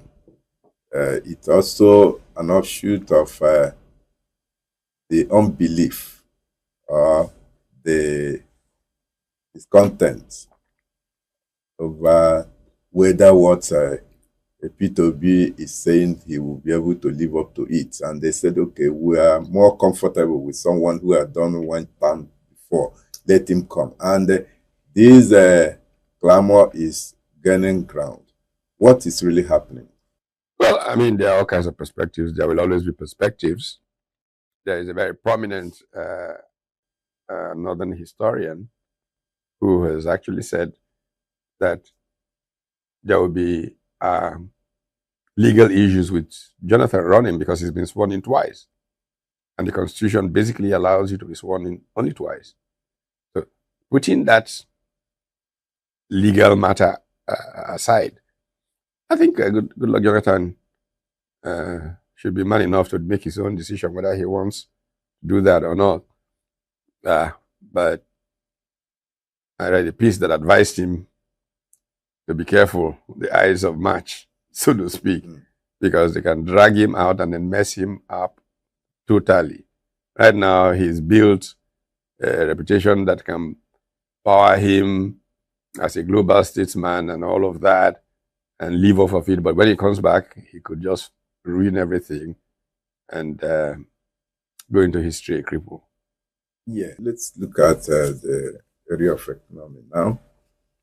The current administration, the President Bola Ahmed Tinubu said he's targeting $1 trillion economy by 2030. From where we are today and how we are growing, what is your projection and what must be done to achieve that lofty? Look, I don't want to give myself an adult requiring headache on numbers.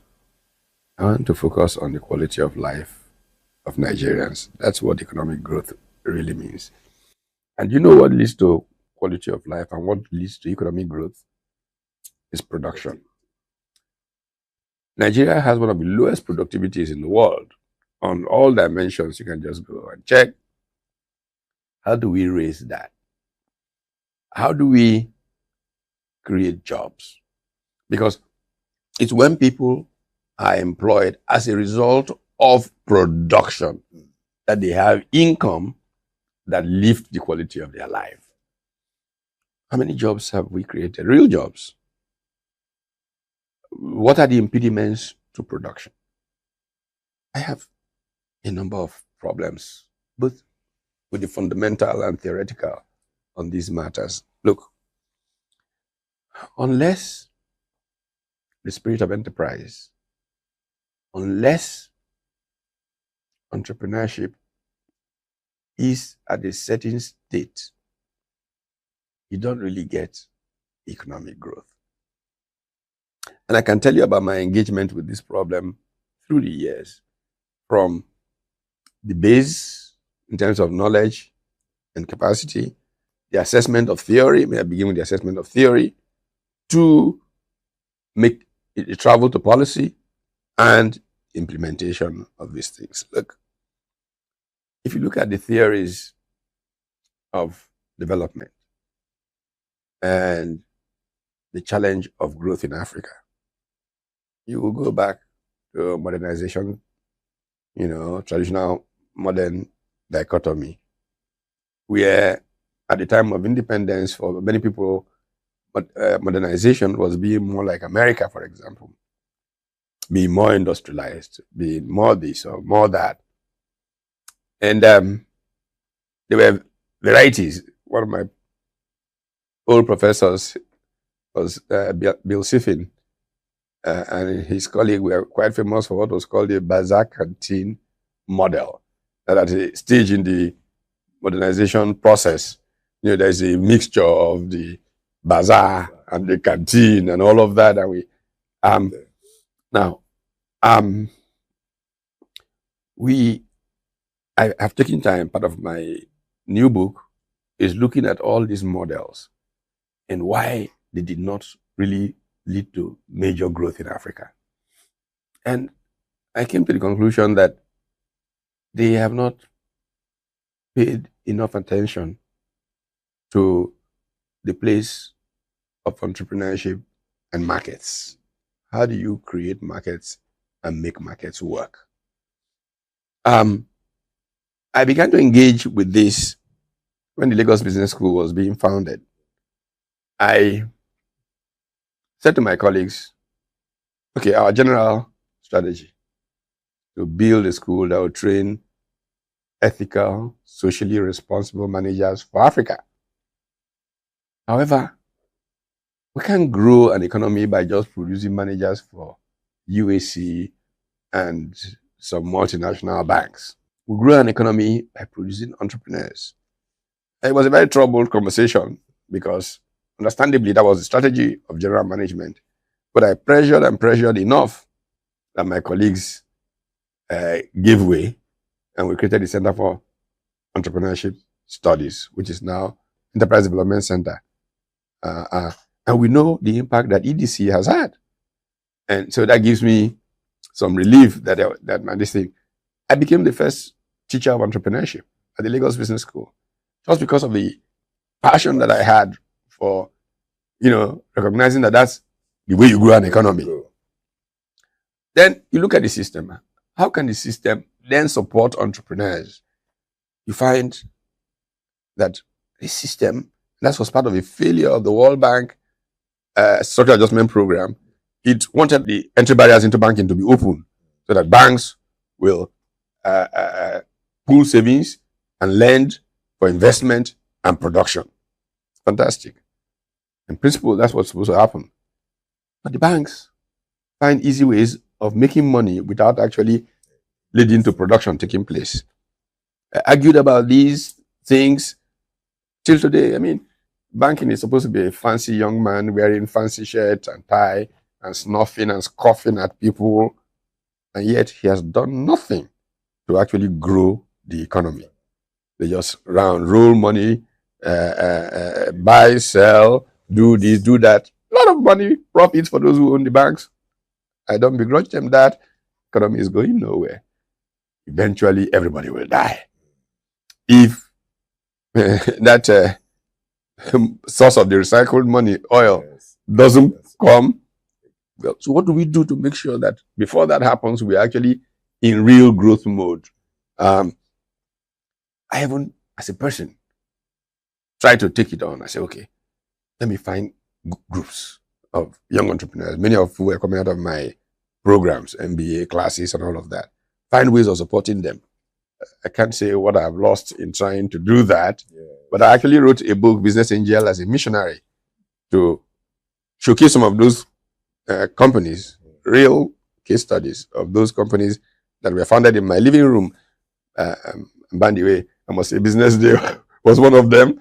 Literally, Frank Aibogo and I just kept brainstorming. They will sit, I will, sit in my living room with it. And a couple of them, I had to provide bank guarantees, do this, that. I paid off tens of millions of naira in loans of the ones that failed, because businesses will always fail. Sometimes caused by government.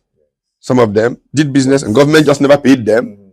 And the bank say, you provided guarantee. And I scramble.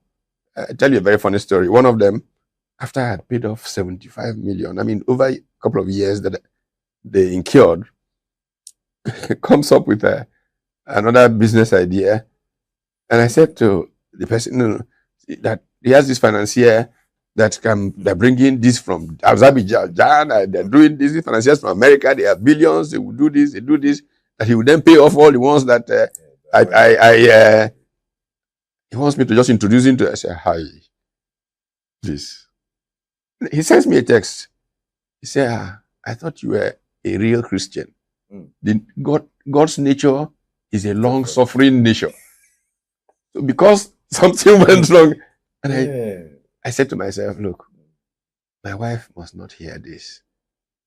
I'm struggling to put food on it. People don't realize that sometimes I work 4 different jobs on 2 continents just to put food on my table and all of that. And they put you into something you've spent money that your family needs, and they're saying to you, God nature.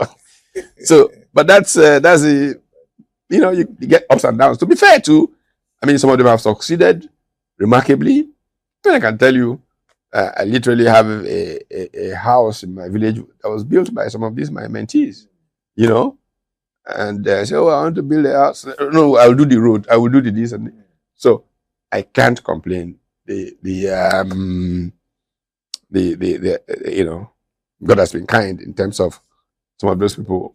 However, I'm making the point that the banking system basically failed economic growth, and some of us who, because of passion and heart, have tried to pay the price, in a manner of speaking, for it. But that's how an economy grows. Look, institutions are at the heart of development. If you look at the work institutions have allowed in America, as an example, the reforms of land tenure systems, what Hernando de Soto talks about in the Ministry of Capital, you will understand why I'm angry when I talk about National Assembly. Those laws came out of legislatures. Okay, how do you ensure that young people who have ideas can have access to capital? Smart legislators sit and begin to think of, okay, so he loses money because something went wrong. Is he now dead forever? EFCC locking him up and all of that? No. So you have bankruptcy laws. You can file Chapter 11. Because you still have a good head, there was a mistake, there was an error of judgment, and you lost that money, you are not dead, you can begin again. Even judges, and that's why I feel sad. I can tell you that I have had a situation of not operating my account, any account in Nigeria for more than 8 months, because I gave a young entrepreneur a guarantee of a small amount of money that can be sorted out. Not just that he is blocked, but even me, I am blocked from doing business at all. All my accounts, my BVN, just tell you. And I'm saying to myself, this can never happen in America, which is why America grows. And if you read Saving Capitalism from the Capitalists by Rajan and Zingales, that is precisely part of the point that they make in that book. And they give credit to one Supreme Court judge called Louis Brandeis for the sets of laws that makes it easier for a young person without capital to start in America than anywhere else in the world. There are these funds. They have all kinds of names. It can be called a vulture fund that you can go to and borrow money to look for a dying company to revive. There are funds like a search fund where a young man, because he went to a great business school like Wharton or Harvard or Kellogg, can walk up to no collateral, nothing, and that fund gets a collection of doctors, 100 or so doctors. There's this smart young man who went to, is looking to search for a business he can build. And he can borrow $100,000 without any security, just to use to search. He doesn't have a business yet, too. Then he searches, then he finds one, then he writes a business plan and comes back And the fund circulated to these doctors who now put up $20,000 each, get a couple of $1 million, buys a factory. 3-4 years later, they may lose it all, or they may each walk away with $2-3 million return on that $20,000 investment. I can give you several examples that have come from that. This is why all kinds of things, including venture capital, always have risen in America and have made that country rich. But here the judiciary doesn't even understand business and tries to kill anybody who tries to do business. The legislature is worse. Then the executive branch is as if it was set up to prevent business from making progress. My 1998 book, Managing Uncertainty, is a model of business strategy, the so-called 3E framework, that shows that the biggest challenge to business in Nigeria is regulatory risk. And so the model has what we call predatory acts of government and public officials as something that institutions need to hold away from the entrepreneur for business to thrive. Not understanding these things have kept us from growing. And so when you see government obsess itself with stabilization policies, you know that, it's good to listen to the Bretton Woods institutions, but they have their reason for being. The reason for being is not necessarily your prosperity. The reason for being is to ensure stability in the global economic system. And so if you exercise some of those stabilization policies that allow their money to come in and live as they like, you think, yes, they will clap for you and say, hey, now we're doing well in Nigeria. You see, the Naira is stable, the this. But your people are not growing. Nothing is happening to your country. Their system is maintained. We've got to understand these things. Because these same Bretton Woods guys were in the same classes with us in America. And they were not half as smart as many of our people. So, really having love for your country and caring for your people makes all the difference. And having understanding, because some people may have love in their heart, care for their people, but don't understand these games. Which is why I always go back to Mahathir Mohamad in Malaysia, because I was there during the Asian financial crisis. I remember flying from Hong Kong after the World Bank annual meeting in 1997 to Kuala Lumpur, spending a little time in Bank Negara, Malaysia, which is their central bank, and then going on to Jakarta, Indonesia from that, comparing how Mahathir responded to the IMF and the World Bank and the friction it created between him and his deputy prime minister, Anwar Ibrahim, who was finance minister, who he had to force out of government in a manner of speaking at that time, even though decades later they were to collaborate again. But the point remains that years after, even the IMF agreed that Mahathir made the better choice than they were recommending. Yeah, Prof, I know you are vast in all this. If we leave you here, you can go on this point. But let's take you on the seeming mismatch between numbers and the reality on ground in terms of how those numbers affect the lives of ordinary citizens of Nigeria. Like NBS will always release GDP, inflation rates, trending down and all that. But when you look at how they affect the ordinary Nigerian citizen, you seem not to agree with such a... You are an economist of repute. May we really understand what you think about some of these numbers that we see?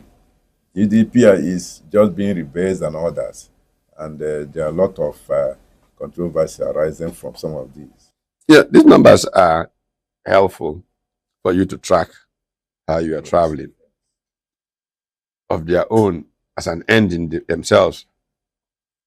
You will go back to the famous American, what you call it, adage or whatever, that there are lies, there are damn lies, there are statistics. You can use statistics to say anything that you want to say.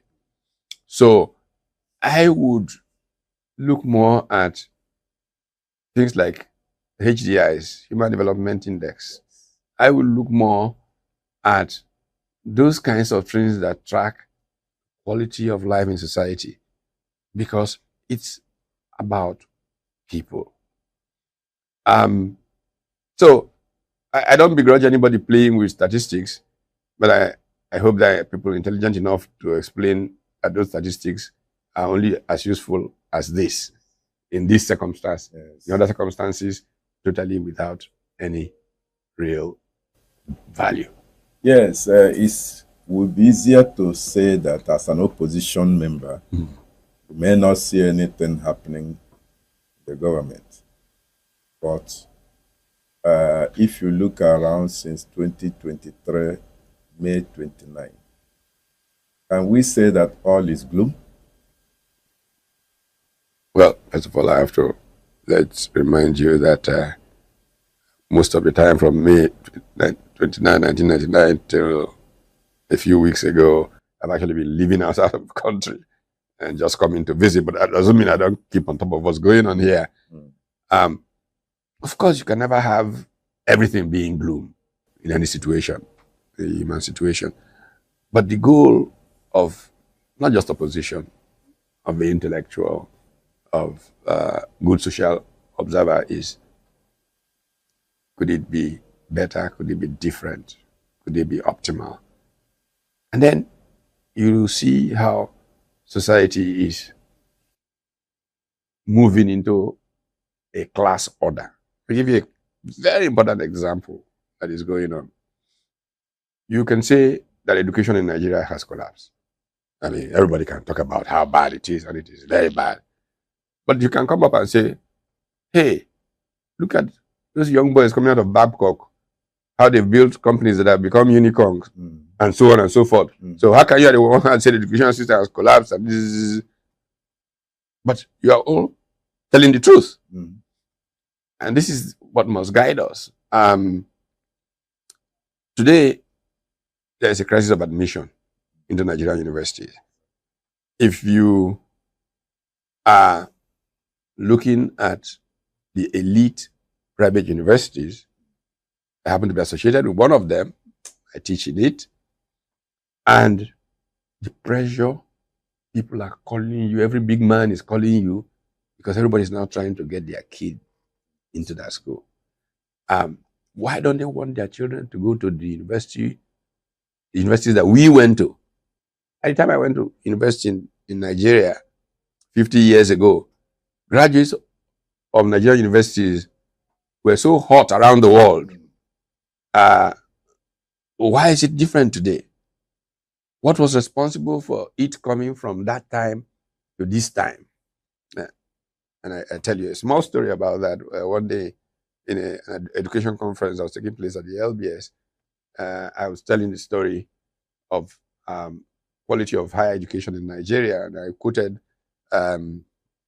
the Ashby Commission, Eric Ashby, the British educator, who chaired Sir Tafawa Balewa's Commission for Review of Higher Education in Nigeria, saying that the quality of higher education in Nigeria was as good as the very best in the world. And one of the young ladies in the class, you people have come again. It was always so good in the 60s, and this is, if it was so good, how come those of you who had that education made such a mess of the country? I thought, okay, nice young woman. You're probably right. But do you know, do your arithmetic, check properly, how many of those people who got that education have actually run Nigeria? The truth was that by the time they were coming out with that education, Nigeria was in the hands of a group of soldiers who didn't know what they were doing, really. And they frustrated those people enough that one by one they began to leave the country. I then, inspired by that encounter, I wrote an op-ed piece in The Guardian that was titled The Generation That Left Town.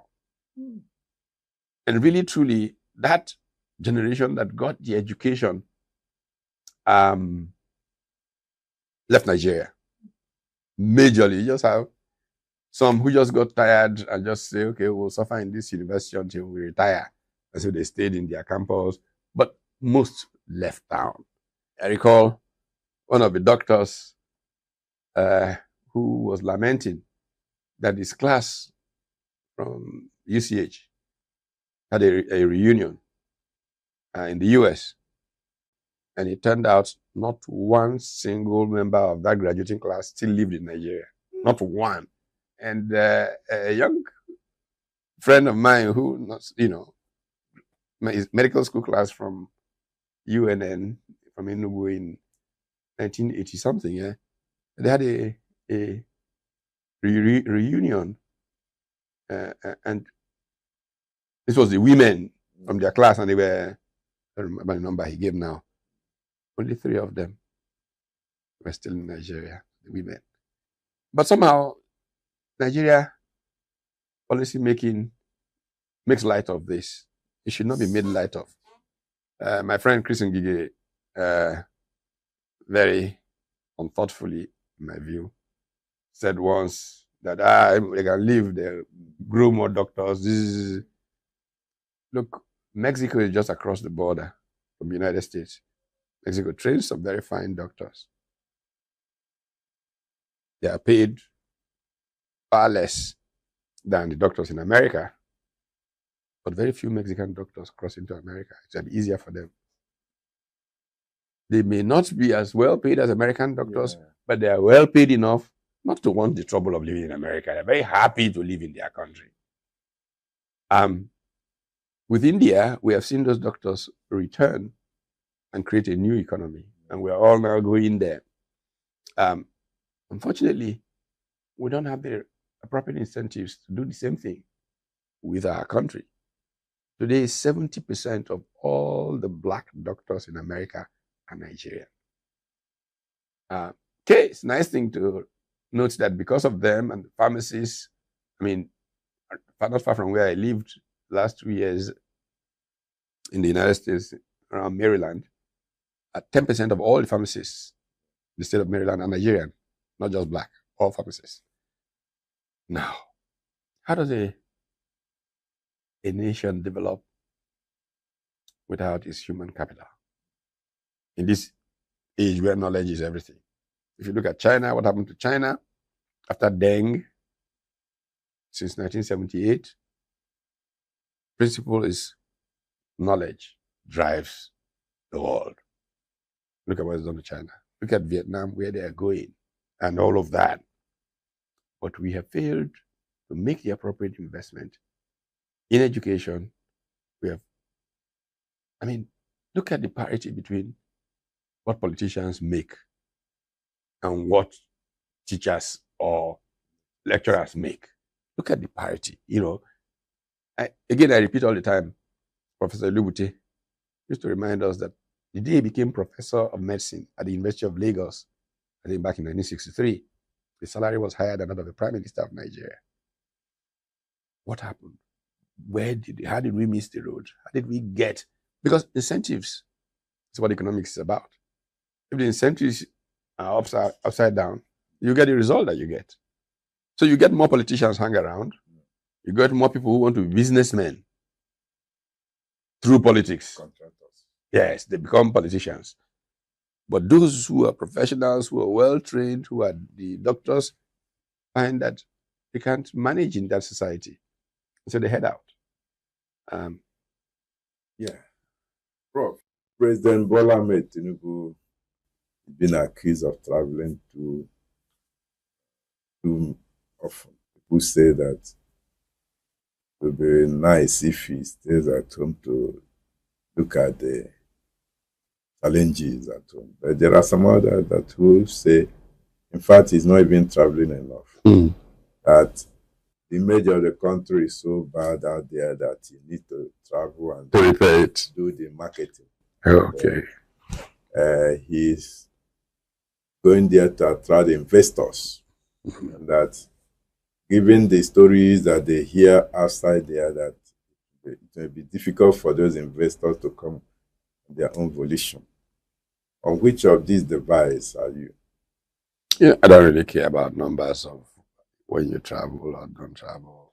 What point really is, what are you traveling for? Look, one of the reasons I say that, and I'm just about to turn 70, in spite of what that means for me personally, whatever ambition I may nurse or have nursed, nobody over age 70 would ever be elected or allowed to be president of a country like Nigeria. These guys are traveling half the time to see their doctors.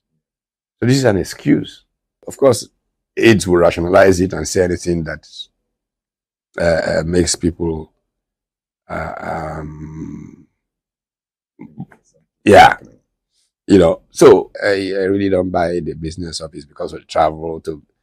If you're traveling to get business, let me tell you that the biggest way of getting business to come to any country is by word of mouth from those who are in the country presently. The other businessmen, they will go, see what, hey. But when they're leaving, and we know they're leaving, you can go through all the big multinationals they're leaving. Whereas even in oil and gas, where we have these extraordinary hydrocarbons possibilities, if they're not leaving Nigeria, they're living onshore, prospecting. I mean, the one that really, honestly shocked me, all the strategy analysis that I used to do suggested that even if everybody left Nigeria or Africans, one company that would not leave is Procter & Gamble. Why? Why did I say so? Look, as a market for soap, diapers, and stuff, the US is saturated. Everybody who can use soap has already used soap in America. And diapers, population is not even growing and all of that. So naturally, it's towards countries like Nigeria with growing population, that's where a Procter & Gamble heads. This is before Procter & Gamble came to Nigeria. That's when I used to do this analysis. And then they came to hear that they are leaving. Tells you that it is not, in my village, not ordinary eye.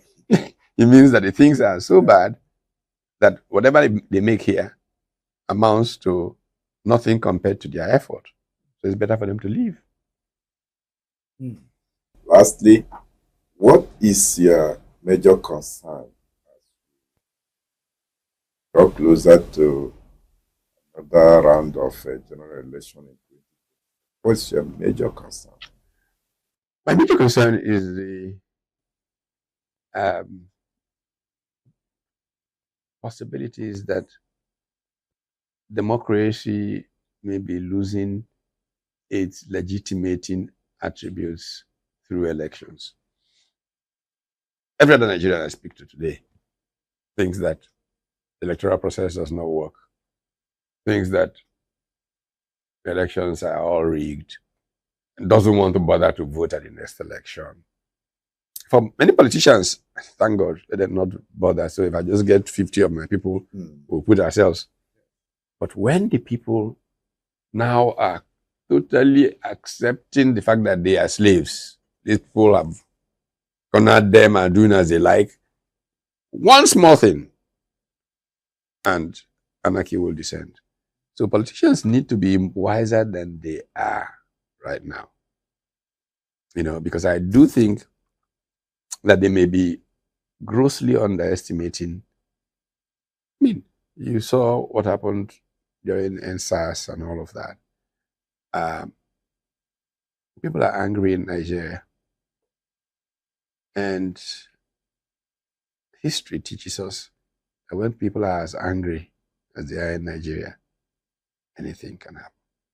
We just pray God that it does not blow over, so that we can have the stability to rebuild and grow Nigeria.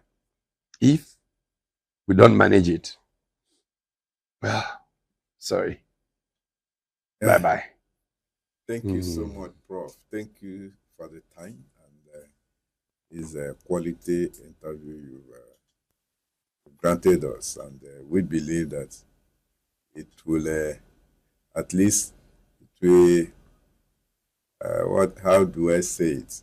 Those who will read and those who will watch on our BDTV will glean some important notes from what you have said this afternoon.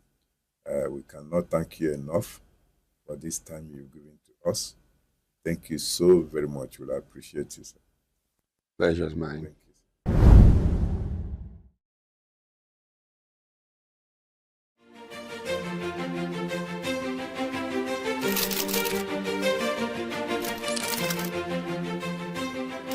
I am, of course, a great admirer of the impeccable credibility, professionalism, and business savviness of BusinessDay.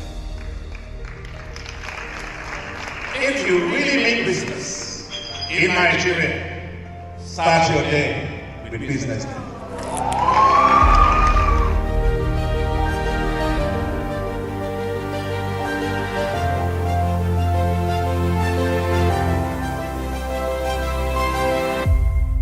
BusinessDay is West Africa's leading provider of business intelligence and information, delivering premium content across diversified media platforms, including online, mobile, and print. Since its inception in 2001 with a weekly newspaper production, BusinessDay has expanded its reach to provide exclusive content accessible through print, mobile, and online channels. Our premium offerings are further enriched with syndicated content from esteemed sources like the Financial Times, The Economist, and the Harvard Business Review. At BusinessDay, our mission is clear: to be the foremost provider of business and financial content, empowering readers to make informed decisions in Nigeria and Africa.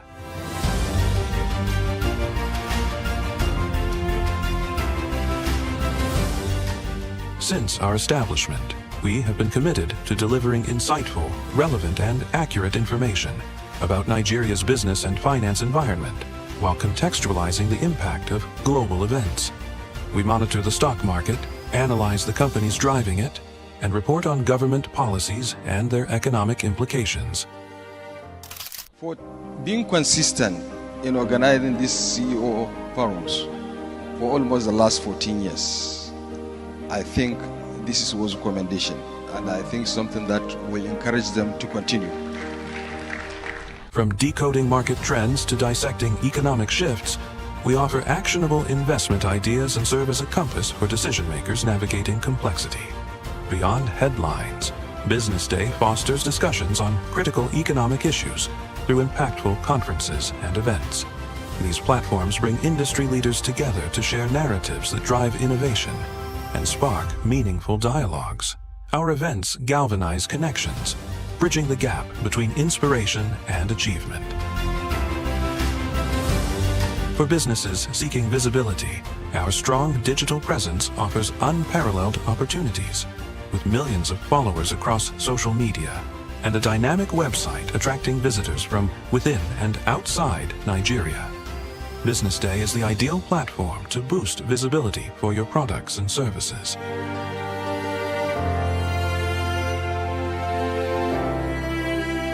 If you're looking for in-depth analysis and expert opinions on Nigeria and Africa's business landscape, BusinessDay is your guide.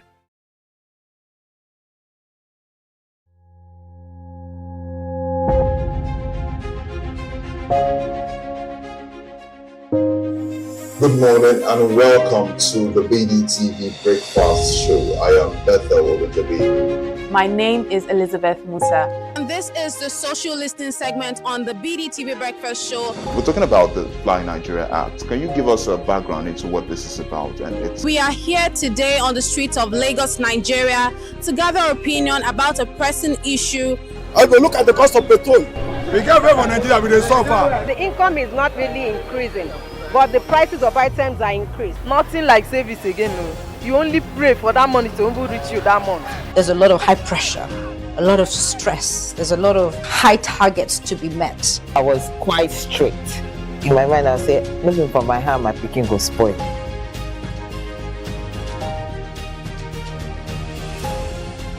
To allow all banks and all the players in the space 15% inflation target achievable in 2025.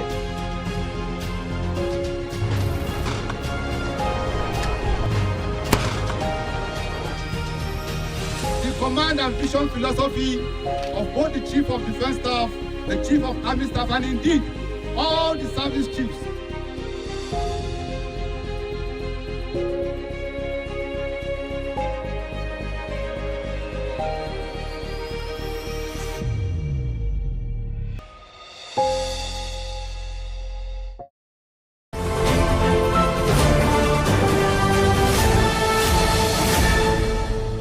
watching Business Day Television.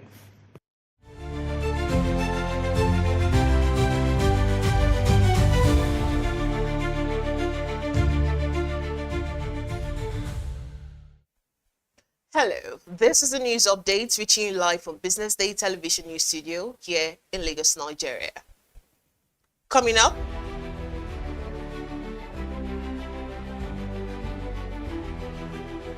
Naira experiences a slight depreciation in the official FX market.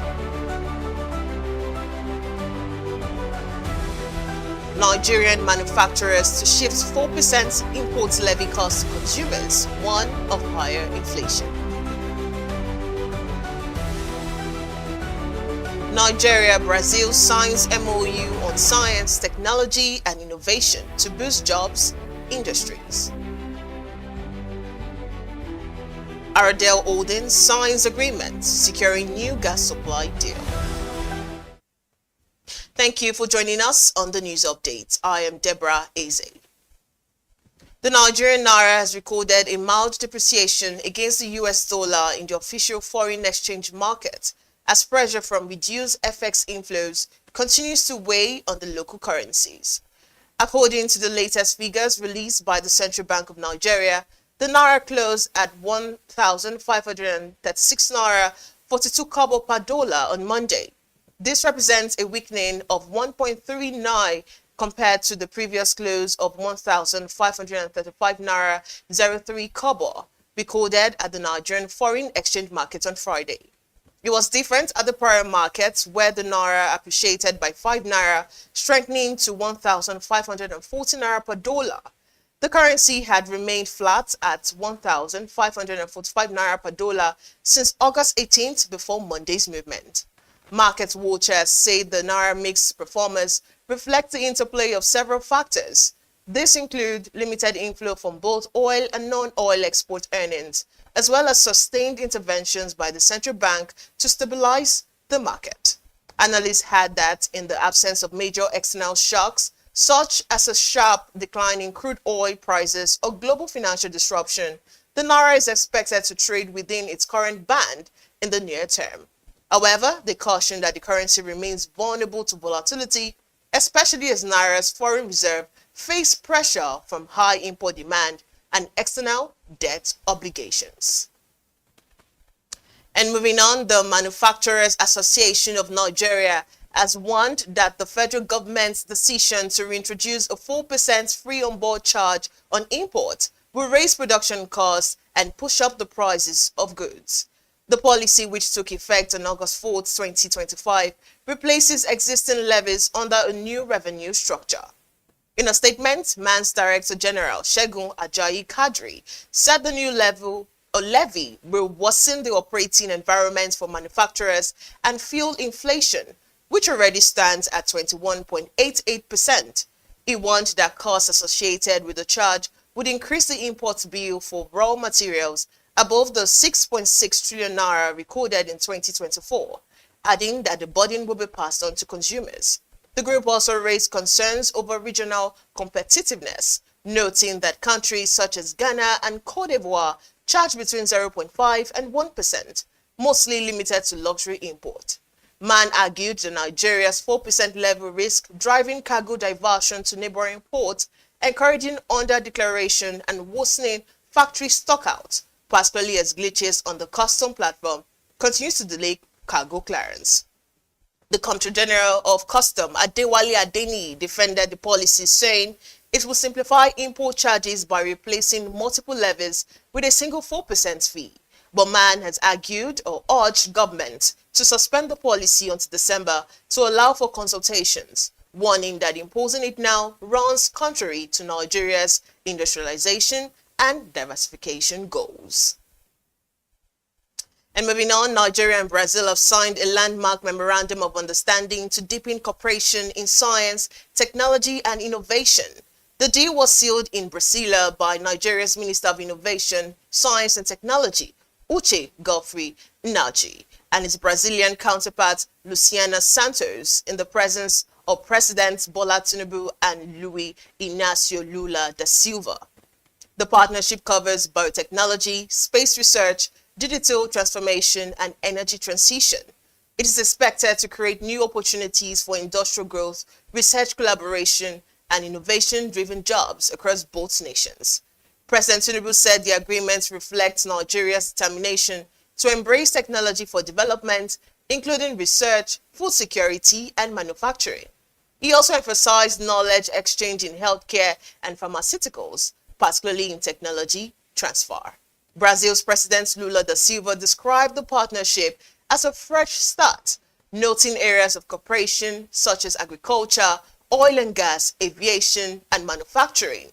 The visit also saw the signing of other agreements, including the return of Petrobras to Nigeria and a new air service deal, paving the way for direct flights between Lagos and Sao Paulo. And also, a train traveling from Abuja to Kaduna derailed on Tuesday morning, leaving several carriages overturned and triggering panic among those on board. The incident occurred along the popular corridor shortly after the train departed Abuja around 11 a.m. en route to Kaduna. It was learned that the scene was chaotic, with people scrambling to safety in fear and confusion. It remains unclear what caused the derailment, and there has been no official confirmation of injuries or casualties. And according to the report, military personnel have been deployed to the site to assist in evacuating stranded passengers. And up ahead, Apapa Custom generates 161.25 billion naira revenue with B Odogo. This and more after this break. They say money never sleeps. Wake up to clarity, insights, and the stories driving business in Nigeria and beyond. From the heartbeat of small and medium enterprises to the pulse of national economic policy, this is where business meets perspective. With expert guests, real-time analysis, and stories that matter to you, we go beyond headlines to bring you the full picture. Join us every morning as we break down the numbers, decode the policies, and spotlight the people shaping our economy. This is Business Money.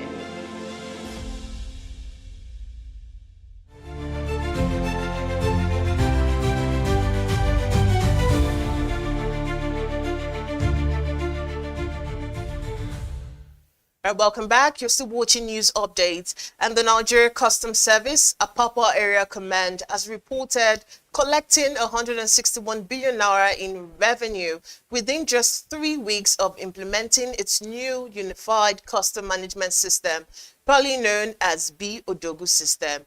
The indigenous software was developed to modernize customs operations by providing a single digital platform for processes such as documents processing, cargo tracking, and compliance management. Authorities say it is part of a broader effort to streamline trade, improve efficiency, and reduce bureaucratic bottleneck in Nigeria's port. During a recent stakeholder engagement session, Customs Area Controller Babatunde Olomu reported that between August 1st and 22nd, 2025, the Apapa Command alone generated 161 billion naira using the new system. He said the platform has already shown promise in enhancing transparency, expediting trade facilitation, and improving overall efficiency compared to older ICT systems previously deployed by the service. Olomu further expressed confidence that the B Odogu system would outperform earlier platforms, noting that stakeholder cooperation and patience during the transition have been critical to its early success. He emphasized that the system is designed to ensure more accurate reporting, reduce human error, and curb revenue leakages that have historically affected custom operations.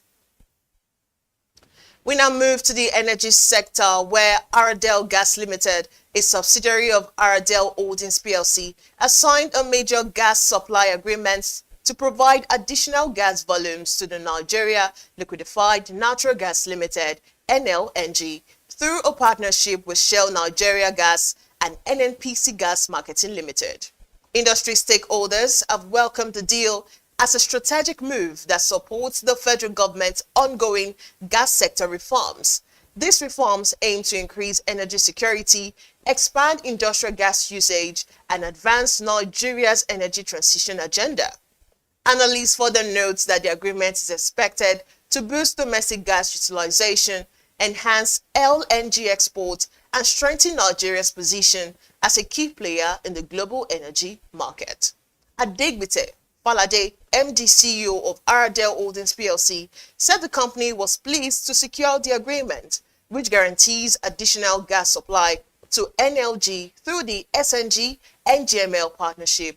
He highlighted that natural gas remains central to Ardell's growth strategy and is critical to Nigeria's broader transition to cleaner and more sustainable energy sources. The agreement is seen as part of a broader effort to position Nigeria as a reliable supplier in the global gas market, while simultaneously supporting domestic industrial growth. Observer says it demonstrates how private sector partnership can complement government reforms to drive energy security and economic development. And the federal government has launched a new automotive training center at the Lagos State University of Science and Technology in Ikorodu, Lagos. The initiative is designed to strengthen the automotive industry, boost electric vehicle production, and promote technology transfer.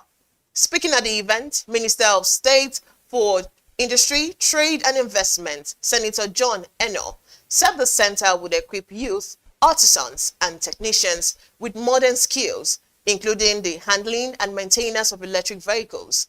He added that the program would also drive technology transfer, foster innovation, and position Nigeria as a global player in automotive manufacturing. Lagos State Governor Babajide Sanwo-Olu described the automotive industry as the bedrock of industrial development. He noted that the new center would expose trainees to advanced diagnostic tools and serve protocols similar to those used in modern workshops worldwide. NEDDC Director General Oluwemimo Osanipin said the project aligns with the National Automotive Policy, which targets 40% local content and 30% production of electric vehicles. He added that it is one of the 21 centers nationwide designed to expand opportunities, stimulate economic activities, and reduce unemployment-related challenges. And the Federal Competition and Consumer Protection Commission has warned Nigerians against consuming fruit forcefully ripened with harmful chemicals, especially calcium carbide. The alert was delivered in Ado-Ekiti by the Commission's Executive Chairman, Olatunji Bello, during a one-day sanitization program on food quality standards. Bello, represented by the Director of Quality Assurance, Nkechi Mba, said the use of calcium carbide poses serious health risk, weakens consumer confidence, and undermines the integrity of Nigeria's food system. He explained that enforcement has already begun, with market surveys leading to the closure of facilities, sanctions, and prosecution of offenders. The sensitization program, he added, is aimed at raising awareness among consumers while sending a strong signal to violators. The event was attended by representatives from the NAFDAC, the Standard Organization of Nigeria, and the Federal and Ekiti State Ministries of Agriculture, Health, Trade, Commerce, and Investment. Also present were the Ekiti Consumer Protection Commission, the Old Farmers Association of Nigeria, the Yam Farmers Association, and the Cassava Growers Association. And still to come, Botswana declares public health emergency as clinics run out of medicine. This and more after this commercial break.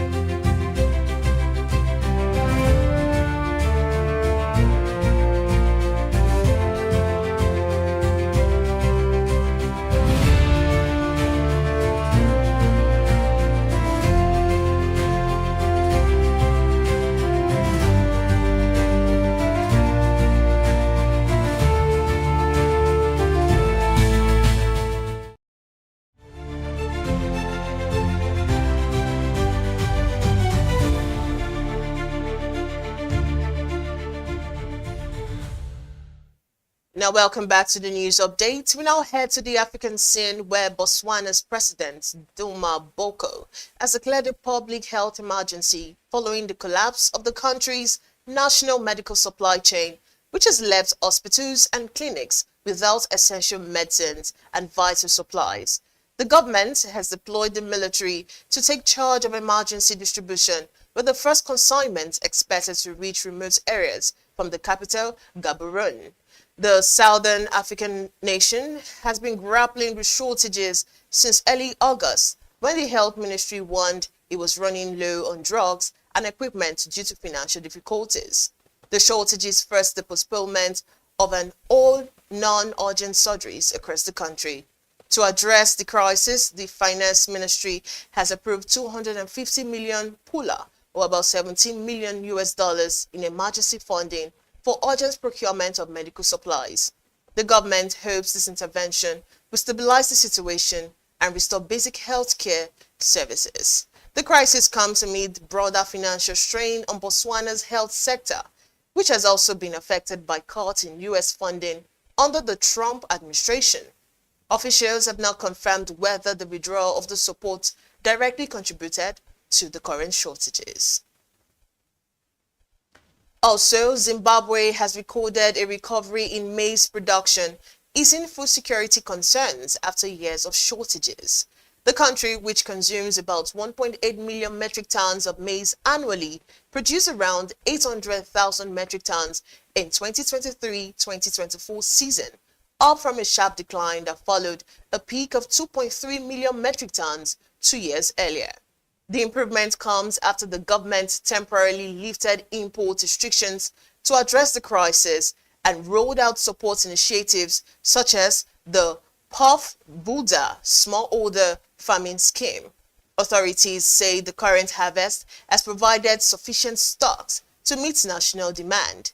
Despite the rebound, independent analysts caution that Zimbabwe's agriculture sector remains highly vulnerable to drought and extreme weather events linked to climate change. With about 70% of the population employed in agriculture, the risks could threaten both livelihood and food sustainability. To strengthen resilience, the government is encouraging farmers to adopt drought-tolerant crops such as sorghum and millet. Officials say the surplus presents a rare opportunity to reinforce food security and reduce dependence on costly imports, which in 2020 consumed $300 million in scarce foreign currency. And now on to the foreign scene. Oil prices dipped on Tuesday after a strong rally in the previous section, as traders kept a close watch on the Russia-Ukraine conflict and its implication for fuel supplies. Brent crude slipped by 32 cents or 0.5% to 68.48 per barrel, while West Texas Intermediate fell 33 cents to $64.47 per barrel. Analysts at RG noted that crude remains tilted towards further gains if prices sustain momentum above the $64 to $65 resistance level. Monday's surge was largely fueled by concerns over potential supply disruption following Ukraine's strike on Russia's energy infrastructure. The attacks disrupted Moscow's oil processing and export, sparking gasoline shortages in some parts of Russia. Barclays says in a note to clients that oil prices remain within a tight trading range, supported by resilient market fundamentals despite geopolitical volatility. The bank highlighted that ongoing tensions in Eastern Europe will continue to drive short-term price swings. Meanwhile, geopolitical risks are set to deepen as U.S. President Donald Trump has reiterated his threat of new sanctions against Russia if peace talks fail within 2 weeks. Traders are also keeping an eye on the potential fallout of looming U.S. tariff on India over its continued import of Russian oil, a move that could add fresh uncertainty to global energy markets. Also, China is set to tighten its carbon trading market by introducing absolute emission caps in some industries for the first time by 2027. According to a statement from the State Council on Monday evening, the new rule will initially apply to industries with relatively stable carbon emissions before being expanded nationwide. By 2030, Beijing plans to fully establish its national carbon market, also known as the emission trading scheme, with absolute emissions caps in place. The system will combine both free and paid carbon emissions allowances, marking a shift from the current approach that relies on intensity-based benchmark. Under the existing framework, companies are given free allowances based on emission intensity. If their output exceeds the quota, they must buy additional credits, while firms with lower emission can sell their surplus on the market. The upcoming changes will place stricter limits designed to push industries towards real emission reduction. Analysts also expect the expanded system to cover major carbon emitting sectors such as chemicals, petrochemicals, and paper making and domestic aviation. The move reflects China's broader push to curb emissions and advance its climate targets ahead of its 2030 carbon peak and 2060 neutrality goals. And up next, sport news after this break. Just stay with us.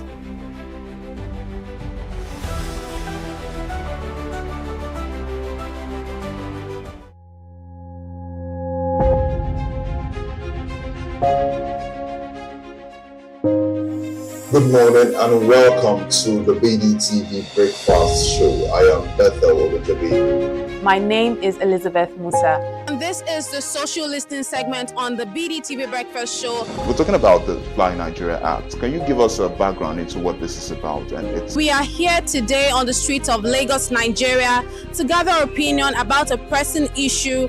I go look at the cost of petrol. We get very Nigeria with the suffer. The income is not really increasing, but the prices of items are increased. Nothing like service again, no. You only pray for that money to reach you that month. There's a lot of high pressure, a lot of stress. There's a lot of high targets to be met. I was quite strict. In my mind, I said, looking for my hand, my picking go spoil.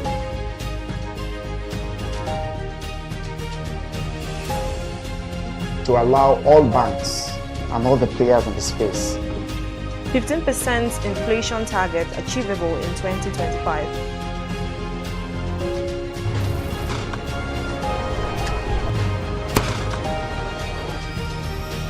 The command and vision philosophy of both the Chief of Defense Staff, the Chief of Army Staff, and indeed all the service chiefs.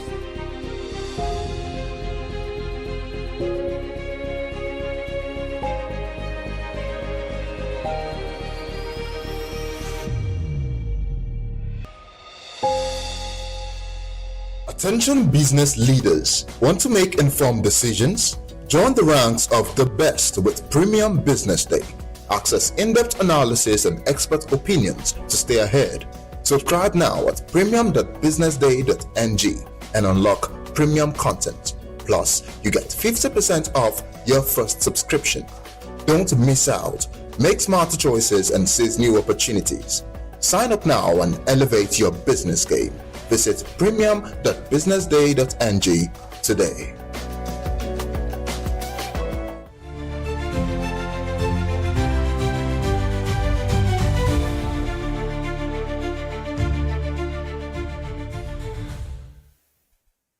We head to the sports scene where football expert Fabrizio Romano has revealed that Liverpool will attack to seal a late move to sign Newcastle United forward Alexander Isak.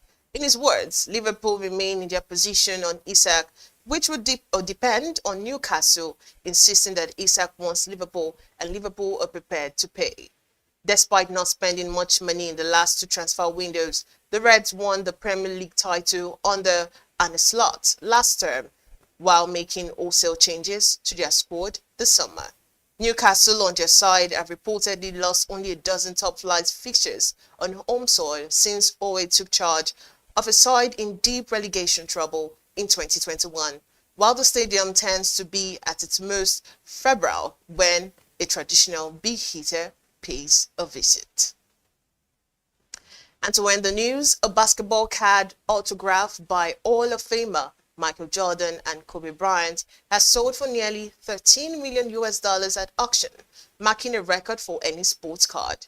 Heritage Auction said There were 82 bids for the 2007-2008 Upper Deck Logoman collection card before it sold Sunday for $12,932,000 US. That surpassed the $12.6 million US paid for a 1952 top rookie card of Baseball Hall of Famer Mickey Mantle at the Heritage Auction in 2022.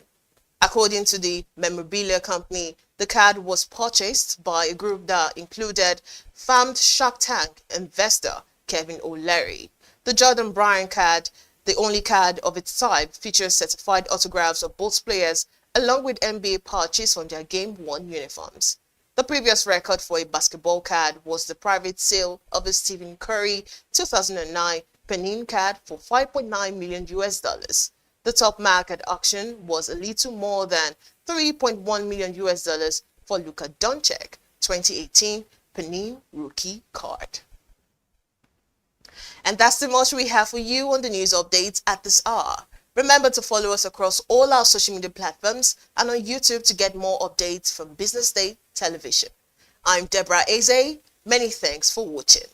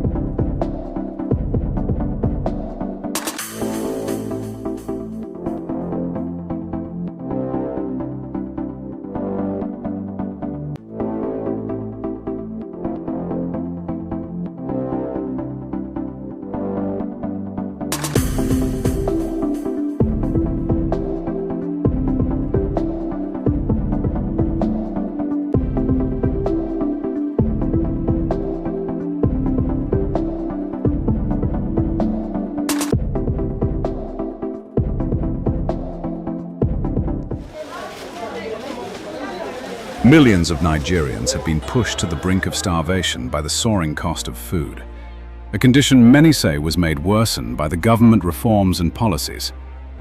The current food crisis in Nigeria stems from two significant policy changes implemented by President Bola Ahmed Tinubu. 1. The removal of fuel subsidies, and 2. The floating of the currency. Although successive presidents pledged to eliminate the subsidy, but they frequently backtracked due to fears of mass unrest. However, President Tinubu boldly announced the end of the fuel subsidy on his inauguration day. This move resulted to widespread pain. Petrol prices nearly tripled overnight in some parts of the country, with transportation cost following suit. This increase in fuel prices has driven up the cost of other goods. As a result, food inflation has surged to all-time high. The cost of staple food, such as rice, cost more than double in the past year. Nigeria is now witnessing an alarming rise in poverty levels. These have made the opposition parties form a coalition. At a public lecture in Abuja, held to honor the former governor of Rivers State, Rotimi Amaechi, on his 60th birthday, the former Vice President of Nigeria, Atiku Abubakar, said the Tinubu-led administration is weaponizing poverty, and these have made them to come together for a coalition against his government. This particular government is weaponizing poverty. And that is why we are in this alliance, to make sure we don't allow them to continue weaponizing policy.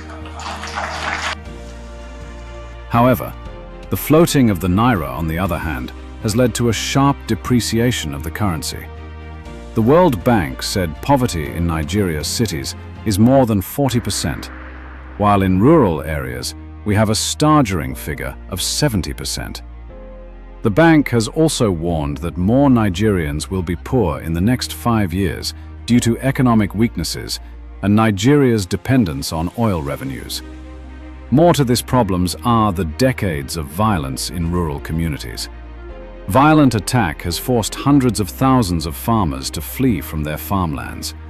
These have brought agriculture and commerce to halt, Experts suggest that investment in the agricultural sector will bring food security. But food security also requires physical security. In response, the government has ordered the release of grains from the national reserves to cushion the effects of hardship in the land, and also proposed a monthly $15 grant to 12 million vulnerable households, or an estimated 60 million Nigerians nationwide. For BDTV, Isaac Ogbini.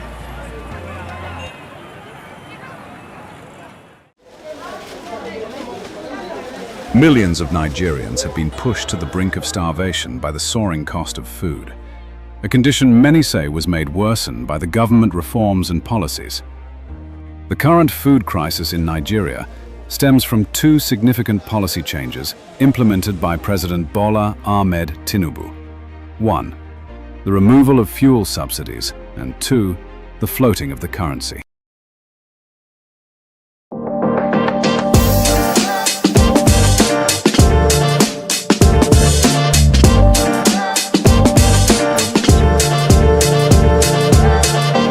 Hi viewers, welcome to another edition of BD Extra on BDTV. My name is Anthony Oduba, and today we are bringing you one of our my personal favorite guests. His name is Abdul Tijani Ahmed. He's the producer of Red Circle, a film that was shown on cinemas nationwide. It's nice to have you on the show. Thank you so much. Thanks for having me. Like as if you are. I'm ready. How are you doing? I'm good. Nice to be here. Yeah, nice to be here. So, a writer? Yes. And also a movie producer. And when we were talking recently, we were speaking about like you having like you're a writer, you're a producer, no one is bigger than the other. So how did you get into the industry? Like briefly, how did it go for you? Well, it's sort of funny because I started as a writer. I wanted people to buy my script, but I wasn't really getting the attention that I wanted. So I made my own film. I produced my own film. So that's why I said like it's balanced, because like I made a film to show myself as a writer and a producer. Yeah. So I made a short film, and things sort of just took off from there. People started reaching out to me or write for me. Then, but in terms of producing, I have to give credit to my peers.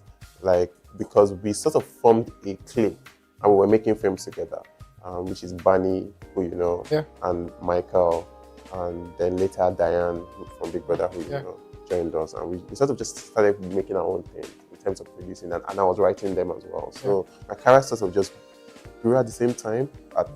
I like to say that I created my table, like we created our table basically. So and that is.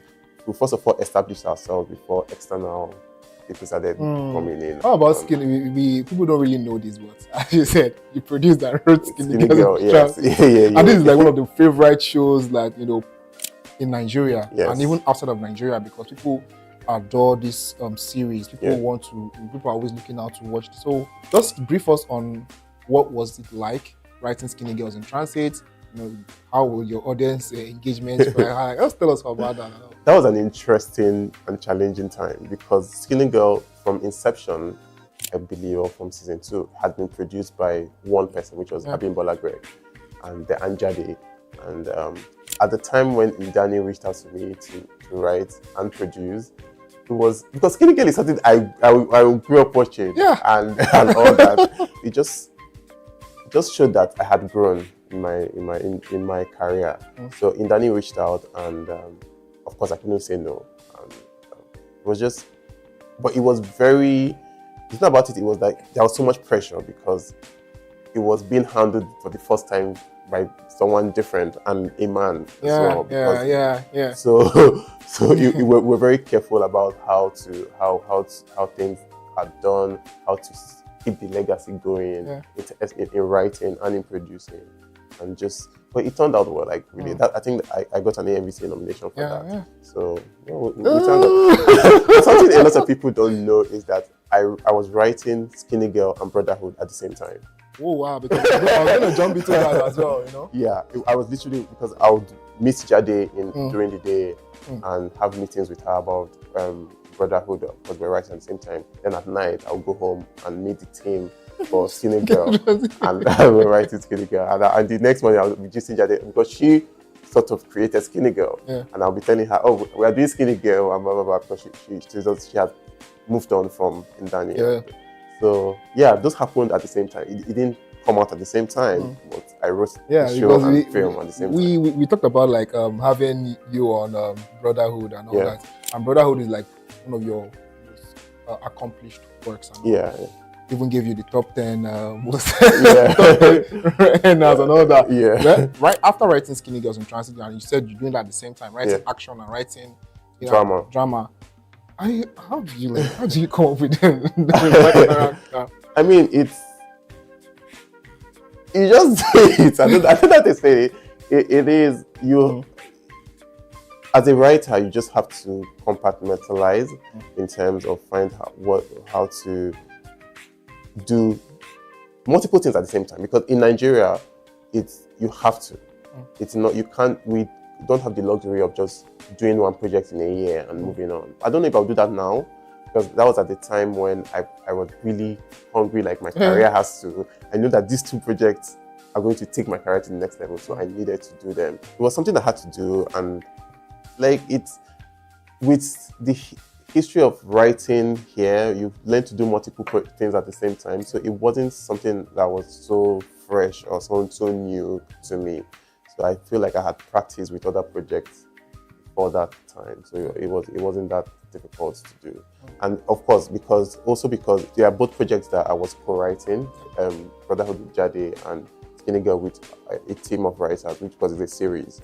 So if there is a lagging or anything, the other person is able to pick up and all that. So I think the fact that it was like a co-written project helped. Made it easier. Yeah, made it easier. Yeah, so let's talk about like writing in Nollywood, and this is like a problem, like it's a challenge.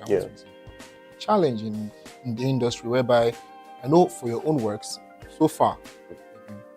Thank God. So my question is, how do we get a lot of people like you? How do you work with the executives? How do you work with the producers? How do you work with the directors to give us films that are interesting, and not just interesting, but people think about, okay, there is a rewatched value in this film that you write.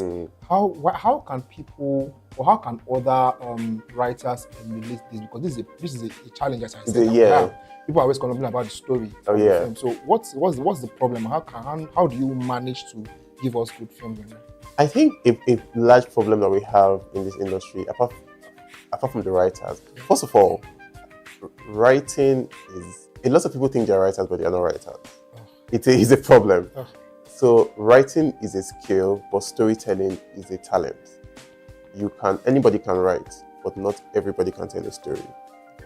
Right? You can learn how to write, but you cannot learn how to tell a story. Storytelling is a God-given, that is the God-given talent part of it. But we also have a problem where a lot of people think they have input in writing. When a writer has a vision, that is the person's job, that's the person's talent. But producers, directors, everybody thinks they can tell this. Everybody thinks once they read your script, they have input. Oh, I know how it should be. Oh, this person should not be. The writer makes specific choices for a reason, for storytelling purposes. But everybody wants to put their mouth in it. And that is a major problem. So you have to be able to stand your ground and be able to say that this is my vision for this project. This is what I want people to feel when they watch this film. What you are saying would dilute that. I think that's something I've learned over the years, because things have happened where I've allowed people input into something I want to tell, and it didn't. But you cannot come out and start saying, "Oh, it did not me, or it was this person that said it." You have to. Your name is there. Yeah, you have to chest the air like that in public. So you have, if something your name is going to be on as a writer, as long as you know that you have done your own work, you have to stand by it and insist on, this is how I want it to be. So, and it starts from your contract. You have to put it there that if changes are being made, I want to be consulted.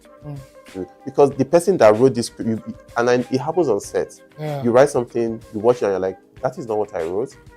Because people forget that it's the person that wrote this thing for a reason when they are shooting it. So they just make changes and move on. So you have to put it in your contract that if a change is being made on set, I should be consulted. and I will even give you a better alternative that would work than just winging it. So that happens to a lot of writers here, and that sort of affects storytelling, and they just have to gest it like that. Wow. Well, the contract thing is basically something that just saves everybody's. Yep. Because this is my problem. Like, so I want to ask you how you can as a writer, you might not be as powerful as the producer. Yes. You might not be as big as the director. But obviously it's a story and it might be changed. So I was going to ask you how you can as well still retain that control. your control because it still gets to the editor's hand. Yes. Well. Editors still have to work and all that. And all that, yeah. The contract just saves everybody.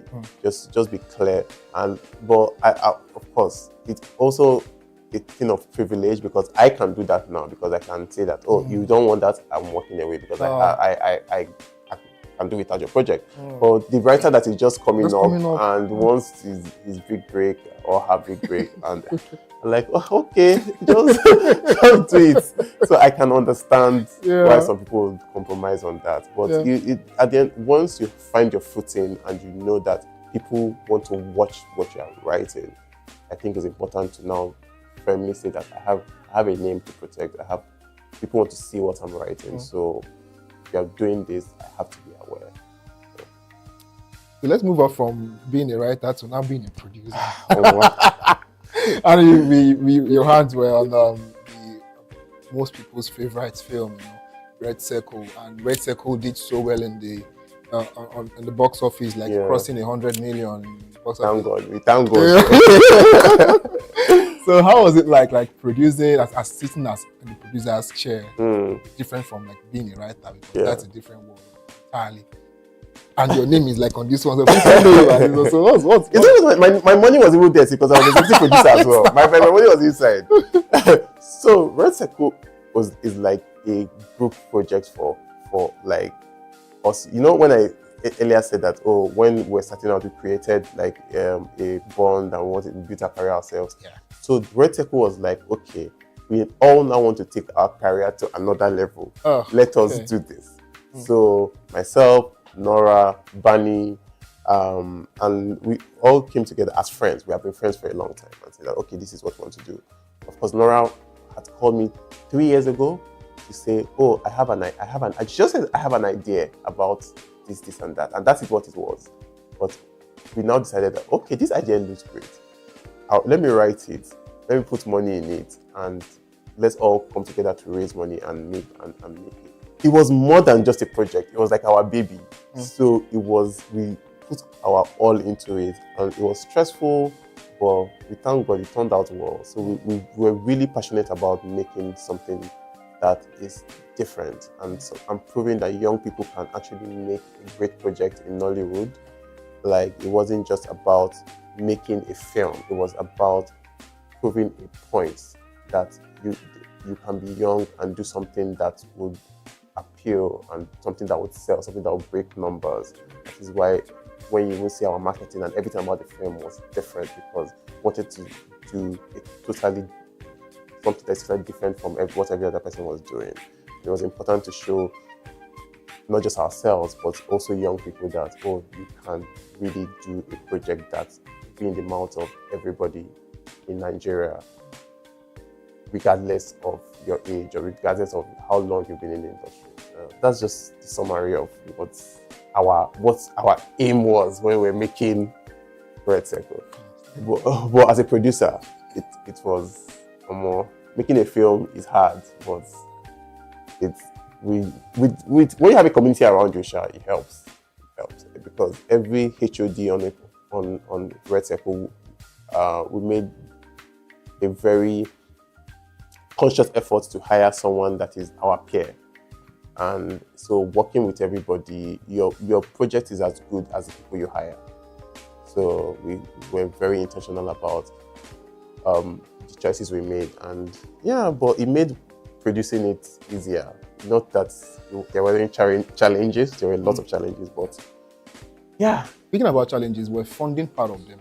Of course, it always is. Funding is always a problem. But I'll be honest, to say that a lot of people believed in this project, even before we shot it, just from seeing the vision that we're going for, the cast, our pitch, the cast that we had in it, even though very robust. yeah. So the more people joined, they'll see, oh, this person is in it. Okay, I want to be in it as well. People, in fact, when we're shooting, we're still raising funds, because it was when we dropped our announcement video that some people came on board, because they saw it and were like, I've never seen an announcement video for a film like this. I want to be part of it. So people who we had reached out to before were ready to jump on board now and say, oh, I want to give you people money because I don't want to miss out on this great thing. So yeah, that's funding is a big problem, but I'll be honest that it wasn't as hard as it would be if I've seen different circumstances and things it could have been harder, but where people believed in the project because of the way it was packaged. So yeah. So looking at the earnings in the box office, did you say that Red Circle broke even in terms of earnings? It's I think it did well, but breaking even in Nollywood in cinemas is almost impossible. So for a film of its scale, I think it did very well, but we would have to the only place 95% of Nollywood films break even is when you get a streaming deal, and Red Circle is no exception to that. So, but for a film of its scale, I think it did what it should do in box office. Yeah. So let's go to like the casting, filming on set. We were talking earlier that it was getting to the community of Oshodi and yes, and the children were already. They already tell the story. Working with Agberos in Oshodi. How was it like for you guys to communicate with those guys? First of all, Nora and I, we had gone to Oshodi to scout, like to look at the location and blah blah blah. We had spoken to people, settled who we can settle, but that is just actually getting there is a different thing, and now bringing celebrities because I think I've always known Lateef is a star, but I did not anticipate how the influence he would have on the streets. Getting Lateef in and out of set every day was like a mission impossible heist. For example, we would set up as if we are still shooting, like Lateef, blah, blah, blah. Then first of all, the first day we had security, but it was not enough. The next day we had to bring more soldiers. So we now have to set up a heist and say that, okay, we're still shooting. We are setting up for the agents that say, we are setting up for Lateef. Meanwhile, let Lateef go and change and come. And they now sneak him out. They now sneak, because they would mob his car. Like he could not move. Then we had Mike as well, who they knew from back from home. Yeah. It was something. But then also the normal, you have to bribe me to shoot here. You have to, but I'll be very honest that by day 2, day 3, we had integrated into the women, the older women. If Abi were to double, they'll come out and pursue them like, what are you doing? You should see your mates that are doing something with their life and you are here, disturbing them. Leave them. So they also welcomed us. And the children, they were so fascinated because they'd not seen a film being shot on that scale before. And it was like every day was like a stage play for them. They would gather. I don't know if you've seen the BTS videos. They would gather in hundreds, and anytime the actors finish the scene, immediately they hear cut, they'll start clapping. So it was. They started predicting the story. It was stressful, but it was also an interesting. By the time we left, I'm sure they missed us.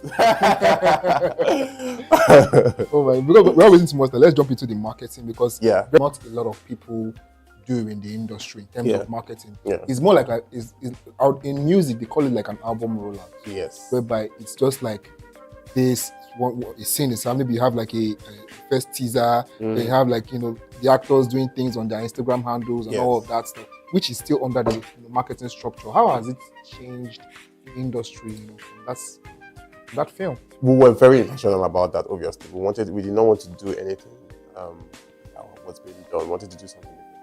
And we started marketing before we shot the film. Immediately because we confirmed our cast. I think the first thing we did was the picture. People changed their profile pictures to the anonymous thing. Then we did the cast reveal. We had not shot the film at that time. Yeah, we had not even started. It was a 1 year from that point, from the first announcements to release. It was like a year of marketing. Then we had a 6-month intense marketing to the release date. So we, of course, the normal routes to go to would have been to, let's come out, let's dance, let's do all that. But we really wanted to make a film that would start a revolution in terms of marketing, of the way films are marketed in the industry. And not all our marketing plans worked. Some worked more than others, but it was a risk. We're just trying different things to see, different strategies to see which one would stick and which one would. But as a collective, no film had been marketed that way before. And I've already seen people change, people reaching out to our marketing team and say, I want you to market my film the way Red Circle was marketed. And this, a lot of people have actually done that. Our team keeps getting calls to say, I want my film too. And I've been in rooms where Red Circle is used as an example. So, in fact, people, once you say something about Red Circle, the first thing they say is, the marketing, even before they talk about the film. Yeah. So, it was, and that was our intention. We really, of course, when you're starting something new, you are the one that would suffer the most. Like, it's other people that would now refine until it becomes, but someone has to start. So I think what Red Circle has done is show that you can market a film differently and still make money in the box office. So now that we have done that, we're looking forward to how other people will pick up the next one, and hopefully it keeps going. It's not that the way films are marketed now it works for some people, but there should be options. It shouldn't be just one thing. So people can dance, people can do other things, people can do things with their casts, people can there should be a variety to pick from, and it should still work as so. That's what we are trying to do, open new channels for films to be marketed. So it's not just one thing that is being done. And so far so good, we thank God. Yeah. So looking at after doing this, is there anything that you guys are because the hype was good and the film lived up to the hype? Are we looking at something different from the same team? Yeah, we're already talking about one or two things that I cannot say yet. But yeah, definitely, we are working on something else. I personally have a series that is coming out soon. I've shot that. I'm currently in post-production. I wanted to go back to my skinny girl roots more before we do something, before we go back to cinema or not something. But yeah, that's coming out first. But then the team from Red Circle, we are definitely putting heads together and seeing what we are going to do next. So yeah, fingers crossed. Yeah. Well, hopefully we'll be seeing that in the streaming platform. Red Circle itself. Yeah, Red Circle. Definitely, that's the next step. Now that the cinema, we showed in London, we might show in Canada. I'm not so sure, but definitely streaming is where the end up last. So yeah. Yeah. So finally, we've talked about having the industry having to be more structured. Yes. Just so that we have more revenues and for filmmakers as well as actors and everybody in the value chain. Yes. What do you think? What would you change if we are given the opportunity? Just looking at it in the broad side of view. What would I change? What changes? What changes would I make? I think the government should be more involved in the film industry, because the industry needs the structure the industry needs can only happen if there is a collaboration with the government. And because in Hollywood you realize that they have a lot of structures that back the industry from. So it's not just filmmakers winging it and doing things. What has happened in Nollywood is that the filmmakers have built everything, are doing everything themselves. Yeah. You make the film with your own money. You find the funding. You make the film yourself. you market it yourself, you do everything. So I think we have to compartmentalize and show like, okay, my job as a filmmaker is to make the film, and this person's job is to ensure that I make money, and the funding I will get funding from the government to back me up and all those things. And so like, if we need that to create a proper structure where not one person is just doing everything themselves.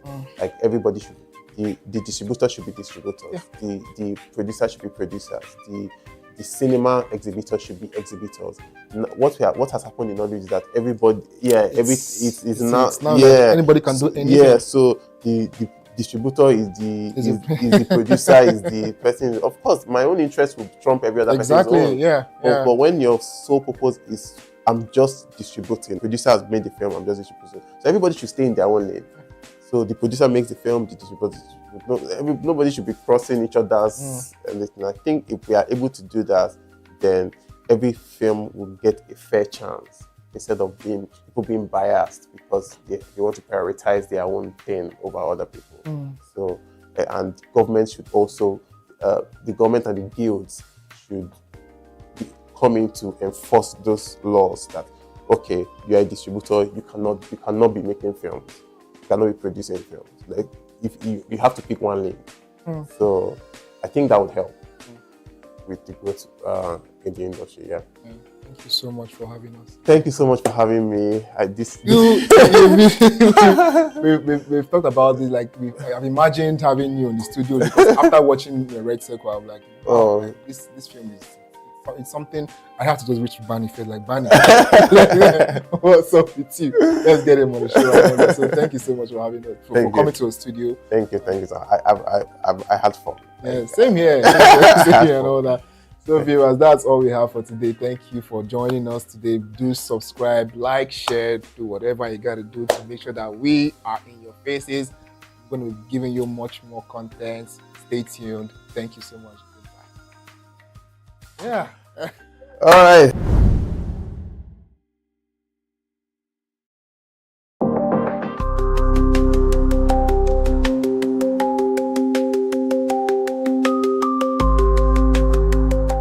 Welcome to Today in History here on BDTV, where we look back at some of the events that have shaped economies and the world of business.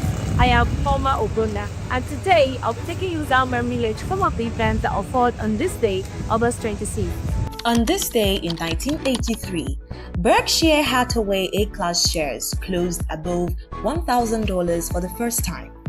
After Buffett's first purchases of Berkshire Hathaway stock around $7.60 per share in 1962, the rise to $1,000 was quite a journey, and it also made Buffett one of the world's wealthiest people. At this time, Buffett had a net worth of approximately $520 million, according to the 1983 Forbes 400 list. Warren Edward Buffett, born on August 30th, 1930, is an American investor and philanthropist, best known as the chairman and CEO of Berkshire Hathaway.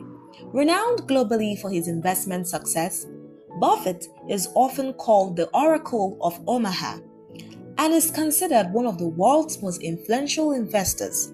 As of May 2025, Forbes estimated his net worth at $160.2 billion, ranking him the 50th richest person in the world. Since 1970, he has led Berkshire Hathaway as its chairman and largest shareholder, guiding it to become a leading global conglomerate. Despite his immense wealth, he's known for practicing value investing and maintaining a notably frugal lifestyle. Committed to philanthropy, Buffett has pledged to donate 99% of his fortune and co-founded the Giving Pledge in 2010 with Bill Gates. In May 2025, he named Greg Abel as his CEO successor while choosing to remain as chairman. And on this day in 2014, the S&P 500 index closed above 2,000 for the first time. The US stock market was as a tier at the time, From its 2009 lows, the S&P's was up 200% over the previous 5 years.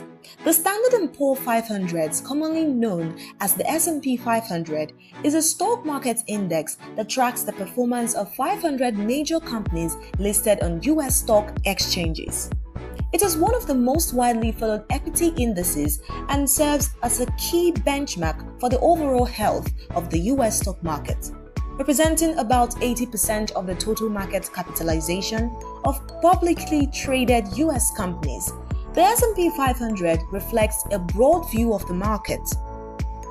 As of March 31, 2025, the combined market value of its listed companies exceeded $49.8 trillion. The origins of the S&P 500 trace back to 1860, when Henry Varnum Poor established Poor's Publishing, focusing on investor guides for the railroad industry. In 1923, the Standard Statistics Company began rating mortgage bonds and created its first stock market index of 233 US companies, calculated weekly.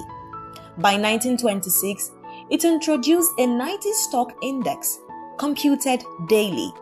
In 1941, Standard Statistics merged with Poor's Publishing to form Standard & Poor's. The modern S&P 500 was officially launched on March 4, 1957, expanding the index to 500 companies. In 1962, Ultronic Systems took over compiling various S&P indices, including the S&P 500. The first retail mutual fund tracking the index was introduced by Vanguard on August 31, 1976. Futures and options based on the index began trading in 1982 and 1983, respectively. Starting in 1986, index values were updated by 15 seconds to enhance market responsiveness. By 2005, the S&P 500 shifted to a float-adjusted market capitalization model, reflecting more accurate investor interest in listed companies. And that is how far we can take you today in history here on the BDTV. I am Loma. Keep watching.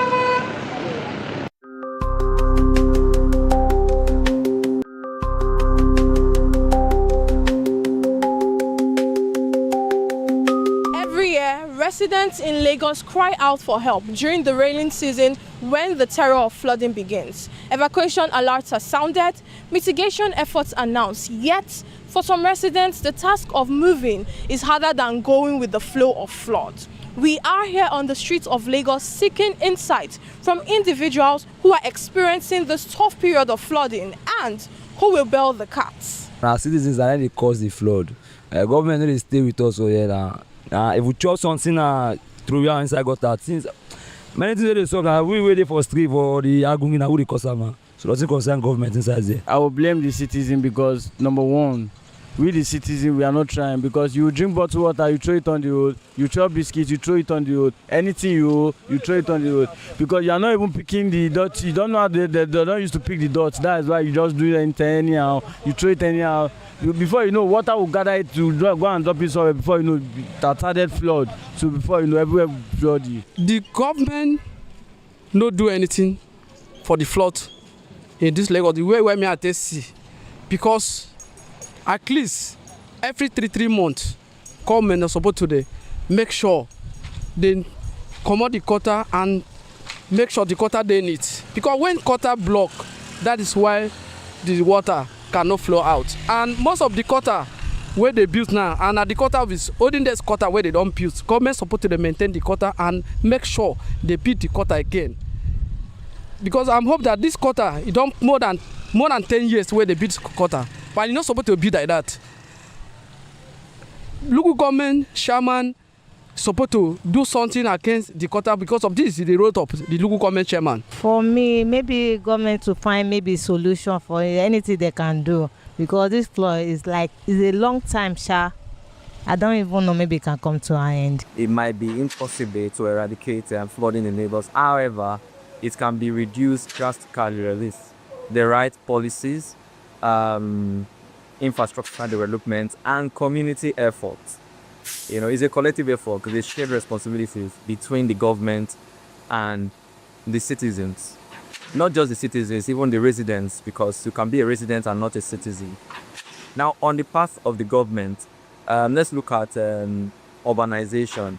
I know there are already existing policies, like not building on the drainage. And there's one recent one where the whole fluffy takeaway pipe was banned by the Lagos state government, because each time it rains, you find out that there are a lot of these obstructing both the drainage and the waterways. So governments can actually look at this part by making some good policies, just like the one they've made to eradicate such an attitude of the citizens. Then the part of the citizens, I've always said it, that is a shared responsibilities. And from the part of the citizens, we have very funny attitude. If you look at the streets of Lagos today, or most areas today, you find out that some bloggers or some philanthropists call out the government because of refuse. Some of us have very ill attitude.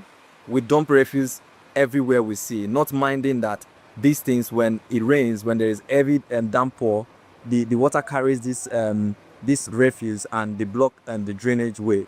Tomorrow we are complaining that the government is not working. So we have our obligations as citizens. And one of those obligations is we should not dump refuse anywhere. There are actually provisions made. There are baskets, there are dump sites, provisions made where we can actually put these things in place. Then another thing again that the citizens can also do is to, let me talk to the developers precisely, is to actually don't build on drainage ways, on canals.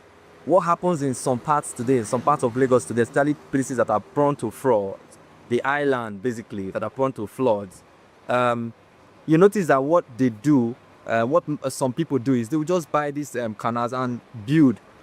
Then they will obstruct such a flow of water. And at the end of the day, what happens when this water did not see a path to go through?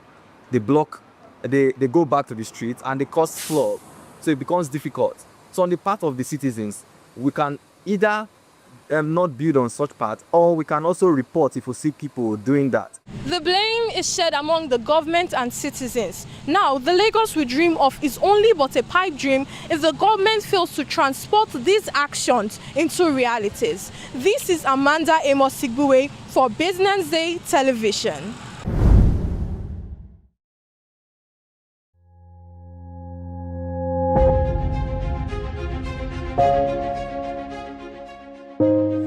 Good morning and welcome to the BDTV Breakfast Show. I am Bethel Olajabi. My name is Elizabeth Musa. And this is the social listening segment on the BDTV Breakfast Show. We're talking about the Fly Nigeria Act. Can you give us a background into what this is about? We are here today on the streets of Lagos, Nigeria, to gather opinion about a pressing issue. I go look at the cost of petrol. We get very Nigeria with the suffer. The income is not really increasing, but the prices of items are increased. Nothing like service again, no. You only pray for that money to reach you that month. There's a lot of high pressure, a lot of stress. There's a lot of high targets to be met. I was quite strict. In my mind, I said, looking for my hand, my picking go spoil.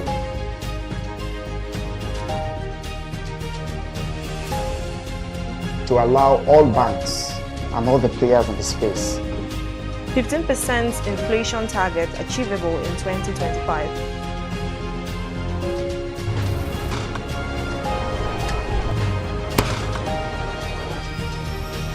The command and vision philosophy of both the Chief of Defense Staff, the Chief of Army Staff, and indeed all the service chiefs.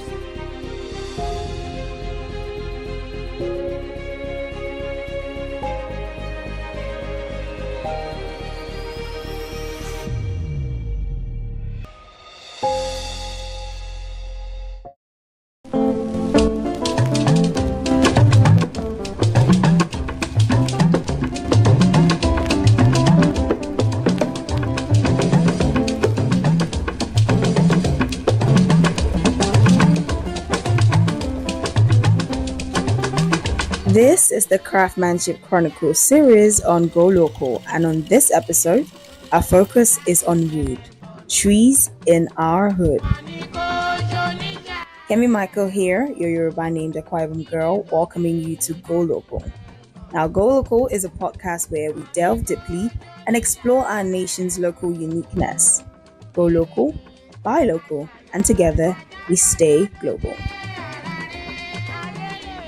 As we get into it, do also grab a cup of your favorite drink and a snack you would love to munch on. Oh, and make sure to make it a Nigerian snack and get ready for an amazing ride. Since humans first realized they could make use of the materials they found in the vicinity, wood has been used and altered by us. People eventually learned about the special qualities of wood as they utilized it to satisfy a wide range of human requirements in peace and conflict, farming, and industry. Throughout history, trees and their wood have been essential to human existence. Since ancient times, wood has been one of our most vital building elements, used for construction as well as for production of tools, weapons, and furniture. Wood has historically played a key role in a lot of areas, and we Nigerians are part of that history. For this episode, I went to the Itamaga sawmill in the Ikorodu area of Lagos State, where I was able to speak with the General Secretary of the sawmill. My name is Alhaji Kabiru Adegboyega Ibrahim, and this is Sogidowo Sawmill Itamaga. So I'm the secretary to the association, General Secretary to the association, Sogidowo Plant Marketers Association of Nigeria.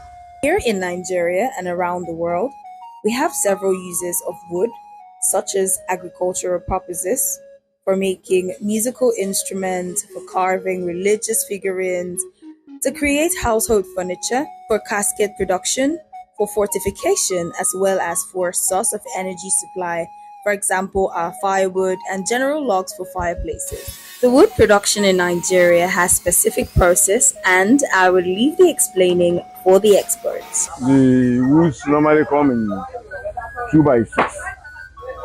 That is for roofing. So when they buy to the, like the ones you are looking there now, and it's 2x6. So when they bring it here, so if you want to saw it, you saw into 2x4, 2x3, 2x2. Those are the roofing planks. So we saw it to those sizes if you need it for roofing. So we take it from the shed down to the machine side. So we saw it there. If it is roofing, so it's all 2x4, 2x3, 2x2. So for facing board, that one is 1x12, 1x12 by 12. So now like the one that they are putting down there. So that is 1x12 by 12 for facing board. So after you roof, to facing board, so you cover breeze or whatever. So that's what they use that one for. So to seal the roof with the ceiling. So that's what they use it for. Just like other industries, the wood industry sure has its challenges. The challenges we usually face is the problem of this marine police or guard or whatever. You know, they are extorting us too much. You know Nigeria, that's Nigeria system, corruption. After we will have saw wood, process it, take the license, but they usually collect approval for wood, any wood cut.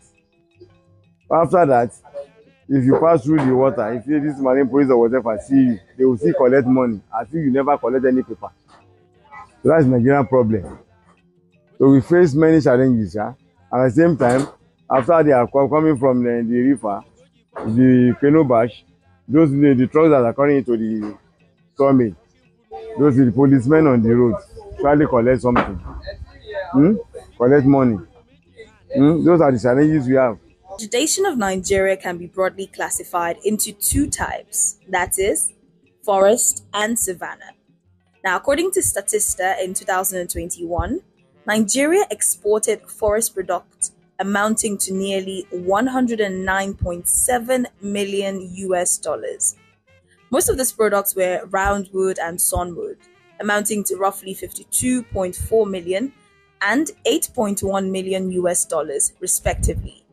Other main exported forest products included paper and paperboard. The wood always come from Bayelsa State, Ondo State, Edo State, and from Oyo as well. But the one coming from Oyo, that's 1 by 12 by 12, and at times 2 by 12. But 2 by 6 wood for roofing normally come from Bayelsa, Edo State, Ondo State, and at the same time from Ogun State, Ogun Water side. The customer you have, if it is an old customer, you must have a relationship. He can call you on phone and place order. So you call transport for him. When you've concluded with him for the quotation of the wood, so if you help him process it, you call transporter to transport it. So they will take it down to him. Or some do come inside to the market by themselves. So they will negotiate price, buy the wood, call a motor to pack it. Because the transporters they have their own association as well. According to the United Nations, Nigeria has the highest deforestation rate in the world, with an estimated 3.7% of its forest lost every year. That's what I'm saying, our problem here. And these forestry people that are supposed to be handled at Ministry of Agriculture. Wherever they cut timber, supposed to plant it back immediately. They don't do that. In a question of say 5 to 10 years now, there will be the issue of a wood scarcity. Those places that I'm talking the other time, that is Edo, whatever. If you want to get wood now, it's very, very far to the upland, to the river itself, to the swamp itself, too far. That's why the wood is very hot now. This is a call to action to the Department of Forestry, Federal Ministry of Environment. We in Nigeria are losing our trees, and we need a solution to this loss. When one tree is cut down, I believe 10 more should be planted in its stead. Wood in Nigeria plays a very vital role, and leaving our forests to chance of the trees growing on their own accord is very risky. We need to be more intentional about our forests, and yes, also the trees in our hood. If you've ever wondered where you can get wood from, well, look no further. The sawmill at Itamaga area of Ikorodu in Lagos is right there for you. Now, if you happen to be a lover of DIYs, or you're a professional wood carver, an artist that uses wood for their craft, or one who uses wood in their everyday life, for example, writers, well, always remember, wood is good, but we need more trees in our hood. Plant a tree today, save our environment.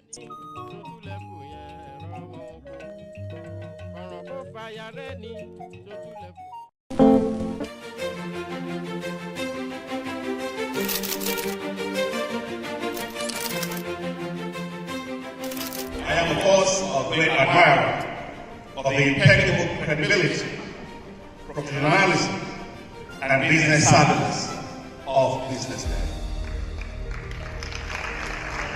If you really mean business in Nigeria, start your day with BusinessDay.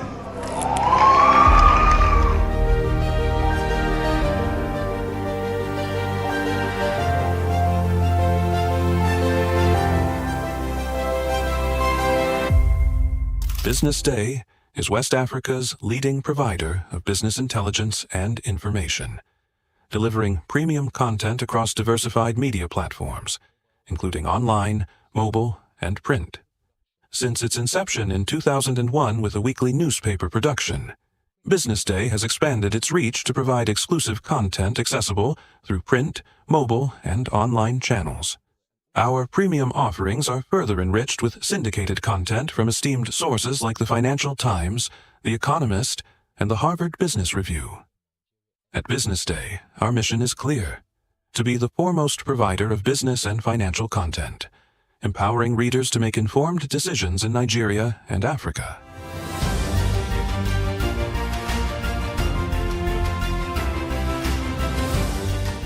Since our establishment, we have been committed to delivering insightful, relevant, and accurate information about Nigeria's business and finance environment, while contextualizing the impact of global events. We monitor the stock market, analyze the companies driving it, and report on government policies and their economic implications. For being consistent in organizing these CEO forums for almost the last 14 years. I think this is was recommendation, and I think something that will encourage them to continue. From decoding market trends to dissecting economic shifts, we offer actionable investment ideas and serve as a compass for decision makers navigating complexity. Beyond headlines, Business Day fosters discussions on critical economic issues through impactful conferences and events. These platforms bring industry leaders together to share narratives that drive innovation and spark meaningful dialogues. Our events galvanize connections, bridging the gap between inspiration and achievement.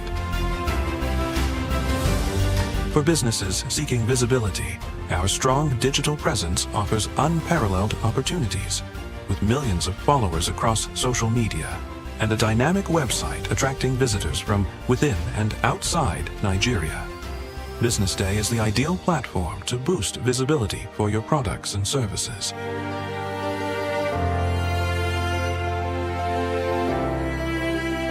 If you're looking for in-depth analysis and expert opinions on Nigeria and Africa's business landscape, Business Day is your guide. On the 13th of August 2025, Transact, a Nigerian-based accountancy and advisory firm, hosted a one-day seminar workshop for corporate taxpayers and business owners in collaboration with the Nigerian Revenue Service in Lagos. The event themed Navigating Nigeria's New Tax Landscape, Understanding the 2025 Tax Reform Act, and Mandatory e-invoicing for taxpayers brought stakeholders across different tax sectors who shared their insights on the prospects of a new tax law. Number one is the fact that it is pro-business. That is, it encourages ease of doing business. It it's going to encourage compliance by businesses, and it's going to improve their compliance level. Then the fact that we now have laws that are few in number and harmonize in just 2 documents, because if you are looking at the one that actually affect the taxpayers, we have the Nigerian Tax Act that imposes taxation, that imposes taxes, and we have the Nigerian Tax Administration Act that deals with how they will comply with those tax laws, the administration.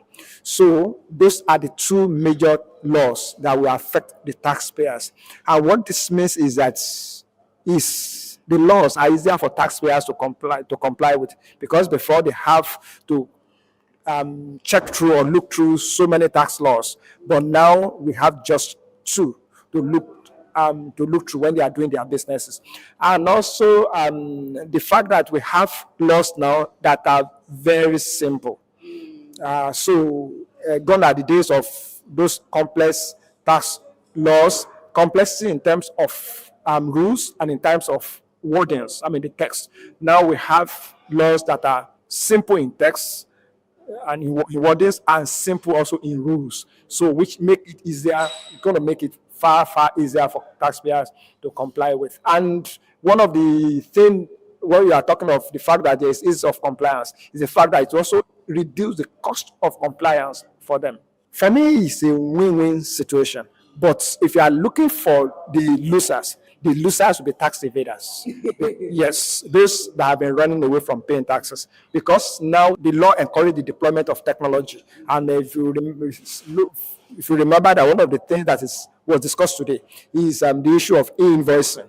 The fact that now, as you are making your purchases or somebody making his sales, the invoices are generated and reported immediately with the tax authority. So what that means is that nobody can hide any longer.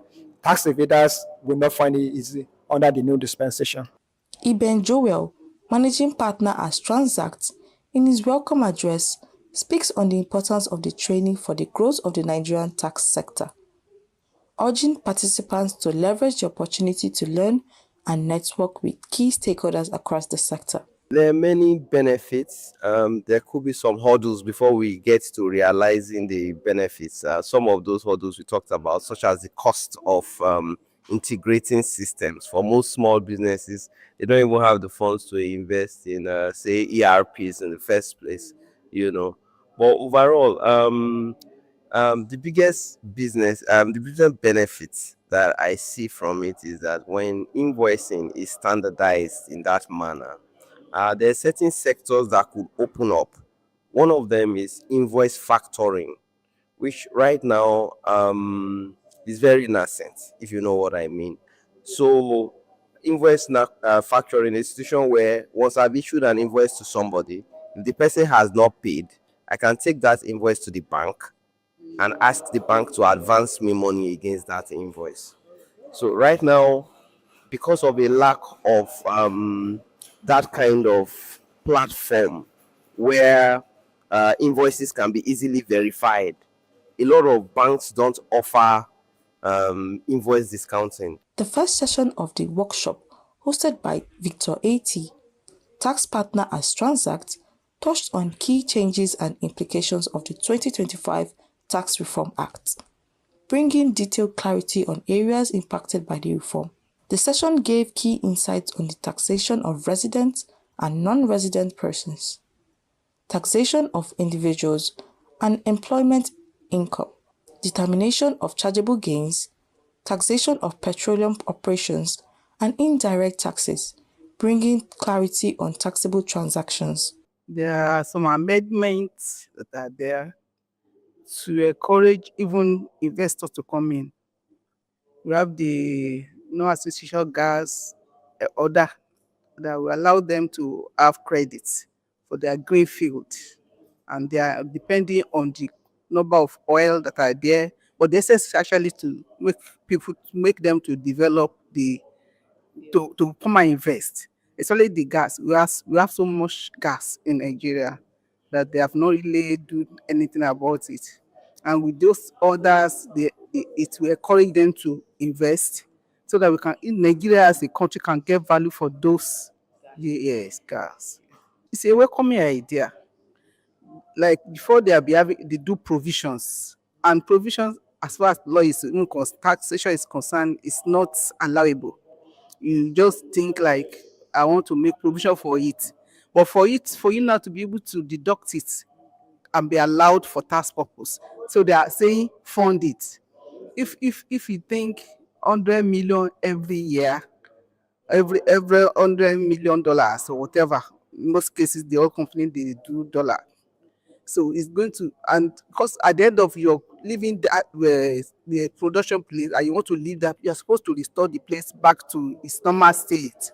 And so we are making provision that by the time I want to leave, that I've done, I want to restore the place. You are making provision to get money to be able to do it. Because towards that end, the feed will not be producing as such.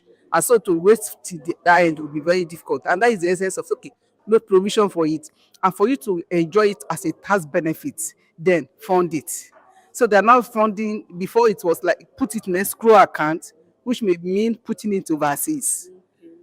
And given that we are developing, we don't even have money.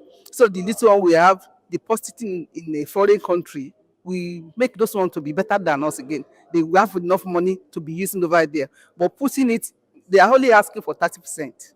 And I think it's CBN they want to use. So if there is a fear of if the bank may collapse, it's like they want to use CBN.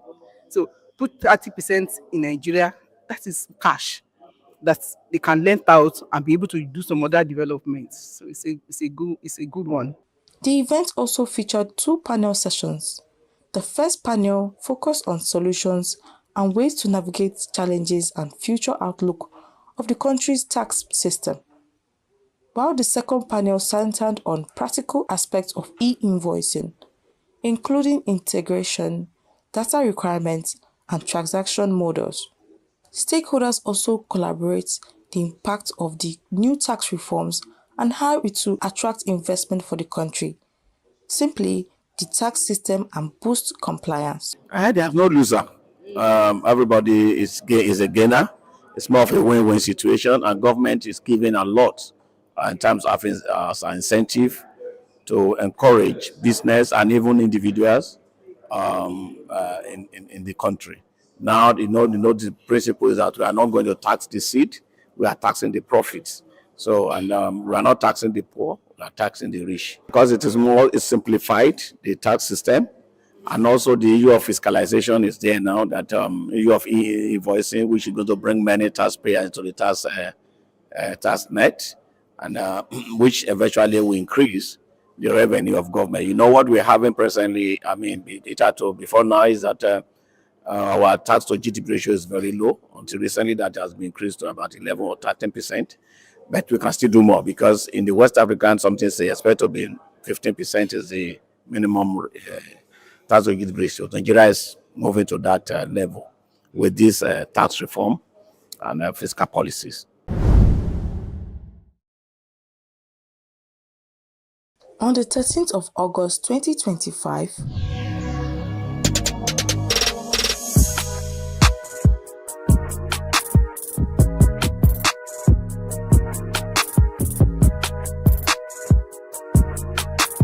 Nigerians are among the biggest buyers of thrifted clothing, popularly called okrika, in West Africa. But what happens when inflation becomes the trend, slowly choking the culture of this market? Beyond Katangwa, Yaba Market stands tall with its vibrant, endless racks of okrika clothes. On this episode of Market Pulse, we journeyed into the heart of Yaba, exploring, surveying, and speaking with okrika traders about just how much inflation has reshaped their business. This is Yaba Okrika Market, where commerce usually never sleeps. But lately, with inflation biting hard, the heartbeat of this market seems to be slowing down, almost as though it's struggling to stay above 60 beats per minute. I have been in this business over 15 years. This is my 13 years now. Almost 32 or 34 years now. When I started this business, I used to buy a pair of okrika shoe or slippers or sandals, 3,000 naira per pair. Before I bring it to Nigeria, everything may be 3,500 or just at the range of 3,500 in a watch. At the end, I may be able to sell it 5,000 naira or 4,500 about. But now it's no more like that. Before now, I bring any okrika now, paper will be up to, from buying and the transport and everything should be now up to 10,000, 12,000 naira for paper. So it's no more like buying, bringing, everything should be 5,000 naira. It's no more like that anymore. And beside everything, okrika now is scarce. We are no longer seeing it like before. So the exchange rate and the economic rate now affected everything. The problem is now we are no longer seeing it the way we used to see it, and it is no more available. And secondly, the price of everything has increased. Those importers that used to bring it from Cotonou or from Togo, those that used to travel abroad and bring it, then I will go to Cotonou or Togo and buy from them. They are no more bringing grade 1. They are no more bringing good 1 because the economics also affected them. They are no more seeing the grade 1, and secondly, when they bring, the price will be very high. So you can see challenges we are facing on this okrika business now. Honestly, it's affecting us. We are not even making sales like the way it used to be before. And the buyers also complaining that the prices are too much. By the time we bring and put small girl like 1,150, to say the buyers will be complaining that it has increased too much, that they will not be able to afford it. So there's challenges also we are facing now on this okrika issue. 13 years ago, we used to start like our business was good, the income was good too, so we does not find it difficult to get market, rather do we find it difficult to sell it, because when you buy market at lesser price, you sell at easier price too, so that people can be able to get it at cheaper rate. But now I don't think we even get it at like more expensive, that you yourself you'll be struggling to sell it. When you come into the business, maybe you can come into the business with, for example, with 100k, at least know how when you buy market of 100,000, you selling it off with your lesser price and making it easier for you, you'll be getting like 50,000 naira profit. If you want to start this business now, you'll be calculating like having 1 million naira or half a million. Half a million self will not get you much, because when you are getting it at higher rate, and when you are selling it, you are struggling to sell it and get a little profit inside. The inflation have really affected things very seriously. Formerly, CFA was 4,400 naira per each 1,000 CFA. Sometimes it goes up to 600 naira for 2016 or 2018. But for now, CFA is almost 2,800, 2,007 something. That thing really affected the business. Market that we used to buy, assume to buy something for 5,000 CFA then. You see that it is not up to 15,000 or 10,000 naira now. But if you bought something for 5,000 naira at the exchange rate of 2,700 naira, 2008, you see that it's not above 20,000 naira. So it's really affecting the business seriously. And the people don't have money. Like what we are selling is footwear. It's not consumable items, which everybody can go to eat for at our cost. But today, some people have decided to manage, except when it comes under necessity, that they cannot do without it, that they will come. And that's not the tune of customer, because when somebody wants to buy something at the real cost of 15,000 or 10,000 naira, and it has 12,000 naira, there's nothing you can do. And sometimes you come to the market, you have not sold anything for since the day. At times, you may decide to say, instead of me to go home and think, let me grab it. So it is really affecting us badly. Things we saw within, let's say you were selling things, you get 2,000 naira or maybe 1,000 plus. Now we are finding difficult even to make it, choose 1,000 naira, which sometimes we sell with 1,000 naira. And the labor has never even come down. They never even increase, because we even use our time more than what the time we used before. Because whereby you can then make a little time, before you can make a little time, you make a good profit. But this time around, you have to put more effort in order to enhance it. And you cannot even get up to what we were getting before. Well, due to the nature of the business, sometimes it depends on the number of shoes you sell. Now, when at the end of the month, you calculate. Sometimes you may sell up to 50 pairs or even more than that. But this time around, at the end of the month, sometimes you don't sell even up to 40 pairs of shoes. Whatever, even with just little profit on it. So that's just the nature of the business. Now, these skirts, you can get it at rate of 5,000, 4,000. We have first grade and second grade. First grade will go for like 5,000. So at times you'll be selling it like 6,000. Do you understand? So the ones that you get like 4,000, you can upwardly sell it like 6,000, or you sell it 5,000. At times, if there's no market, we'll sell for 5. I used to buy Okreka jeans. They never want to open bell, because I used to open bell and select the ones that is very good, first grade ones. I may be able to select like a 1,105 then, many years ago. But now it's no more like that.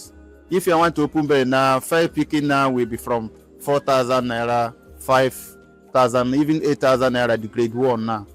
Then I'll be able to sell it now like a 10,000 naira, 9,000 in order to cover my expenses and the shop and every other things. Okay, we used to get at Yaba or Arena. Okay. You know, they sell bail at Arena. So you will not buy much. Like at times, maybe if they open bail, the things that are inside the bail have already reduced. So maybe, for example, now I went to go and buy bail. Now, before we used to buy bail, maybe at 90,000, 80,000, you will buy bail. Highest bail will be like 150. So when you get that bail, you know, things that will be inside will be much, in a way that when you sell them off, you get your profit. But now, you get bail at very expensive rate, and the things that are inside is lesser. So you'll be struggling to make profit. In a month, at least, after spending much money, every seller, no, maybe like 200,000. When you go to market to get a stuff, knowing that what price you have in your mind to get it is not what you are going to get it. 2 years ago, let me say, within a year, I will be able to give account of after expenses, after shop rent and every other time. I'll be able to give account of to depend the amount I invested for the year. I'll be able to have profit of 200k, profit of 300K, you understand? Yeah. Depends the amount I invested, but as I normally invest more large amount, I will be able to make profit of 300K, 200K, even above. But this no more. Even to save money is very difficult. Even to push the business forward now is difficult because the business is no more flowing and no more gain like before any longer. With profit of 50,000 naira, then at least when you make profit of 50, the profit I'm talking about in those days is not in a week. It's not in a week or it's not even in a month. Maybe when you buy market today and you sell it off today, you'll be seeing like 50K. So, but now, at times you will come to market, you will not sell anything. Like since today, we have not sold anything.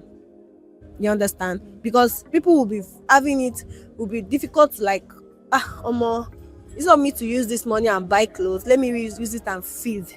You understand? So, I believe now things are more difficult.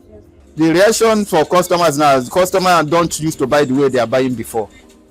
They do, maybe customer used to come twice in a month. Now some of them will come once in a month. Some of them may not be able to come every month like before. We are into the we remain in the business because you cannot change things so easily now. Like as I said, I've been in the business for over 30 years. Then if I should change to a new business today, my followers will crash because there are a lot of children are already there and there are a lot of things there. So for me to change business, I have to start from scratch again, study the business in order to grow the business before spending. So that is why we still remain. It's not that maybe we are still marketing because business you have been there for over 30 years. The knowledge is already there, and the system and how you can also do things you've already there used to that. So that is why we are still able to, whether we are making profit or not, it's not something to compare with. There's nothing to compare with the previous years. With customers thinning out, one question lingers. What keeps these traders going on? Is it faith or sheer optimism? That's the slow pulse of Okrika.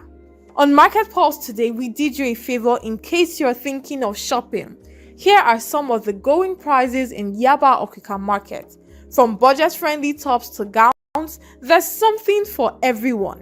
Clearly, Nigeria's fashion industry is not exempt from the harsh blows of the economy. But in the midst of struggle, Nigerians known for their resilience keep pushing forward.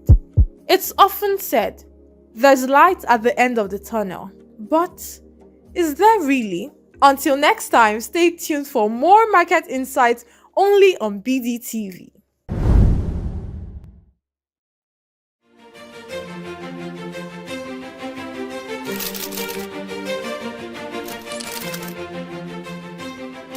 I am, of course, a great admirer of the impeccable credibility, professionalism, and business savviness of BusinessDay. If you really mean business in Nigeria, start your day with BusinessDay.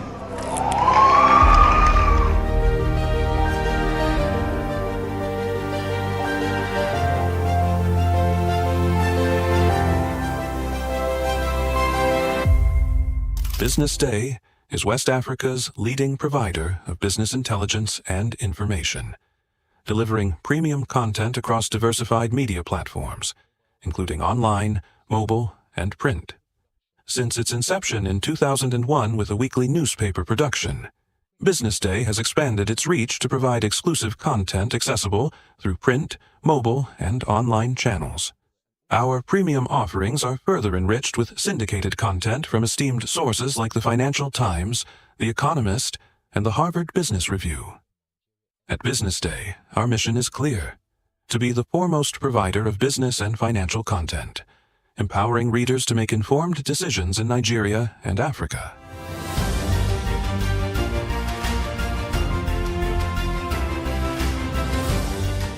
Since our establishment, we have been committed to delivering insightful, relevant, and accurate information about Nigeria's business and finance environment, while contextualizing the impact of global events. We monitor the stock market, analyze the companies driving it, and report on government policies and their economic implications. For being consistent in organizing these CEO forums for almost the last 14 years, I think this was a commendation, and I think something that will encourage them to continue.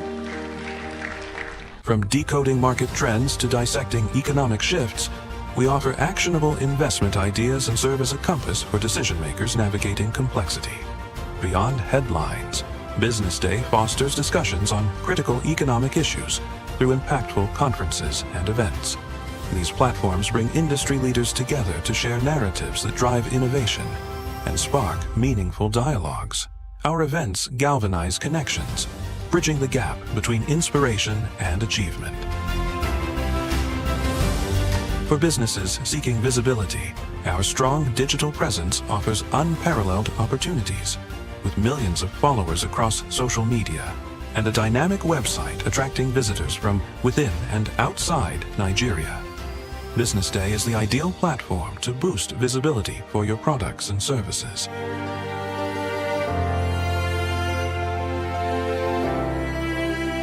If you're looking for in-depth analysis and expert opinions on Nigeria and Africa's business landscape, Business Day is your guide.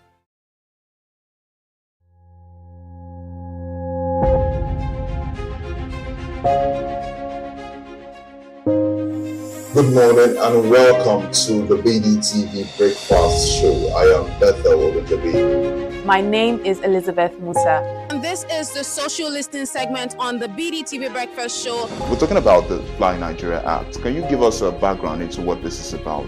We are here today on the streets of Lagos, Nigeria, to gather opinion about a pressing issue. I go look at the cost of petrol. We get very Nigeria with the suffer. The income is not really increasing, but the prices of items are increased. Nothing like service again. No. You only pray for that money to reach you that month. There's a lot of high pressure, a lot of stress. There's a lot of high targets to be met. I was quite strict. In my mind, I said, looking for my hand, my picking go spoil.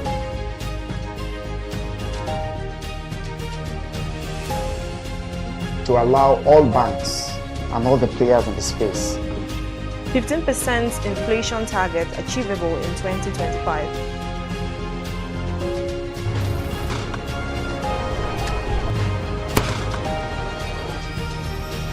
The command and vision philosophy of both the Chief of Defense Staff, the Chief of Army Staff, and indeed all the service chiefs.